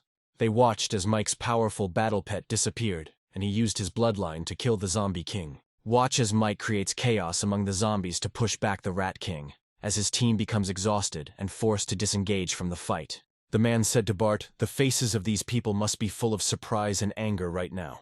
Bart pointed at the zombie, but the man said that Peter would help him pay attention. He was here for the 4-star potion, so he would have to work hard. Peter was killing zombies, and Stan was saying that if someone else took the potion, what would their thoughts be? Peter just asked him to shut up. Stan reminded him that his 4-star wife was still fighting in the Jedi ranks, and added that there was an opponent with a 5th-rank pet, to which Peter responded that his pet was a bluff. Bart said that fortunately some of them realized this. Otherwise they would not have dared to move and come here. He would like to apologize for not paying much attention to the new forces of the mountain villa, which led to a reconnaissance blunder and almost disrupted their plans. Peter replied that it was not their enemy anyway. Their focus was on the Chamber of Commerce. That was what they had to pay attention to all the time. Besides, as long as they are around, if they can hold out for a while, they can get whatever the roulette wheel brings. The others also watched this team, but they also couldn't do anything because they understood how strong those people were. Mike came closer, and Stan asked if he should upgrade to the 5-star evolution potion first. The roulette wheel started spinning, and people kept telling Stan what they didn't have yet, such a pedigree, weapons, and so on. Peter pointed at Mike and said that his men had retreated, but he himself had not left, and they began to wonder what the guy was up to. Bart said that the guy still seemed unfazed, and it looked like he needed to warn him.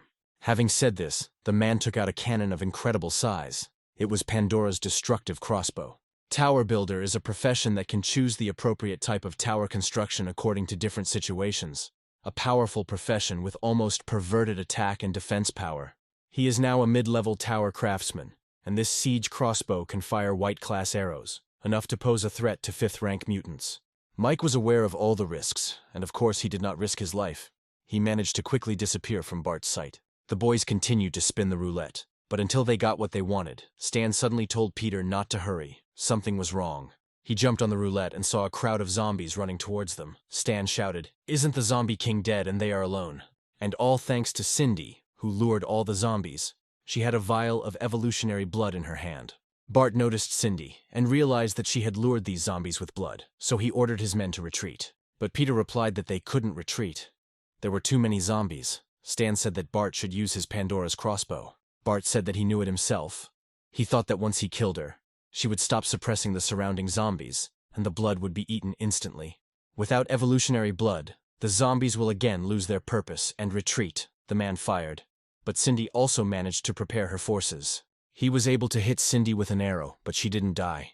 Cindy took the bottle and opened it, and drank the evolutionary blood.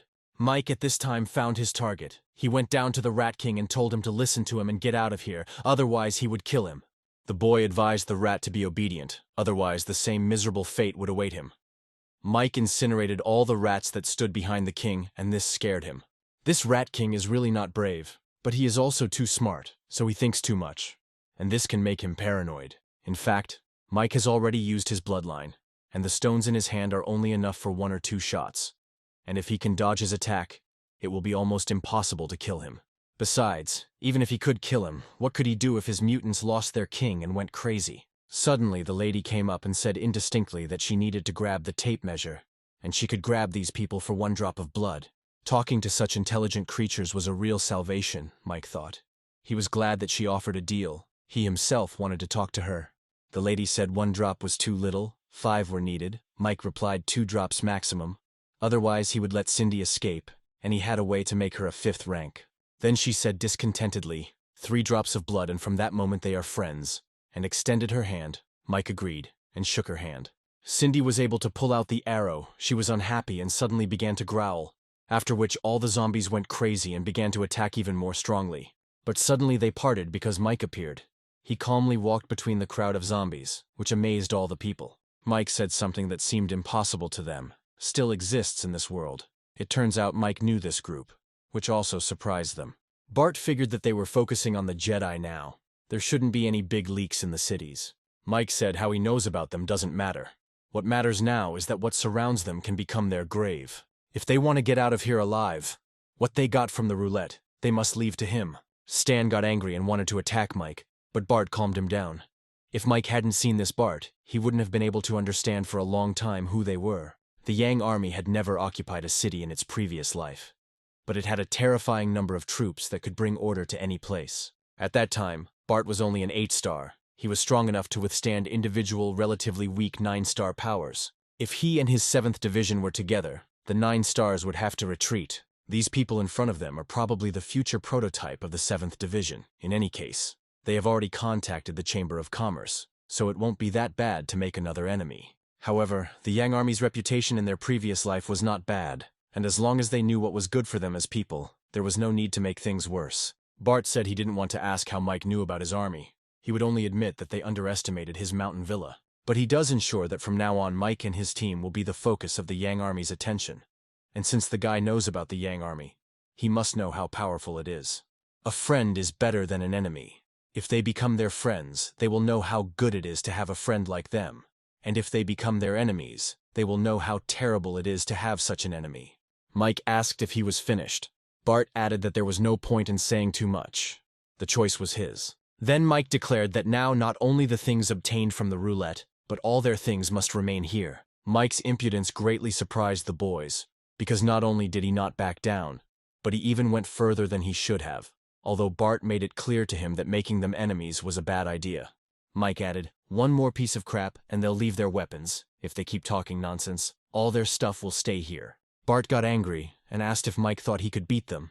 Mike answered honestly yes. Then Bart shot up, saying that no one dares underestimate them. Then he asked, does he know what this means? All the groups in the city will unite and be on his side.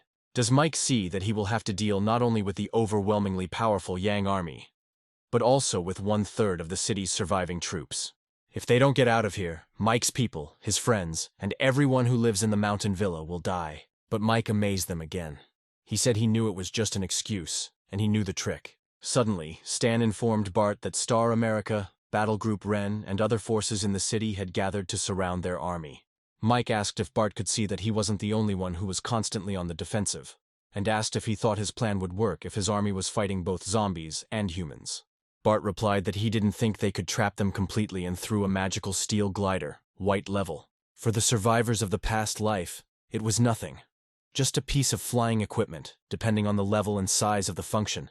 The effect is also different. It can only be useful at a certain time. Bart and Stan hurried to get on the plane, but Peter was not going to run away. He told the soldiers that he would stay with them. As long as brother is free, even if they die, he will avenge them. Moreover, they will not have to die. Because the army of Yang is invincible, Peter shouted.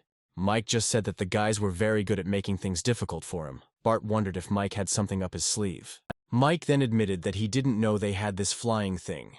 The defense was highly effective and stable, and even if long-range weapons could penetrate it, it wouldn't have much of an impact on the flight. And Mike added that he was a little offended that they were forcing him to use it. He took out a grenade. He added that the one in the white coat reacted quickly. Mike praised him and offered to test his boss. There was an explosion. Peter could not immediately understand what happened. Peter began to look for the team and his comrades. Bart asked what was going on here, why they all looked like that, and how many people they had lost, when Stan suddenly pointed to Peter's feet. Peter lost his legs after the explosion. This was too much even for Mike.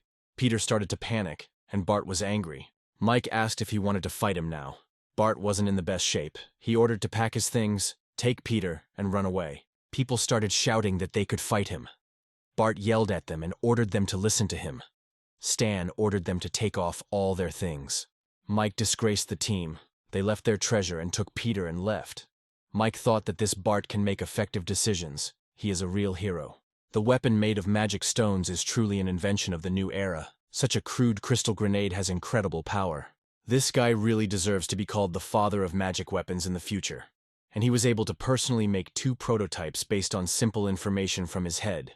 Then Mike suggested going back to roulette using the magic stones of the Yang army. After Mike spun the roulette wheel about 5 times, the wheel suddenly began to move, then fell into the ground. The lady growled at the zombies and all the zombies followed her back. Then Mike's temporary team ran to him.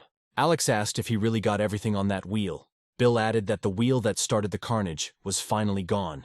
Mike replied that one day she would appear again and once again provoke the most direct mortal battle between humans and mutants. Sam asked what to do with these things, Mike replied. As usual, they would sell it for cheap. Although they had a great harvest this time. They also encountered problems with many forces, especially the Chamber of Commerce and the Yang army. The Chamber of Commerce doesn't matter. He has no conflicts with these animals. It's probably just a matter of time before they start to consume everyone. The Yang army is good at attracting other forces. But now that the various forces in the city have obtained this equipment, will they still cooperate with them so easily? Moreover, Mike is a craftsman, so if he has enough materials, he will be able to mass-produce very interesting and strong armor. This gray-level equipment should be used to strengthen the city's residents. After all, they still need to work together to fight the mutants. The woman from the other group approached Mike and asked if he had time to talk. Mike replied, "Of course, they should discuss their cooperation in detail." The lady came to Mike with the monsters and immediately asked him to give her blood. Mike replied that she should not worry. He is a man of his word when it comes to his people. Mike threw her a bottle, but it turns out Cindy also got as many drops of blood as Lady. Then the lady said that she would take all the remaining blood that Mike had and give him whatever he wanted. Mike replied, unless she had a lot of third-rank stones in her hands, and hinted that those monsters were third rank, but Lady refused to kill them. The lady got angry and left. From that day on, the city will welcome its zombie queen, a super-intelligent queen of the 5th rank. It was just a pity that this queen was not destined to be too reliable, Mike thought. Suddenly, we are shown the man from the Chamber of Commerce, who was roasting meat over a fire, and 2 strange people were standing in front of him. The girl asked if the man had brought them here so that they could watch him eat. The man replied that before starting work, one must eat one's fill. The strange man said he knew a little about this golden throne, and asked if they could just wait. But the boss replied that Mike had already become a 4-star. Although the 3 of them are not afraid of him, it is better to be on the safe side, because their cities are still in the process of rebuilding, and they cannot afford to make any mistakes. Then he promised that this time he would let Mike feel what it was like to be attacked. The guy asked Mike why they didn't go with him. Mike replied that it would be better if they finished everything here, and then in half a month they could come back. Mike thought that these 2 had no ulterior motives, so it would be better not to involve them for now. Alex asked if the way back would be smooth sailing, right? And the guy suggested gathering a few people to accompany him. Mike replied that he was too poor to pay for it. Alex asked with displeasure if he was the beggar. Alex said that Mike must have a plan, or he wouldn't have done that. She added that he should be careful, and even kissed Mike. She said it was just a deposit. This time he had the blueprint. She wanted first dibs on buying the gear from him when it was ready. Having said this, Alex immediately left. Mike thought that this woman, as in her past life, should be rewarded for everything. Brad was talking to the crowd. They might not have known what was going on, but that's okay. They don't need to know everything. All they need to know is that today they are dealing with a man who poses a serious threat to them and knows their biggest secrets. False benevolence will do nothing but accelerate the extinction of the human race, and they will prove to the whole world, even the universe, that they are right. Then the man brought out a huge mirror, and Brad said that before that he would show them a good show. Suddenly Mike appeared in the mirror. He was calmly walking along the road. Suddenly an airplane appeared, and a voice from the airplane said that he was sending a gift to Mike. The package fell and a huge level 5 or even level 6 monster burst out of it, and Mike was thinking about what profession the guy on the plane had. A voice came from the plane, saying that his combined index was 5.78, and he was not far from evolving to the 6th rank, possessing limitless strength and the ability to control lightning. Not only can it strengthen itself, but it also has super high attack power. Even many 6th rank monsters are no match for it. It is a pet of the Chamber of Commerce. Mike whistled and his pet immediately appeared. The dog did not waste time and also developed to the same level as that monster. He gave all the evolutionary blood he had left to Yoke, and even though the little dog hadn't yet evolved to the 6th rank, he was getting closer and closer to this obstacle. Then Mike pulled out his gun, and although it was hard to hit accurately at that range, it would be enough to scare off that guy in the plane. The masked girl said that the pet was a 5th rank pet, and the owner was a 4-star pet. She admitted that both the pet and the owner were powerful. The man said that this reflection shadow was really good. He asked if it was used to get first-hand information, right? Their 3-star and 600 warriors are enough to crush the 4-star guy without any help. Just as Brad said that they were going to attack the guy now, a man appeared in the sky and shouted that their battle was not over yet. It turned out to be Bob, who managed to survive. He told Brad that he wanted to thank him for giving him a chance to be reborn, freeing him from the shackles of being the first in the city. The girl said that this 3-star was too arrogant and underestimated the power of the Holy Throne. The man said that anyone who fought without a weapon was a fool. Suddenly, Kate appeared and said that it was not good for a crowd to fight against one. After all, it was the business of mountain villas, but it was very inconvenient to disturb Bob. Kate said she wanted to see what those Chamber of Commerce holier-than-thou types Mike was so afraid of looked like. But now she was a little disappointed. It turned out that not only Kate came, but also Mike's entire team. Kate said that their value was much worse than theirs. Ken said, "King against king. They have no right to worry about their boss except their boss." The girl asked to be allowed to find out if the one who claimed to be king against the king had an army to fight against the Chamber of Commerce. Suddenly Steph appeared. On her back was a bow that belonged to Mike. She said that king against king is right, but she doesn't mind fighting with the girl. The man ran up and said that the two groups had joined forces and surrounded them. Then Brad realized that Mike had known about his plan all along. Brad then said there was no point in talking and agreed to fight Bob, to which Bob asked if he was using the human spirit transformation. Brad got angry and shouted that he should not be underestimated. His hands turned into weapons and he attacked Bob, but it seemed that he was confident in himself. Kate challenged the cold-eyed guy to a fight. She attacked him with lightning speed, but he managed to dodge. Suddenly the guy shouted, "Mother Earth!" Then some strange liquid surrounded him. He told Kate that she would become food for Mother Earth, but Kate only laughed. Steph took out her arrows and thought, this bow is a weapon that cost her group 3-star potions. But this was not enough for Mike. Steph also gave him 10 bottles of 2-star potion, 300 bottles of 1-star potion. You could say that Steph and her team were almost bankrupt. However, it was worth it. Because Steph has an archer's profession, she will soon be able to return what she paid. The girl said that no one has tried to kill her for several months. Steph is first. She may have an advantage against the other holy thrones, but she won't have any luck against the girl, the masked girl said. The same man who had stolen Agnes was standing nearby, and he realized that this time all of Brad's actions had been guessed. Suddenly Agnes appeared, and the man asked her why she came alone. Did she really think she could kill him alone?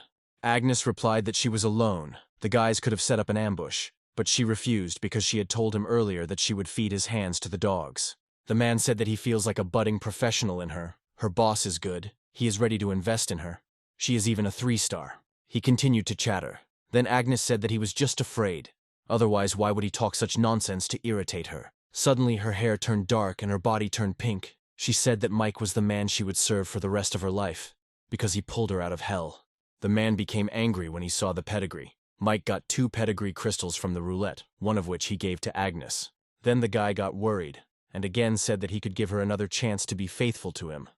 But of course, Agnes sent him away. She quickly turned around and hit the guy, but he also hit her right in the fist and shouted that this was his profession, a warrior of rhythm. Agnes's fingers broke from the blow. The guy screamed that her lineage allowed her to walk through shadows, but now it was daytime, she couldn't handle him. The guy started repeating how he gave her a chance, but Agnes ordered him to shut his mouth, then called the Reaper of the Dead. At this time, Yoke was fighting with that level 6 monster. The monster was throwing lightning at the dog, and Yoke was responding with his spikes. The monsters were clearly losing. Yoke continued to attack him. A man from the plane shouted that it was impossible. The Thunder Beast could not lose. But that's what happened. Then the man said that he would tell the boss, and next time he would bring a 6th-rank beast and wait for Mike to die. However, something more frightening happened. A dragon appeared. Yoke no longer has fighting power. After the battle, he was too tired. Mike picked up the dog and ran. But suddenly the dragon entered Mike's mind and asked where his pet was. His voice had a strong psychic attack. It is impossible to follow the original plan where they all return to the villa. The dragon will be incredibly difficult to kill, let alone escape. The only ones who can defeat him are Lady, Cindy, the Yoke, and only this full team. The dragon told Mike to bend his knee, then he will receive an honorable death. The dragon attacked the first time with his fire breath, but Mike used his boots, dash skill, and managed to escape. But the dragon wasn't going to give up just like that. He created a fireball and threw it at Mike. The guy threw his pet to the side, and the ball was already right above him. Mike miraculously managed to escape from the rubble. But the dragon was already right in front of him. He again told Mike to kneel down to receive an honorable death. But Mike thought he would be honored. He is a man with a weak soul. It is almost impossible to resist such mental attacks. Mike will either go crazy or become an idiot. And at a distance, unusual vibrations were observed, Mike noticed. He realized that his cooperation with others had borne fruit. Kate and the others were also caught up in the fierce fighting when Mike suddenly turned to the dragon. He has one last way to deal with the dragon. But he always thought that it was a way in which he would die along with the dragon. But now it seems that he still has a chance to survive. And as for the dragon, his life or death depends on luck. The dragon asked what his plan is. Mike always wondered where the dragon and monsters came from. If the Jedi were just a place for monsters, or if it was some kind of weird change. The guy took out his key, which he found at the very beginning of the apocalypse, and opened that very dimension with it. Mike told the girls that each of them now faces a very difficult obstacle that they must overcome together in order to look to the future with more confidence.